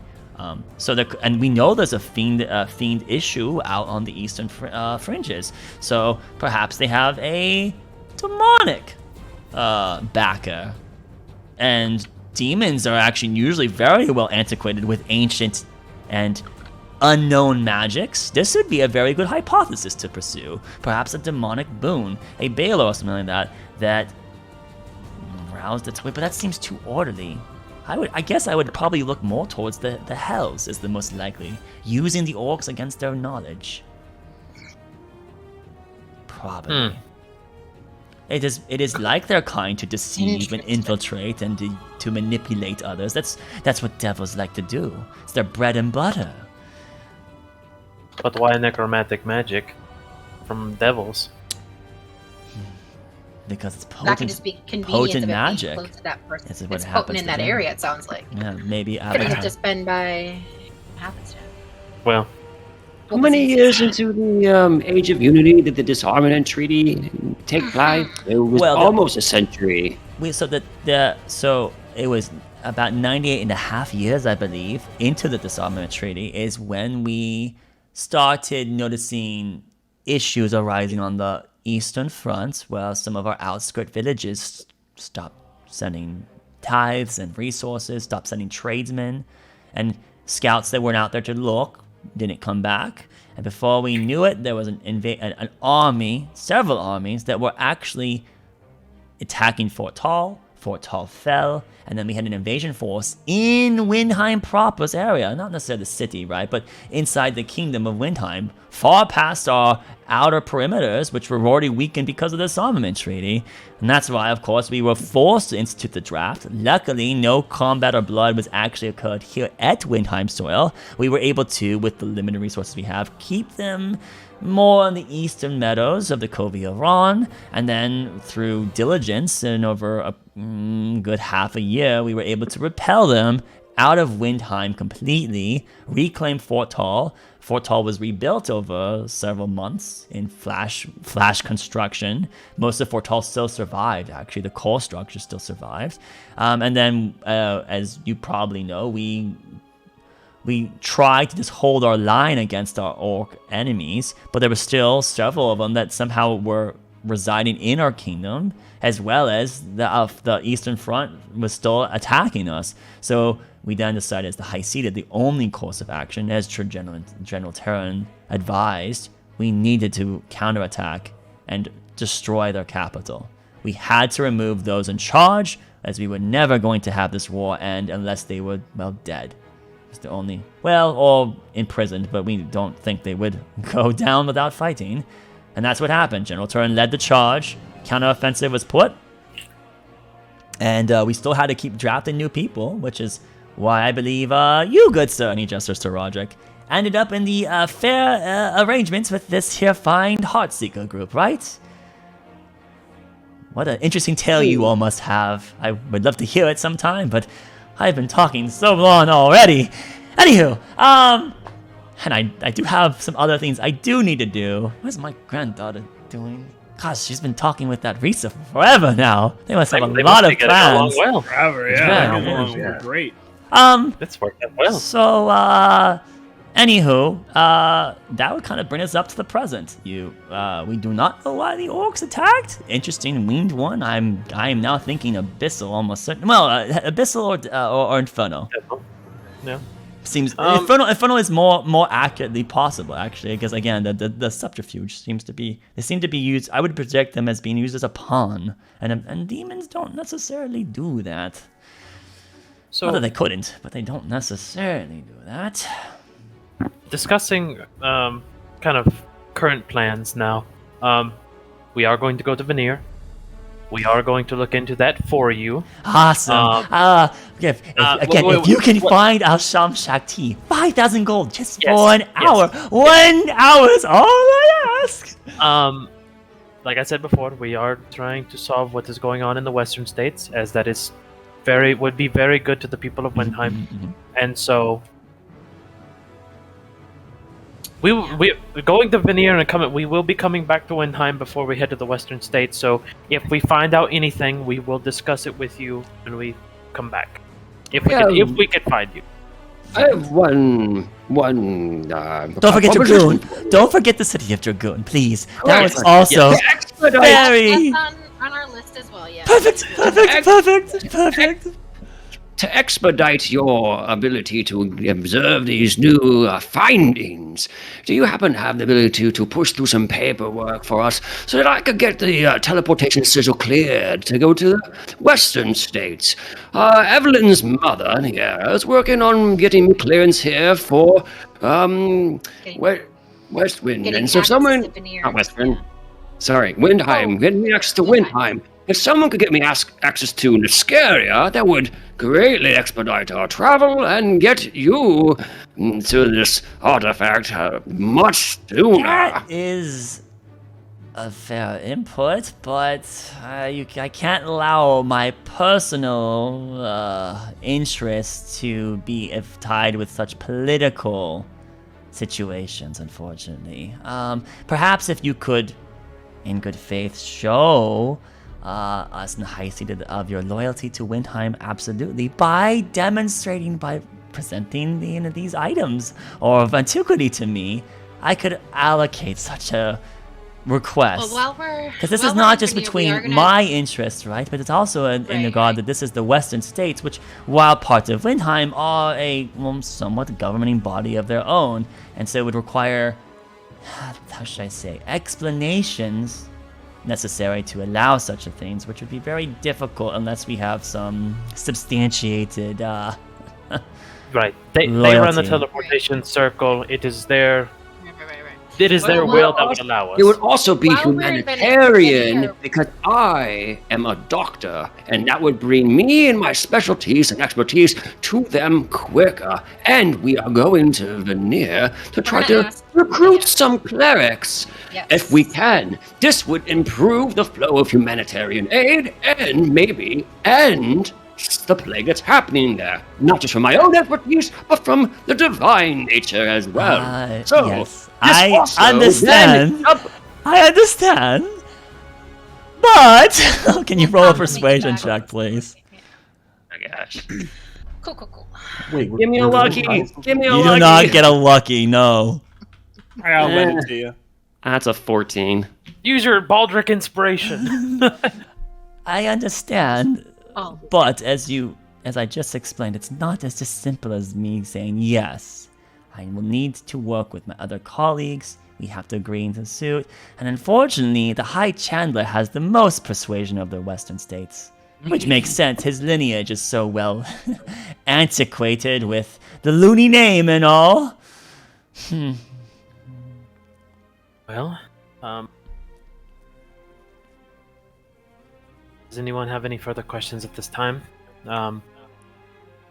Obviously, I would love to discuss with you at length what I know of Kualtaj and of the Broken Peaks clan, but... Did you have any questions for me? Have you I said heard the I name? I did mention that Have you I heard am... the names Lavolt, Nadal, Marin? Have you heard any of these names? In any context of any sort? No? What is the relevance of these names? Perhaps abyssal creatures from the fringes that you've been running into? They're just people of interest that we're trying to track down. Yeah. Do you want me to trying go to- scour for those names? I could have some of my... No, absolutely not. It's just off I the don't top think of our it'd be minds. safe. Well, they are not familiar with me in any capacity. That's what I needed to know. Was there any questions that you had for me? I mean, I, as you are aware, I am a pretty well-learned individual, but my primary interest just happens to be involved with the ancient civilizations of early New Orso. I pretty much asked everything I could have. I think I have more Fair. questions for me. You seem satiated now that you have given quite a big appetite of information. That's fair. That's fair. Okay. With your guys' current agenda, though, it probably would be very hard for you to chime in with future questions to me. So this might be your last opportunity for quite some time. I know, that's why I'm... Yeah, no, I'll ask it. From the outsider's perspective, what knowledge do you have about Kualtaj? Odd question. What do you mean by Kualtaj? What was the civilization like? What knowledge has survived outside of Medan of Kualtaj? Well, outside Medan, or do you mean outside the Rending? Because that was really the defining point of their civilization, right? We did not believe they survived the Rending at all, really. Rather, that the broken tabaxis that remained were just broken tabaxis.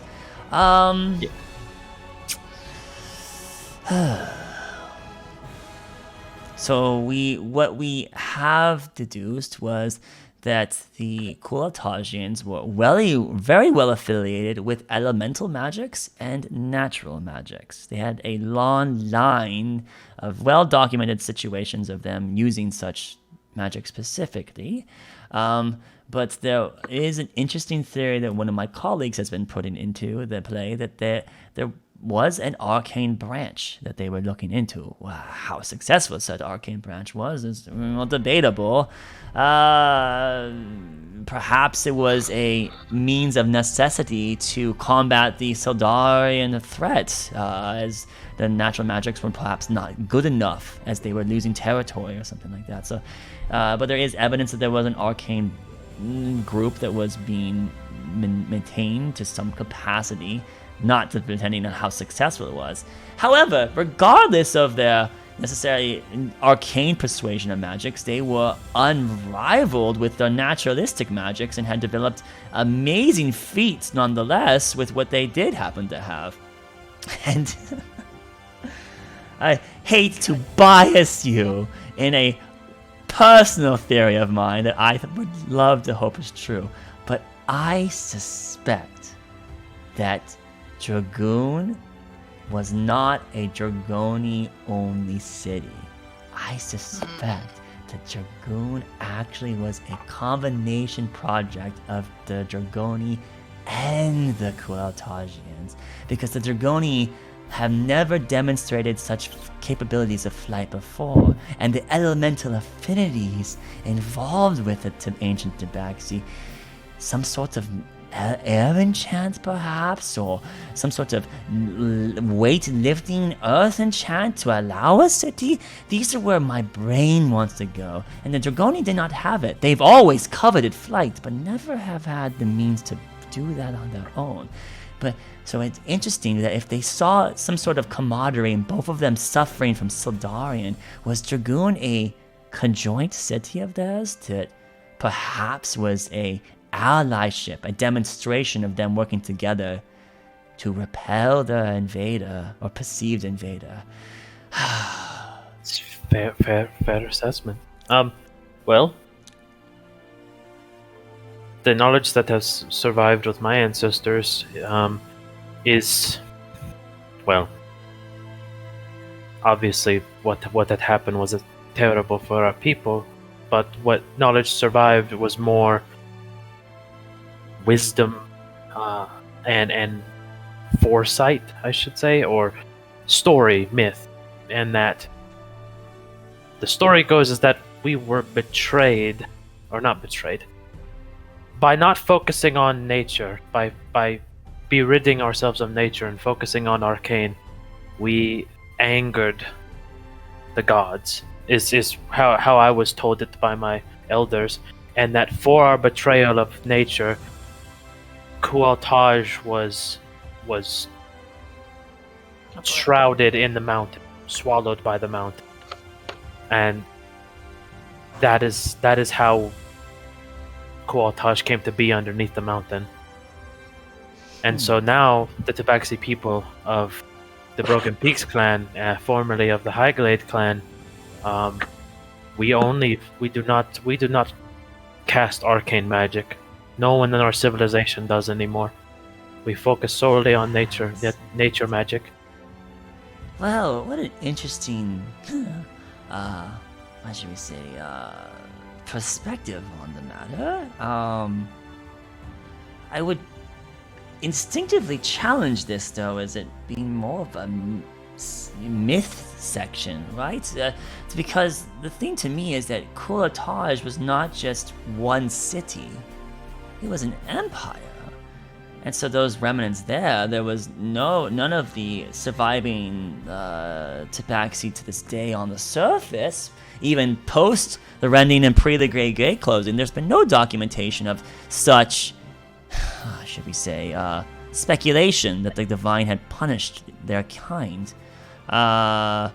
So that's where my basis of that assessment would be, is that I don't know if the Divine had necessarily a hand to play, but it's always interesting for people to see that how they interpret the information presented to them. Now, Kualtaj, these ruins you have, are you sure that they are the true Kualtaj, the capital of the city, or perhaps just of Kualtajian design?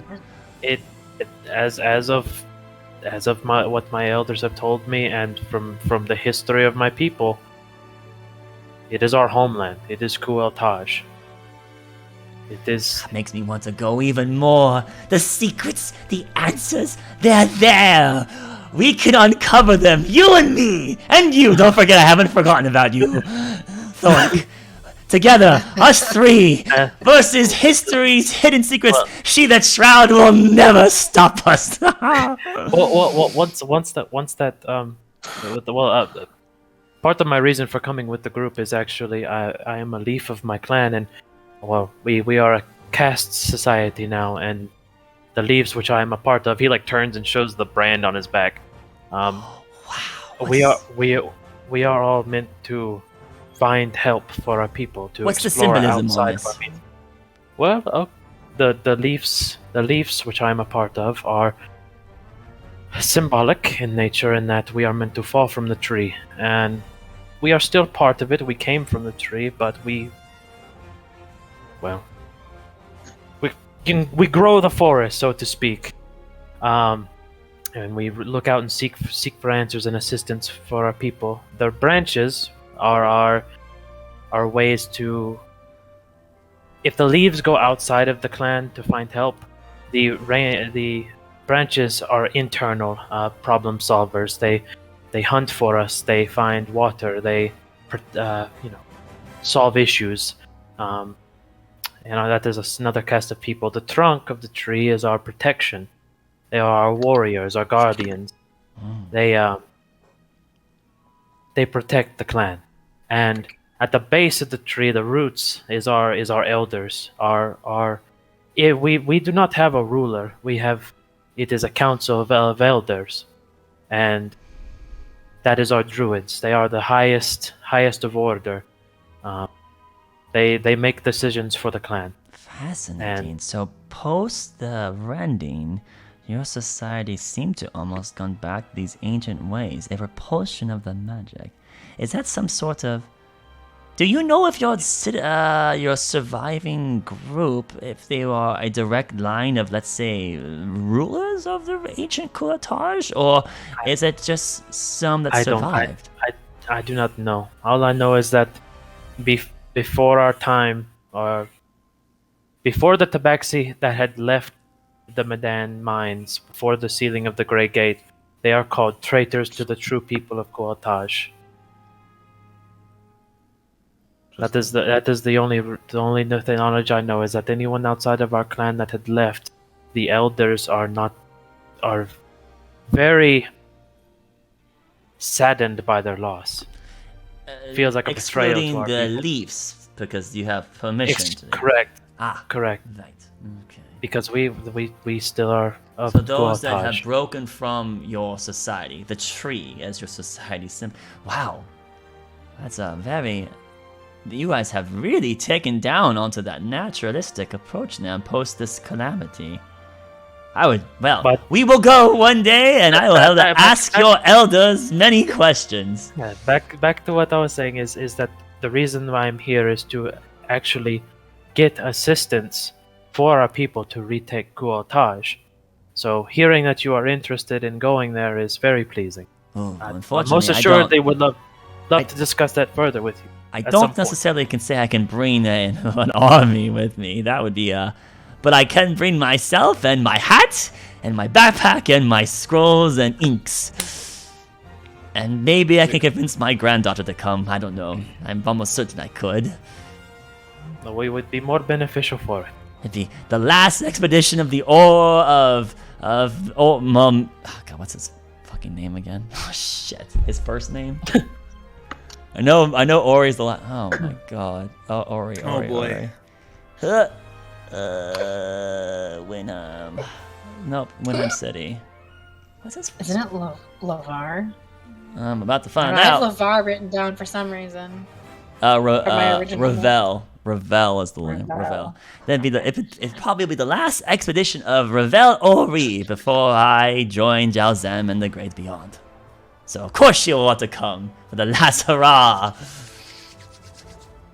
Well, I have no further questions. Anyone else? One last. No other questions about... You had so many topics you were brought, you know. I mean, clearly you're probably just spent, which is understandable. It's been hours here. But, I mean, we had quite a variety of topics, from history from perspective, ancient civilizations, to relics that might exist today out in whoever with Al-Sham Shakti, or perhaps even Dragoon, being truly Dragoon. We also had questions about far realm entities. Gods were brought up, but I don't think we've talked too much about them. That seems to be the topics we've mainly covered. Any of these things need more explanation? Do we happen to know where the other anchors reside? Are they? So it appears to me, I will believe that there's evidence to support the theory that Fireth and Solara have an anchor piece is why they survived the rending, and that we have one here over apparently, from a recent tidbit from Niera, that Madan have an anchor, or bridge, as you like to put it. So I have a speculative theory that each of the other One at each subcontinent must have an anchor, which is why they could survive the calamity of the rending. What about the fourth anchor then? Where would that be? So one of the continents, subcontinents must have two. The Maw of Jalzam. The Maw of Jalzam is an anchor. Water. We think, anyway. That's an interesting theory. We know there was a ley line, or at least we suspect a ley line there, but is the ley line because it was... Wow, that's a very... Maybe it was not That's so why much... we were thinking that there's an anchor at each subcontinent, and then the Maw of Jalzam would be the... Hold on, is there hubs in the ley lines? Like areas of import besides just the center ley line? Well, there are other small, let's say, ponds and lakes that form at certain points that just seem to congest more. So I guess you could say that they do exist. So my where I'm going with that is is there a lane line hub underneath Madan, in Madan? Wouldn't the Agni... And that Wouldn't could correlate... be able to tell you, unfortunately. The most prominent congestion points of ley energy I am aware of, the prominent one would be Veneer, would be the most prominent one now. And then the general sloping still towards the Maw of Jalzam. But the chaotic energies there occasionally send Rip back, which has these reverberations from the exuding forces over there out into our... Well, it spreads anyway. Other points of major ley. I mean, I don't know. We haven't been able to be inside Madan. It's not a science that's been really surveyed too much, unfortunately. I mean, there has been some research into Veneer, though, because of its consecration and how is it possible to replicate such a thing, but to such a scale. Anywho. Sorry, I wish I could answer that question better.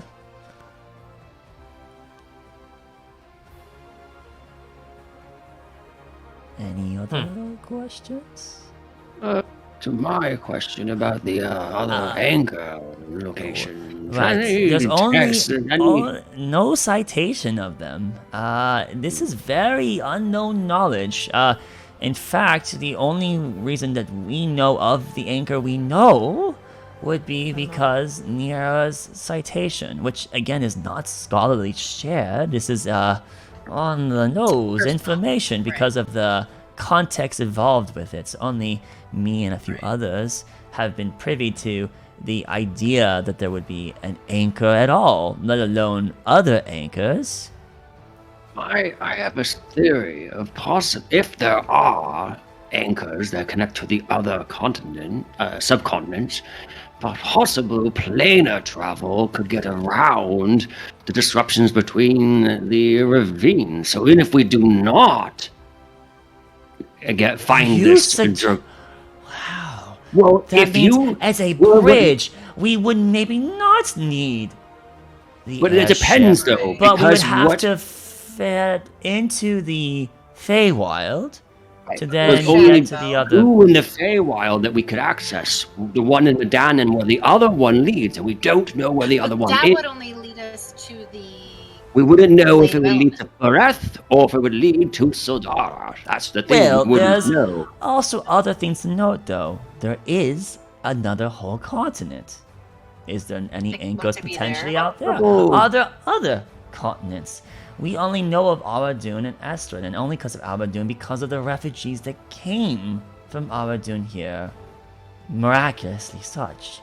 So it's possible that there are other continents, and maybe there's multiple anchors of the same types. There's no guarantee that there would even be one of just one element either. Well, if the bridge went to Aradun and that one was corrupted, it could explain why the refugees fled and came here, no? I'll have to Well, it's research fled my... because of the war. Is what Giants. I would have to say that I'm not as experienced with Ara Dune's history as I am with New Also. I have been much more inclined with the Dragoni, the Kuataj, and the Soldarian. Ara Dune is an interesting point, but of course, with only my 450 or so years, I couldn't dive into everything. So I don't know terribly much about that. I could research it some more and tell you what my conclusion happens to be on it. There was either a calamity or... Well, there was absolutely this war. I forget the name. The Sundering or some Sundering War. I can't remember right now, but I'd have to look into it. And so either was the fleeing the war or fleeing the war and the calamity. I really don't remember at this point in time. Right. Something. It was definitely catastrophic, though. Enough for the entire continent basically to be verge destroyed. At least that's what the refugees were claiming. They said it was lost, never to be gained again, and they were hoping that there would be other land to look for, to survive, or die out in the ocean. I'm sure not every single refugee boat made it to land somewhere, and I'm sure that there were thousands that perished, unfortunately. Well, thank you for your information, Master Ori. We greatly appreciate it. Yes, yes. You all have that look as if you had a giant celebratory turkey, and you all look so full and tired now that you could sleep as you need to digest this information over great lengths and many talks. Oh, isn't learning the most brilliant and enjoyable thing in all existence? The architect of curiosity instilled it into us, and we carry on that legacy today. Oh, what grand times! Yes, I suspect it'll take us about 2 weeks to digest all this information. Yes, about 2 weeks. Wow, that sounds like you guys are on quite a timetable. Right, so I guess that's it then. Well, it was so nice to meet you. Ikal of the Broken Peach, Roger Greycrow, Doma Zarte, Thoric Dawnbreaker, Baldric Rothgar, Evelyn. It's always nice to have my brandest of pupils out there in the world making her presence known. And again, don't forget about Dragoon and Al-Sham Shakti. Please go out to my friend out in Veneer, who I suddenly forget his name suddenly. God, the script. Script's falling apart. The script's falling apart. I have so many different tabs. Druvar Morvel, yes. Go see Druvar Morvel in Illinois Terrace, whatever its name happens. No, fuck it. Whatever its name happens to be. We're good. We're good. Right. We will most certainly do that, Master Ori. Perfect. All right. Well, I need lemon, honey, boiled water, and tea leaves in it to help fix my throat, and I need my granddaughter. So I'm going to go look for her. Well, I have a question. Thank you very much for the information. What's your question, Sir Thork? Yes, I'm terribly sorry to everybody else to keep in minutes. I believe I've asked it before, but it was sort of half answered. Okay. So instead of that, I'll ask, do you know who else you could recommend me to? Or who else would know more about those abyss demons and the things that happened with Venahira coming down? I suppose Veneer is the best second. Questions on the abyss. The Leviosa Lyceum out in Ellensburg prioritizes a large amount of the information about entities and doctorating them, so they have quite a bit, but they charge for their services. Even I could not help you avoid the fees associated with the Leviosa Lyceum. That is their entire business, is knowing about, well, internal and external threats, and they charge that to even us in powerful nations. That's how their business runs. So you could reach out to them. They know quite a bit about the specifics of such entities. But you could also check out the other universities there. Jesus Christ, Alex. What the fucking names? Well, the universities there. Yeah. There's 3 there. Leviosa Lyceum, which is not a university. It is a business that is in Ellensburg, but there are the other 3 major colleges there. I would reckon Veneer, with its long story history of opposing demons in the first place, that Paladin Order would surely have great information about it. Which order? Veneer? Right. Perfect. So he recommends that you could go to Ellensburg, which is a very well-learned city. It's to the southwest. And then you could go to Vanir, who have been long time opposition to the greater evils. So they would probably know a bit as well. Of course, you don't know these things either for your own, so you really can't vet if that's a good recommendation or not, but it seems You said reasonable. Ellensburg is south of Vanir? Southwest of Windheim. Okay. Windheim. Yeah, so the Alabaster Highway, which he commented about it briefly, it connects the west to the east, but the fringe side was lost in the Elven Madness. The highway, this is thousands of miles of not just construction of an amazing road, right? It's like the highway for the Roman Empire, but it was made out of a very expensive material. He didn't comment about this, but just to explain it more, it was made out of Hothasa, actually. That's why it's got this white glow to it. And it was very expensive to make. Very expensive to make. Took a long time to do it. Fine. Well, that's about it. I feel like. All right. Well, yes, certainly something to go on. Very Would well. Niera know more about this? Well, I'm sure she knew some things more. She could explain more about a few I'll topics. figure it out overnight. Recommendations, since I know you guys might be a little spent at the moment. Things to consider. Niera probably knows a little bit more maybe about the anchors than I do. She also might know a little bit more about what transpired at the end of the Elven Madness than I do. She does. So I would encourage you to inquire at least about those two topics, since these seem to be relatively important themes on your plate.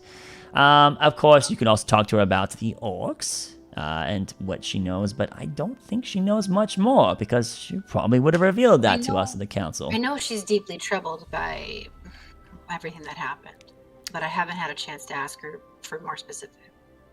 Splendid. Well, not splendid. More like a segue splendid.